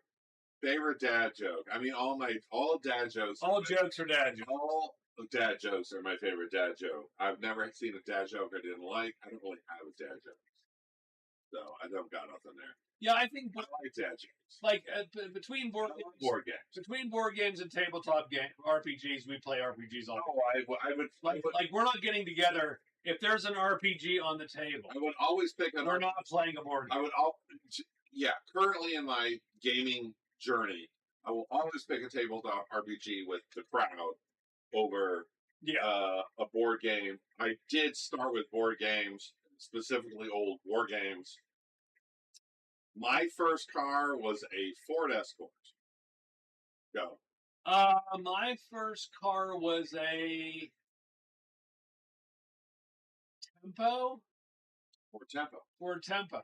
Ford, baby. Which I wrecked, by the way. Wow. Hit a patch of ice, slammed it into a tree. It put effectively a... You were there for the pickup from the wrecked Ford Escort. I was there for the pickup from the wrecked Ford Escort. Wrecked Ford Escort, yes. Mm-hmm. Well done. I wrecked a lot of my parents' cars. I was... Oh my God. 67 Mustang? That's a dream. Tabletop miniature war games. We do not play a lot of tabletop miniature war games. I have never played a tabletop miniature war game, really. I played at Gen Con. I did play it briefly, Warhammer 40K, 70 Challenger. Jesus Christ, people. Y'all had cool cars, and I did. I had a Ford Tempo. Okay. And you had a... Escort. Yes, 100%. My parents had cool cars. They had 2 Jags and a Citroen, which were pretty awesome. But jeez, yeah, goodness, like that's a big deal. Like 60s and 70s. My parents did not have cool cars. They had that car. They had the Tempo. Yeah, by the way, but I never got to drive them, so F me because I was a kid. Raven hiding under a table. What? Ravens hiding under Please, God, do not get a... Well, yeah. T-Birds. Okay, Thunderbirds. Nice. I've never owned a cool car. Oh, me neither. Yeah. Just practical things. Sorry. I want to own cool cars. I have subscribed to Road and Track magazine, which is a car auto enthusiast magazine, most of my life, and yet I can't afford any cool cars. And I feel... And you don't care about cars. Oh, my God. Like, the weird thing is, I care about cars. I care about cars and just can't afford them. A car is a way to move you from place A to B, and it is ridiculous. All my cars, by the way, are over 10 years old. Yeah. I'm sorry. No, that's not true. I own a 2017 C-Max. Yeah. My youngest car is 8 years old. Our Honda CRV is fairly new. It's only a couple years old. I have a 20. we got rid of an 04 and an 03 card not that long ago. So we've had some. I have a 20. Yeah, I have a 2012 Focus, I think, and a 2012 Rogue. Rogue Week. Yeah, Rogue UB. Yeah. All my cars are old enough to buy booze. My cars are getting there. Absolutely. Yeah, I like a Beetle. Beetles are fun. Leaving. Yeah. All my cars. Way to flex on me. You have more than one car. I have a lot of kids. I own one car. By the way, I have a lot of kids. Yeah, I own one car. A lot of kids. Next. What else we got? A lot of kids. Questions. More questions. Bring it. I've never. We don't play tabletop war games, by the way. No, not anymore. Which is sort of sad. When Jeff moved away, that sort of ended wargaming for me because he was my wargame buddy. I should be your wargame buddy, but I refuse. By the way, you'd kill me in every one. I do not play war games properly. To lose? No, I don't play war games to win. Yeah. I role play my war games weirdly enough. Yeah. Like it's a weird. We did ambush at some point. Yes, which is fun. It's a role playing game. It is a role playing game. It's a role playing game. It's not really. It's not a. Yeah. No, it's great. GMT 800 platform. What does that mean? Warhammer 40K. Don't play it. No. We don't play. No, don't play Warhammer. GenCon one time. Don't play 40K. No. I don't hate those games. Yeah.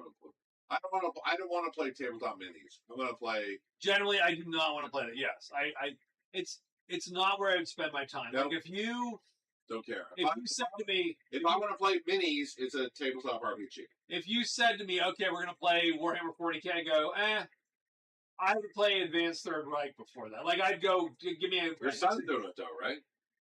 My son is playing whatever the hell Sigmar, Age of Sigmar, or whatever the hell it is. Yeah. AD&D. Nope. I have played it. AD&D. I played it in college. By the way, all of you are doing surprise wrong, and I will make a video on that. I've watched a lot of AD&D on YouTube. I'm not doing surprise wrong because I'm not playing AD&D. And people are doing surprise so freaking wrong, in my opinion.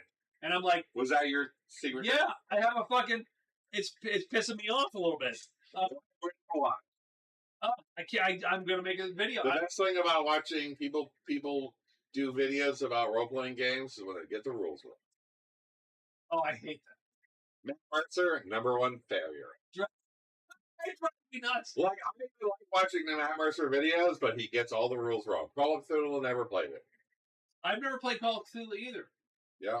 I've played basic role playing. I actually never played that. Never played I own that game. I have played versions of that game. It's just advanced D&D. So D&D originally was 3 books: Chainmail and Blood. Like it was. Yeah. That became basic D&D. Yeah. Which I never played. And I played that a little bit, like once or twice. Yeah. And then in 1978-79, they put out the Player's Handbook. Never played that. And later, the DMG, like a year later, the DMG or whatever. Never played that. And I played tons of AD&D, like, so much AD&D. AD&D was that technically late, wasn't it? No, AD&D was 78-79. Yeah. Like, it came out very, very soon after. All right. I mean, I played it in the late 80s in college. Yeah, you played it way after. Way late. Way late. Because actually, second edition come out, and we didn't switch. We were still playing AD&D. Yeah, absolutely. Yeah. So I played AD&D throughout my, from, I would say, but I only played it from 3rd grade until high school. I played a lot of AD&D, and some of that, funny part was, and it's so funny because people are so, it's really weird to see that in 2025. Mm-hmm. Like, people are like, I'm so dogmatic about what Gygax has written on these pages. And don't get me wrong, the DMG is this funny book, right? The DMG is, I feel, required reading for almost everybody. Because it's this weird vibe. It's this long, rambling sets of paragraphs about things. Also doesn't explain how the game works. Which might have rules in it, and might not, and might explain how the game works, and might not.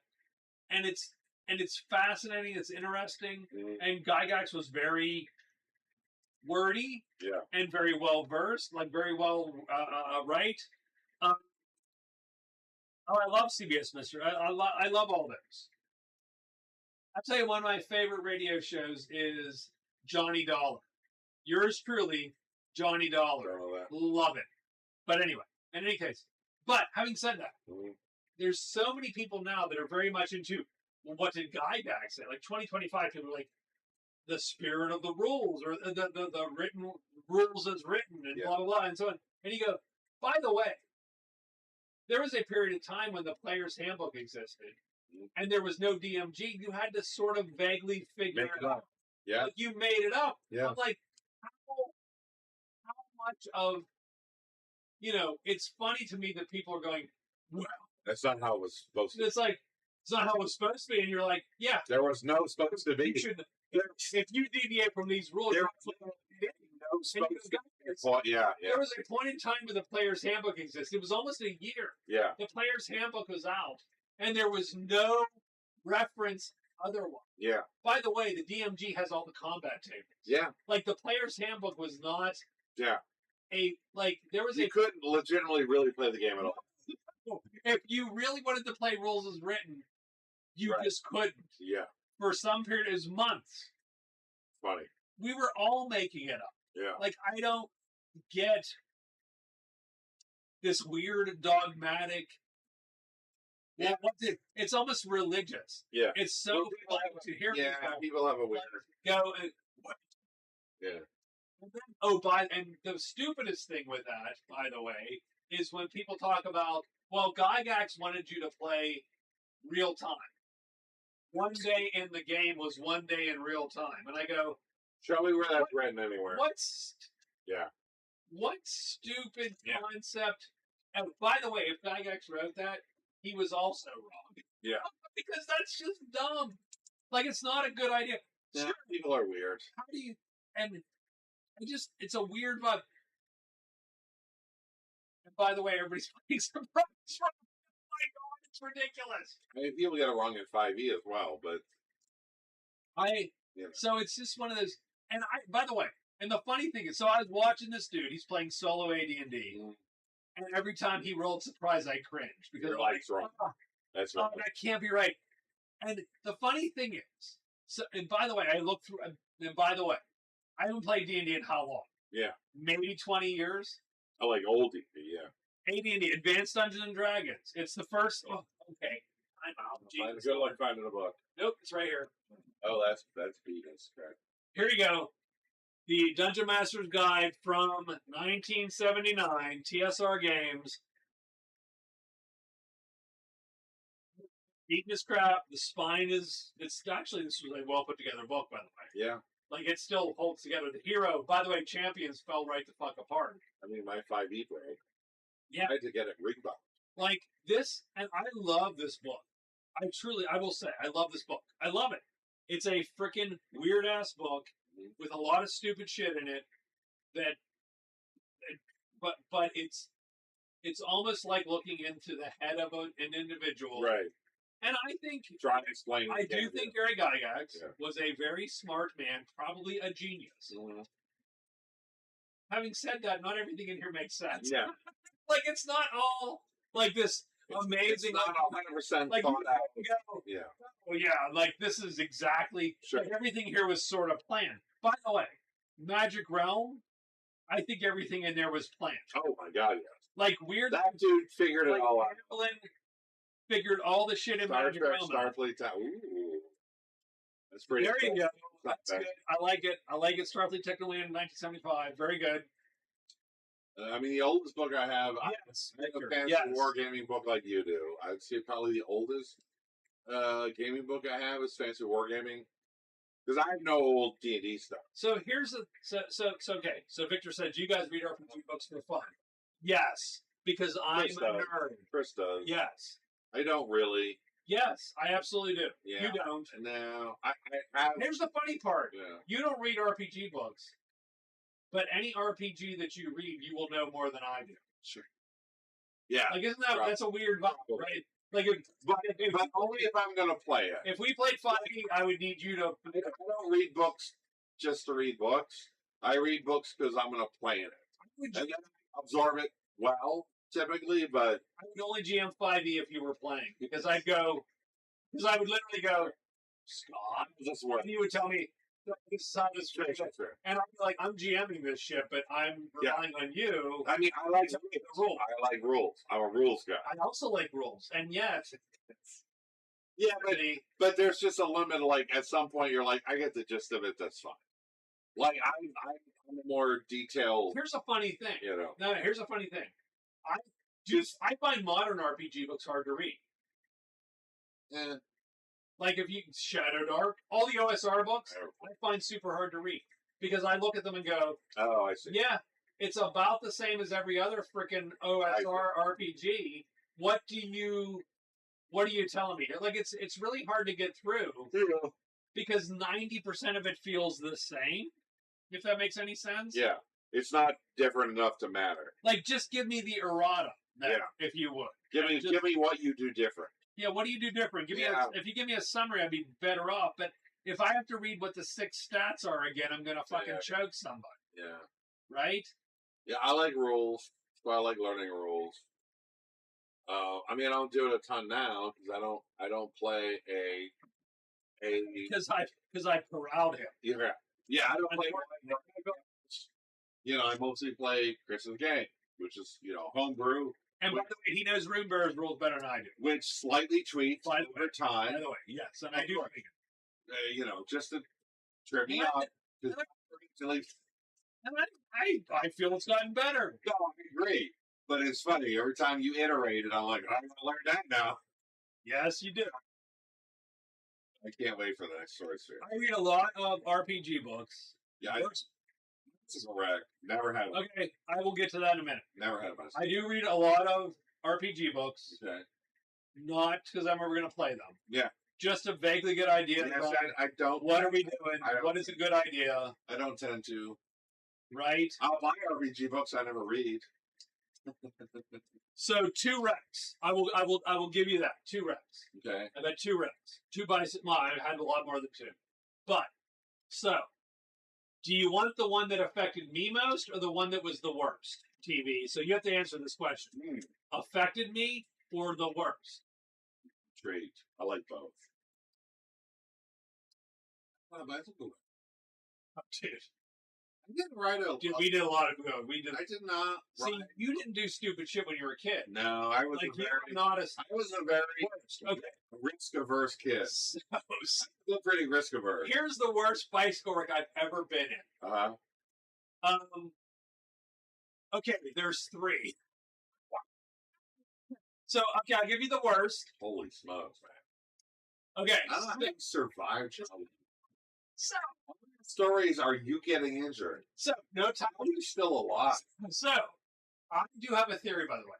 Yeah. My theory. So, I'm going to get to this in a minute. My theory is that we've all been 6 inches from death, and most of us don't know it. Are you sure? My theory is and I nearly lost my foot, but I did. My theory is that we've all been 6 inches from death. You just either don't know it or you just blade slice open my shoe. Yeah. And miss me entirely. That was it. That was my 6 inches. So I agree with the theory. Yeah. So that was worst wreck. I lost a foot. Worst wreck. So we used to, when we were kids, we had the bikes. I had a Huffy. Oh, it was a great bike, by the way. Fucking great bike. But they all had these bikes, banana seats. I remember banana seats. The 70s. And we had this, and mine was great because it had this long seat and it was cushioned. Yeah. And there was one gear. You didn't have gears. It was in like it actually gearing. It actually had the gearing. It was like 3.5 or some bullshit. Like it was always in 3rd gear. Ooh. Essentially. Weird. It was a great bike, Huffy bike, super tough bike. So the one time we were going, and a bunch of us were going to play baseball down at the field, and the field was across the main street, and then down this hill.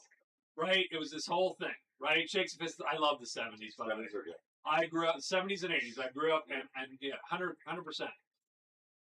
And against what now, in retrospect, was my better judgment, I let Marky ride the bike. So he drove. and he had a green bike. It was a green bike. It had the long seat, and I was behind him, and he was driving the bike, and I was riding on him, carrying the stuff, the bat and the gloves and so on, right? We're going to play the game. Now, here's the thing. So first off, I don't know if you have kids or not. I mean, you have kids. Never name your kid Marky.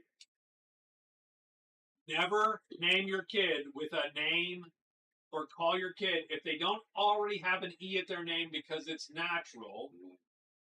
Don't put an E at the end of their name. So Mark, don't call him Marky. Got it. Chris, don't call him Chrissy. Right? Petey. Because that draws the anger of the spirits. The gods hate it. So Marky was a little bit spazzy. Little bit. Because he at the end of the name. Because he had E at the end of the name. And Marky was the damage sink of the neighborhood. That will happen. He drew the badness, right? Someone has to. So, Marky was driving the bike. It was a little spazzy. And all of a sudden, we were driving down a road, a plain old street. And Marky loses control of the bike. Why? I don't know. Because his name is Marky. He loses control. All of a sudden, we're just going straight. And he goes, oh. And the bike starts to sway like this. And Marky, with me on the back, bangs the curb. The bike off the curb. Okay. He flies over the handlebars. Sure. I also fly over the handlebars. That's Newtonian physics. Because that's Newtonian physics. The bike stops and we don't stop. Right. However, because Marky is the damage sink and he has angered the gods with his name, Marky lands, so the curve, so this curve, by the way, this curve, not a nice, pleasant curve. No. It is jagged. It's slightly decayed. It's gravelly. Nice. It is slightly broken up. Perfect. He lands on the curve with his chin. Like you do. Like you do. I fly over the handlebar. Sure. Landing on Marky's head. Like you do. Like I do with my ass on his head. And I literally, and this is the weird, I bounce off his head onto the soft grass because the gods don't hate me because my name is Chris with nothing at the end. No, not Chrissy. It's not Chrissy. Marky, Petey. His name is Marky. He drags it. Oh, it was awful. By the way, I'm joking, but it was horrific. His chin on the curb, dragging, was not a cool sight. He was howling. I don't know how any. And I bounced off his head onto the ground. That was the worst bicycle accident I've ever been in. And it wasn't me. He was freaking jacked up. His chin was a mess. You would have thought it was a murder scene on that curb. Crazy. That was the worst. Sure. Am I continuing? No. Do you want me to go to the next one? I think we're good. Are you sure? I think we can stop. These aren't as bad. No, it's not bad. So. It's only because I heard them, probably. No, you haven't heard this one. Okay. The one that affected me most was simply me being an idiot, and I'm riding a 10-speed, because we rode 10-speeds everywhere. Sure. And we rode a 10-speed, and we were riding in the woods, and I'm essentially mountain biking my 10-speed. Right. Through the woods. And then essentially rode it down a cliff. No. And smashed it under. I've not heard that. And then, it was my mother's 10-speed. Oh. And you wrecked someone my parents were young, and I was wrecking their shit. It was the 70s. I was wrecking their shit in real time. Nice. Where the wheel was literally back like this. It was like this.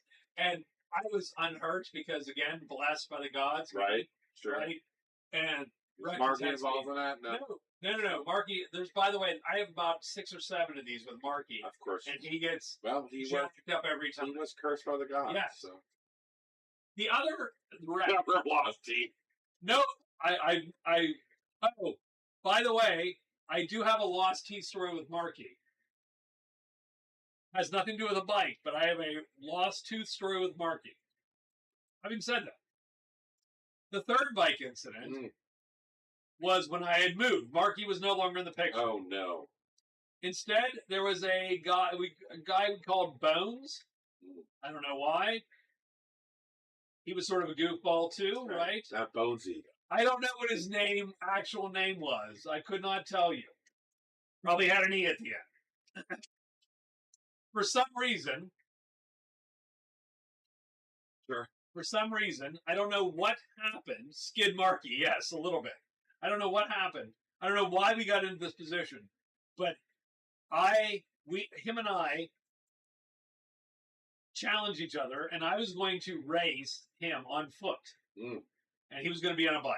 Oh, and we are going to race a short dab. That's good. So largely it was a question of could I run until he sped up fast enough to be right because your top speed on a bike is going to beat me. Right, but can you get there fast enough?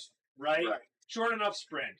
And so we were going on our street, Morton Street, to the end of the street, which was there's a cross street there, like it was a whatever, right? Traffic. No, there's no traffic typically. There was no traffic usually. The foreshadowing here. Yeah, little bit. There's a cross street. Sure. Okay. So we do the thing and go, bam, and I'm actually. I know no one believes me now because I'm 54. Sure. I have heart problems and I'm fat. You were right. Was pretty fast. Yeah. And so I bolt out of there, and he's like chugging his bike, right? Like just, and I'm halfway down before he's even up to speed. Yeah. And he gets up to speed, and at some point I'm 80+% of the way there, and I look down and I see a car coming, and I'm like, I hold my arms out, right? I'm doing the stop. He's got to beat and you. he blows by me in triumph. He's got to beat you. In triumph. And gets just totally blasted by the car. Call that a win for the foot race right there. I mean, literally, the whole thing rolls over the car. Perfect. Ridiculous. It was horrible. We were dumb kids. Guy comes out and yells, "What are you fucking doing?" And he's literally over perfectly fine, by the way, because this kid was indestructible. Unlike Marky, who would have exploded into a million pieces. I have no stories like that. By the way,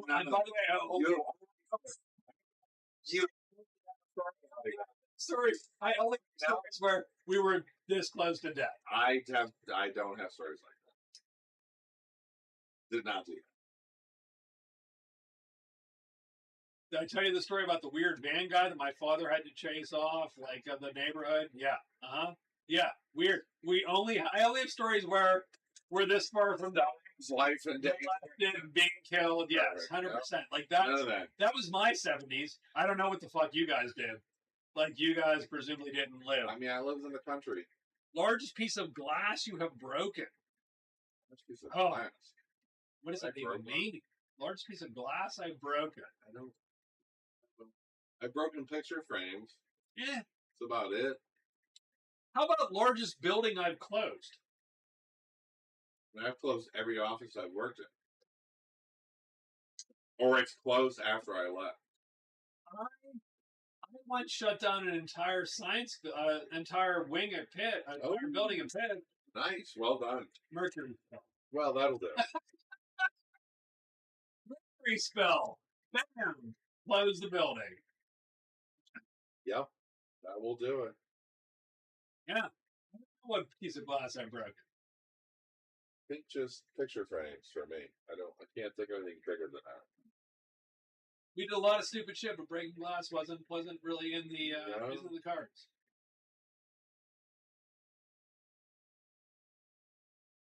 Fairly sedate. Longest height you've fallen from. Most surprisingly good or bad game you've played. Now that's interesting. That's an interesting question. That fits the topic. Genco. Middle Earth.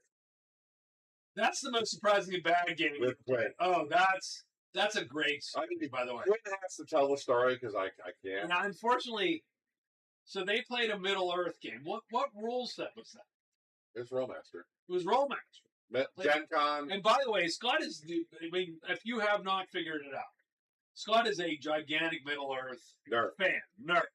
Like No, our friend Quinn, who we were gaming with at the time, a bunch of us went to Gen Con in the 80s, early 90s, early 90s maybe. It was definitely the 90s. But it was Wisconsin. It was probably 90s. It was Wisconsin Gen Con. It was before 2000. That was early on when Karen was Tumor Boy because they hadn't seen a girl. Right. I remember. That was old Gen Con. Brought Karen. Old Gen Con, but it was 100% boys. It was 90% men. Yeah, it was dudes. Yeah, it was a big sausage fest. Probably girlfriend at the time, now wife, went with us. Oh. And it was hilarious because the running joke was, "Who's that Tumor Boy?"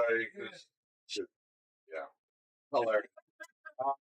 And Quinn and I decided to play a Middle Earth role-playing game at Gen Con with a bunch of people. There were actually so many people, they split us into 2 tables. So 2 GMs, 2 different tables. And it was, it would have been, boy, it'd be rough.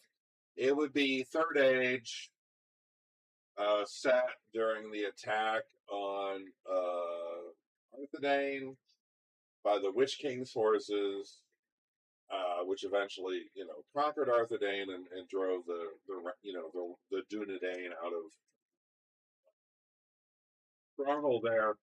But we were, as described to us, we were the National Guard ish of the local populace. So when the stuff hit its fan, and there was, discussions of, orcs attacking settlements, blah, blah, blah, blah, blah.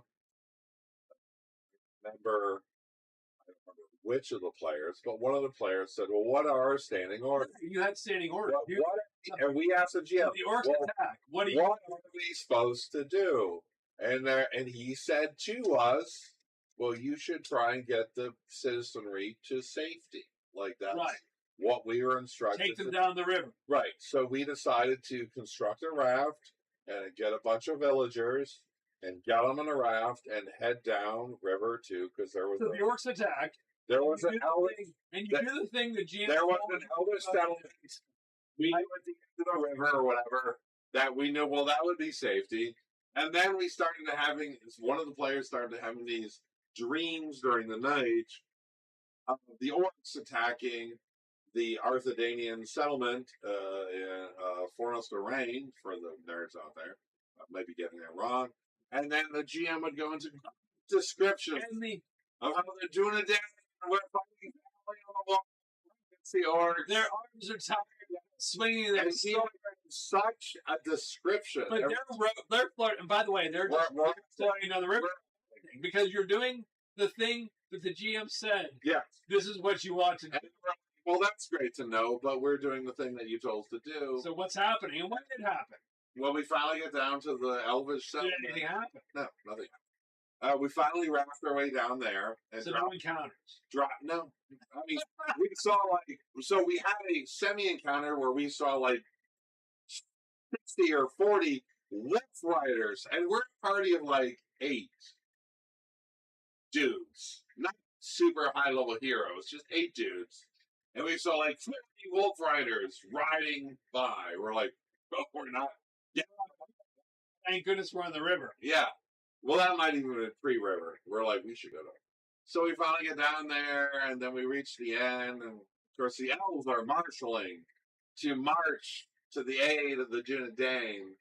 And we're like, okay. So we were bystanders for the entire 4-hour period of this. But the best part, I was going to say, the best part was when the other GM from the other table came in, excitedly saying, "The players have just busted into the king's chambers to blah blah blah." Oh, you could have done that, I guess. But yeah, they rescued such and such. Right to join the fight, to rescue whomever. And we were like, well, that's not what you told to do. So You said You guys followed You orders. said take these villagers downriver, and we did that.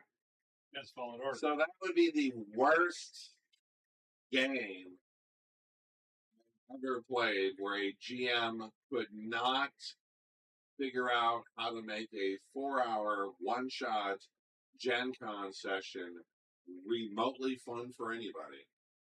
And that's one where you go, well, if you want them to go do the thing, Then easily, you just tell them to do the thing. Yeah. Your standing orders are to do the thing. Go fight the good fight. Right. Defend the castle. Right. Whatever it is, like you. Yeah. Like you just, it's easy. It's a 4-hour game. You don't have to be coy. Which I feel, by the way, that is a plague amongst GMs. Yeah, Don't be then coy. Once we're on the river thing, and we're 3 days away from the castle, you can send all the mysterious dreams you freaking want. We're 3 days away in the castle. Now you're telling us about a fight That should sail. We're away 3 days from here. Well, we're not getting to that. That ship has sailed. We're over here now, 3 days away, because we left doing the thing you told us to do. No, I still to this day cannot understand what the game master thought, how that he thought that was going to go. That was not just that, and why at no point he could not have turned that ship around in some, or even say, okay, they're not going to do that. I f that up. Let's have an interesting encounter on the river. Yeah. Let's give a fun. You've For you, Right. or just do anything to make something to it's the weird. infuriating. It was the worst combo of I have a plan for you, Right, but I'm not going to tell it to you. right. And I'm not going to do anything at all To react to that. and then be angry when you don't do the thing. Well, you're not even angry. Just like No, but nothing you- will happen. Yeah, Spend 4 hours at my table doing nothing, and I'm fine with that. like, and it's just a weird. Yeah, It's a weird vibe where you go, well, but if I intended you to do this, right. and I really intended you, like, I could see a GM going, Maybe you know. this is a sandbox, Right. and whatever, and If you don't you don't do it, you don't do it. you We'll say, see something oh, else. good for you. Right. And I sort of get that, That's fine. but it's a convention game. It's not a sandbox. Like, you have a plan. 4-hour window. You know what you're doing. So first off, don't tell the players don't do the thing. Hey, what are we supposed to do? Do the Well, thing. not the thing. Do the thing. Oh no, don't do the thing I planned. You should do this other boring thing, which I have no plans for. Right. Like, why would you do that in a con game? I don't. Like, at what point No. is that part of your I know. little notebook there? My favorite part of all that was Quinn retelling the story. Because Laugh. he mimicked the GM so well. Like, The dream, it's fun. the dream, Just- like, and the elves are. You can. He's great at He that. was great at that. And the Dunedains, their arms are So just the GM put so much effort into the storytelling What are you? without actually like making it a good Don't event. tell us to go to the thing. Yeah, No, you dream. it's hilarious. And he. Will never forget that, and that was by far my worst gaming experience. Nothing can compete with that. There's no other. I've met a couple goofy players. There's no other. Yeah, there's stuff that didn't turn out great, whatever. But there's nothing else that is so specifically, iconically bad, so mishandled. Yeah, that was bad. Right. That's a. I played with players I thought were terrible. That made terrible Yeah, decisions, we've had a couple goof and were bad nights. show up. They're But like, that's fine. I mean, Karen being a hostage. yeah, we would Steve. there's- He was a goof, but there's a couple goofballs. Those are just like That the door. those are weird little like moments.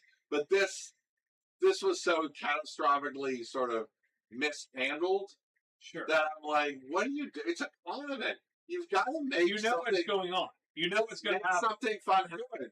And if for some reason it goes off the rails, figure out another thing to make it fun. you could literally move the entire encounter from here Right. down to here. Yeah. The party capturing the princess or whatever the fuck and the castle is somehow moving they're moving them down. And on the Captured. They've been captured. You can see the party, Right. the 8 orcs. Whatever. A small, Yeah, right. Something. The small contingent. Yeah. And you see it. What do you do? Yeah. I mean, you can totally, totally understand. They could have done. They try to assault you, bottom the river, you don't escape. Like any. I have 2. Hilarious. I have 2 that were surprisingly less than I expected. And they're less. Like your story is way more personal and better. Oh my god, so good. I can't even do it. I feel bad I can't do it justice. I wish Quinn was here right now. But that was. Like he made noises and shit. Like he would do the whole. Yeah. Their arms up. Oh, I don't know how he made noise with their tired arms. It's retelling how that was perfect. Yes, it was so good. I miss Quinn. I miss Quinn a lot. I do. I miss Quinn. Quinn used to come to my house because his girlfriend, now wife, I believe, used to not want him to eat bad food. Sure. Well, I mean, it's a noble. So he would come to my house on Monday nights. Fried chicken nights. With fried chicken.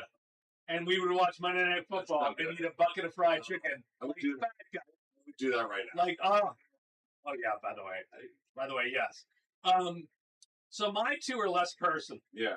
I have 2 disappointing games. Okay. Crown and Skull I thought would be better. Yeah. As I read it read better than it played. Sure. Like it read neat. That was my impression of Alternity. Oh yeah, it is good too. It read better than it played. I agree. I agree with that. Yeah. I agree with that. Crown and Skull, it read really neat. Yeah. And it played like, this is not a good game. Not completely well thought out. Yeah, this isn't a game. This is a concept that might become a game.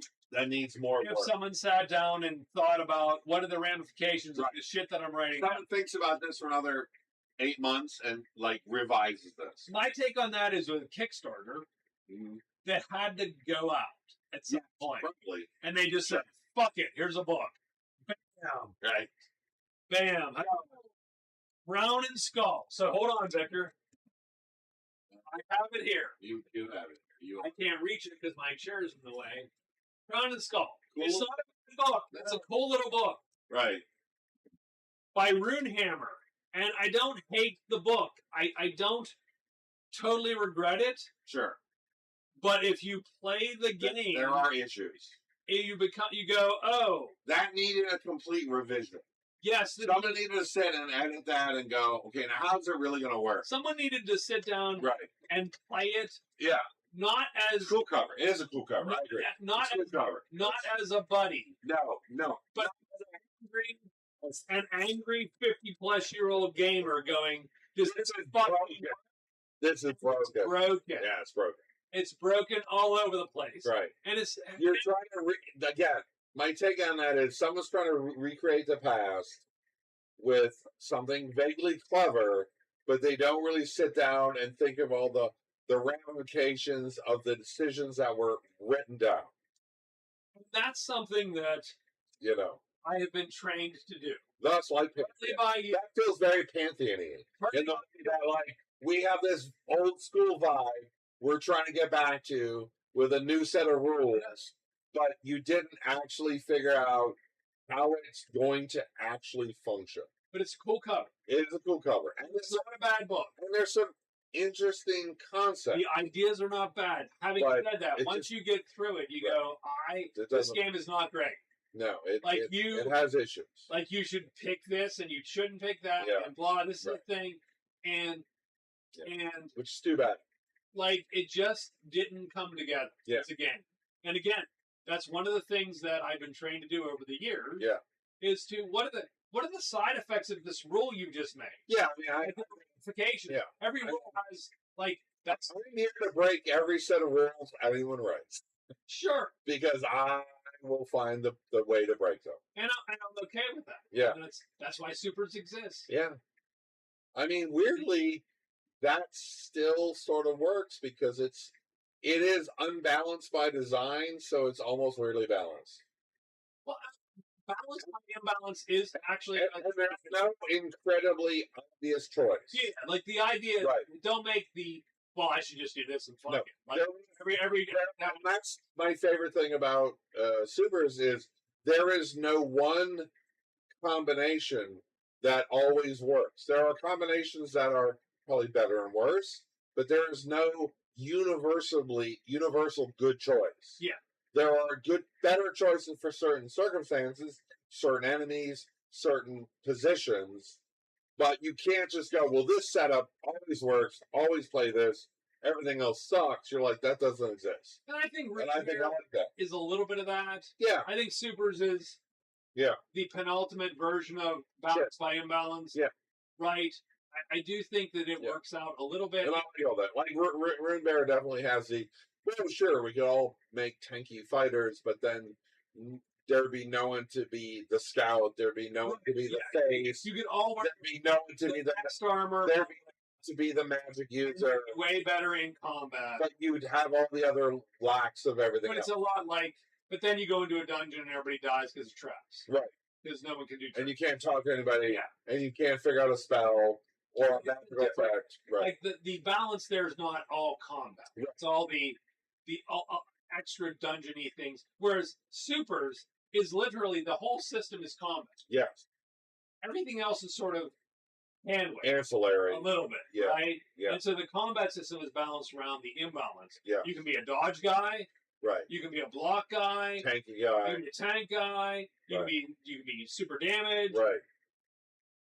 I don't know. How common is it? Do you think playtesting is unknowably screwed due to testers who don't push the game to its limits? I don't know. I think Crown and Skull definitely was a case where the game was playtested by people that weren't trying to break it. Yeah, it felt like there was the bias of, well, we all know how this game's supposed to be played, and we all play it the same way, and therefore it plays fine. Yes. Until someone else looks at it from a standpoint of, what if I play it something differently? Well, hold on. What if I try to make my because there's a whole limitations and advantages sort of gig, like in Hero. Sure. But there were certain ones where you go, I bet you that doesn't come up. Yeah. I'll pick that. There are obviously significantly better choices that you could make. That one is a mechanical thing. Right. I want to pick that. I want to pick the one that the game master has to call me on. Yeah. Right? Because there's a little bit of that where you go, well, are you going to call me on this? And I do hate systems that drive you to do that. Yeah. It's one of the reasons why in Hero I go, there's no disadvantages. Yes. Just you have 70 points or 50 points or 100 points or whatever you have. I mean, if you want to have character flaws because of flavor, knock yourself out, but I'm not going to give you points for them. But I'm not giving you points because ultimately then that incentivizes you. And whether or not and certainly some players will do the correct thing and play in the spirit of the rules. Right. But in Hero, if I give you 50 and 50, 50 points and 50 disadvantages, how many disadvantages are you taking? I mean, 50. You're never taking 40. I'd take 50. You're taking 50 because that's the option. And I'm going to try to find 50 that don't inconvenience too much. You're not taking none. Right. No one's taking none because you suck then. Right. You're taking 50 because 50 is the number. Right. And then it largely comes down to how clever are you at discerning what the game's going to be about so that you take the disadvantages that don't impact you. Sure. As much. Right. And yes, they're going to impact you a little bit. Sure. Some of them. But you're trying to take ones that don't impact you. And that's the flaw of limitations up front. Yeah. Limitations for points encourages you to, and my take was, I tell you what, we'll get rid of those. Yeah. Limitations for experience. If your limitation hits you, you get XP. There you go.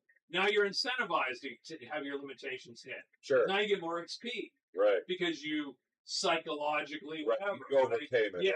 You did a thing.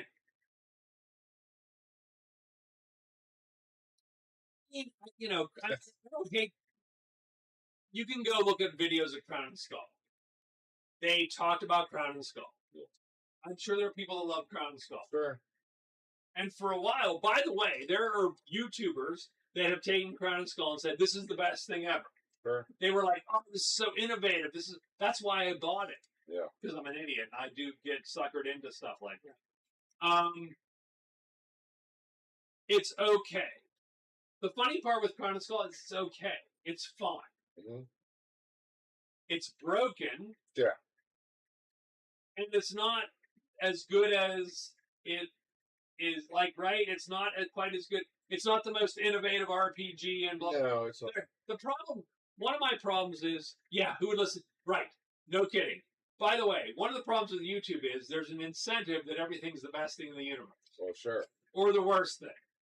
Because middle ground like don't get clicks. YouTube, yes. You can't get clicks for middle ground. You can't go, well, this is okay. Yeah. Like, YouTube does not want to hear, oh, it's okay.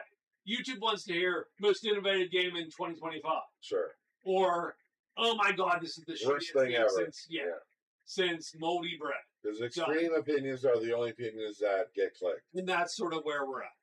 And that's part of the issue. So I think Crown and Skull sort of suffered, benefited, whatever from that. My second disappointment, Mongoose Traveler.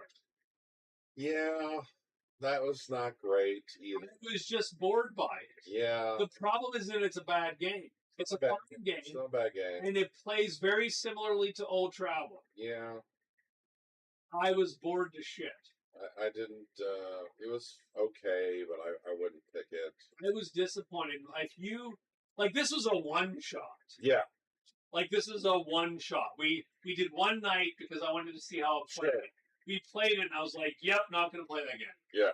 Like, I'm good. I get it. We played Traveler for a few weeks. 6, 7 sessions. Maybe 3 months or 4 months. I mean, the problem isn't that this is a bad game. Yeah. I'm just bored by the game. It doesn't bring anything particularly great. Like, I would play Hero and do that same campaign, and it would be fine. Yeah. The system itself didn't help me or didn't feel... No. Don't get me wrong, I love character creation. Yeah, but even that has problems, because then you end up with, I really feel in our case, you have the wrong players in charge of the wrong parts of the ship. Yes. So the problem with the campaign. Yeah. The problem with the campaign is the people that cared about the minutia of the ship weren't in charge. Were not in the ship, right? Because they didn't have the skills to do the ship. Right. And the people that were in charge of the ship were the players that could not care less about the minutia of the ship. Right. That's a problem of basically you can't pick your character. You don't pick your character. You roll a bunch of times and see how it comes out. And so the ship's captains, functionally were just not the people that were not players that really wanted to run the ship. Yeah. But they ended up being the ship's captain. And again, I think that's important in a sci-fi game. Right. So I want that to be a thing. Right. But if you don't, if no one else cares, right, then all of a sudden we have this weird friction. Yeah. And the game feels wrong. Right. That just, and I weirdly also don't hate the character generation system because it's interesting. Yes. But it doesn't, it only works if your campaign doesn't care how it turns out. Like, if you have a goal of, well, this is the sort of campaign I want to run. I had the same nerdy neckbeards that wanted to do ship shit. Right. And you're pilot 6, or, well, you wouldn't be 6, but you know what I mean, pilot 2, right. And he's Starship Tactics 3, sure, and fine. He's Steward 2, and you all gave a shit. That's fine. That's good. But if it's your wife, yeah, who could not care less about the economics of ship travel. No, she wants to be hero. She wants to adventure. She does not want to manage a ship. And she's the boss. Right. Doesn't work. Then all of a sudden, you have a weird campaign friction right. that you have to then overcome or change or whatever. And it didn't quite go. Yeah, that's too bad because, just whatever. It just didn't work. And I just didn't feel the game. The system had nothing else, I hate to say, really going for it. Like, it's not like the rest of the system was some super clever sci-fi game. You just run a hero, be fine. Yeah, it's about the same game. It's Yeah. about the same game you had in the 70s. With I thought and frankly, the combat system's boring. yeah, I don't Like Heroes better. the combat's not exciting. Like, there's something. The fights I felt very static. They felt dull. Like, you know, I do feel bad because I think there was a fun campaign there that we never quite got to because it's just the system held us.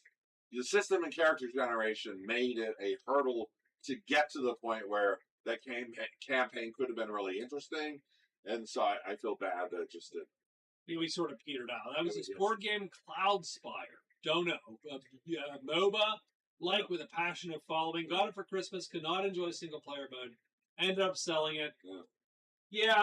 What's my third? Do I have a third? Did I have a third? I said 3, right? I said 2, and then I have a third. Alternative. Yeah. Actually is my third. Another sci-fi game that didn't quite I thought it read great. Yeah. But in practice, Not it was great. super clunky. Yeah, not a great system. I thought it was super clunky. I don't think it's terrible. No. But I think maybe we needed to sit down with it and understand it better. You'd have to tweak it, I feel. And understand sort of where it was going. I think when we played it, we sort of fell apart. Yeah. It's like, oh, none of you have this skill. Right. The endurance skill or whatever it was. There was a thing that weirdly became super important. And I'm like, oh, I didn't realize that was going to be a thing. No, we knew. Yeah. Yeah. Those are my disappointments. Crown and Skull, Mongoose Traveler. I own, by the way, hundreds of dollars of books of Mongoose Traveler. Shame. Shame for you. Yes, shame for me. There are games where you love everything about it. That is true. That's absolutely true. There's some things that read better than they play. That's absolutely the case. There is a difference between theory and practice. Yeah. You know, yeah, I like the idea of RuneQuest. I don't think I could ever play it. Yeah, I mean RuneQuest and I think BRP. I think we take some of the aspects of BRP and we've just subsumed them into Runebearer a little bit anyway. Like the experience, the wounds on limbs and stuff, right? I think, and then that's been streamlined in a weird way that suits us better, right? I think, I do think, I'm playing a game that's made for me and you, strangely enough. Pretty much. And everybody else is either along for the ride or not. Fuck them. Your wife can play 5e or and she's fun. Yeah. And she just wants to be a badass. Yeah, and John doesn't care a lot. I will make sure Karen's character is a badass. Yeah, and you do the thing. And everybody else will, get on board or not. It'll be fine. And you could play Savage Worlds, and if we'd be in the world, and she'd be fine, and blah blah blah. And I get it. I don't pick that either, but sure. I play it either. But I have preferences. In Savage Worlds is fine, but it has a lot of that where you go, oh, it's very abstracted. Yeah, it's generic. It's generically abstract. Yeah. I wouldn't pick it. I played it with, I think, boys. It's a fine game. It's not a great game. It's very super generic, and I would go, why aren't I playing Hero then? Yeah. If I'm doing this, why not Hero? I mean, the weird thing, there's a lot of games where Hero is just the answer. If you're not doing something more specific. No, I agree. And that's why I joke. I always joke. Yeah. Hero is my light game. Yeah. Like if you go, I'm going to play a rules light game, I go, it's Hero. And you go, really? I'm like, yes, it's that 600-page monstrosity on my shelf. That's my light game. Yeah. Because I want something more definitive, more specific, more tied to whatever I'm trying to do, you'll invent I'll make it. You'll make it. Otherwise, it's Hero. If you're playing Guns and Dudes, I would pick Hero. Every time. Because Hero is a really good Guns and Dudes game. Yeah. And it's actually very simple for that. If you don't have powers, you don't have spells, it's a really good... you have, there's fighting and I have skills, it's Hero. It's a really good Guns and Dudes game. It's Guns and Dudes game. It is. If you go Spies, Hero. Yes. Every time. Modern... anything, Hero. Yeah, done, Hero. Sci-fi, the ship combat's a problem. Because there is no ship combat. You're going to have to write a system no matter what. Anyway, so done. Might as well play Hero.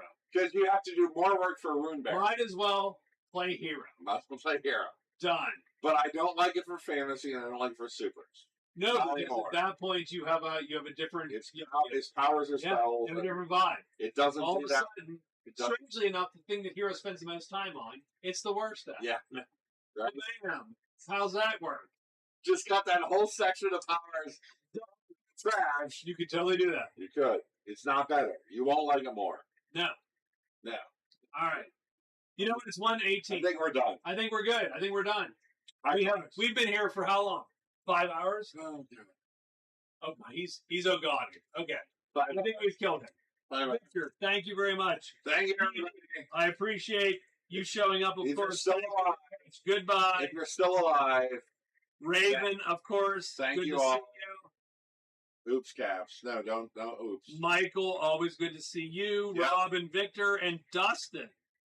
And Good that's night. probably about it. I think no one else showed up. So you guys are the winners. You have won tonight. Love to see you. Or you've lost. If you have not watched the Runebearer solo RPG sessions, Please do. do that. Highly And recommend you them. will make me not feel bad about my life. No, choices. don't feel bad. Those Thank you. are great episodes. Yeah, I agree. Yeah. And Victor hasn't watched them, so he's a bad guy, right? Yeah. No, it's not. That's Yeah. not true. He's going to watch them, and then he's a good guy. All right. I will talk to you guys later. Yep. Thank you very much. Take care, all. Good to see you, and we will see you again Be well. this week. We are. You're bad. We are bad. You're bad, and I am bad.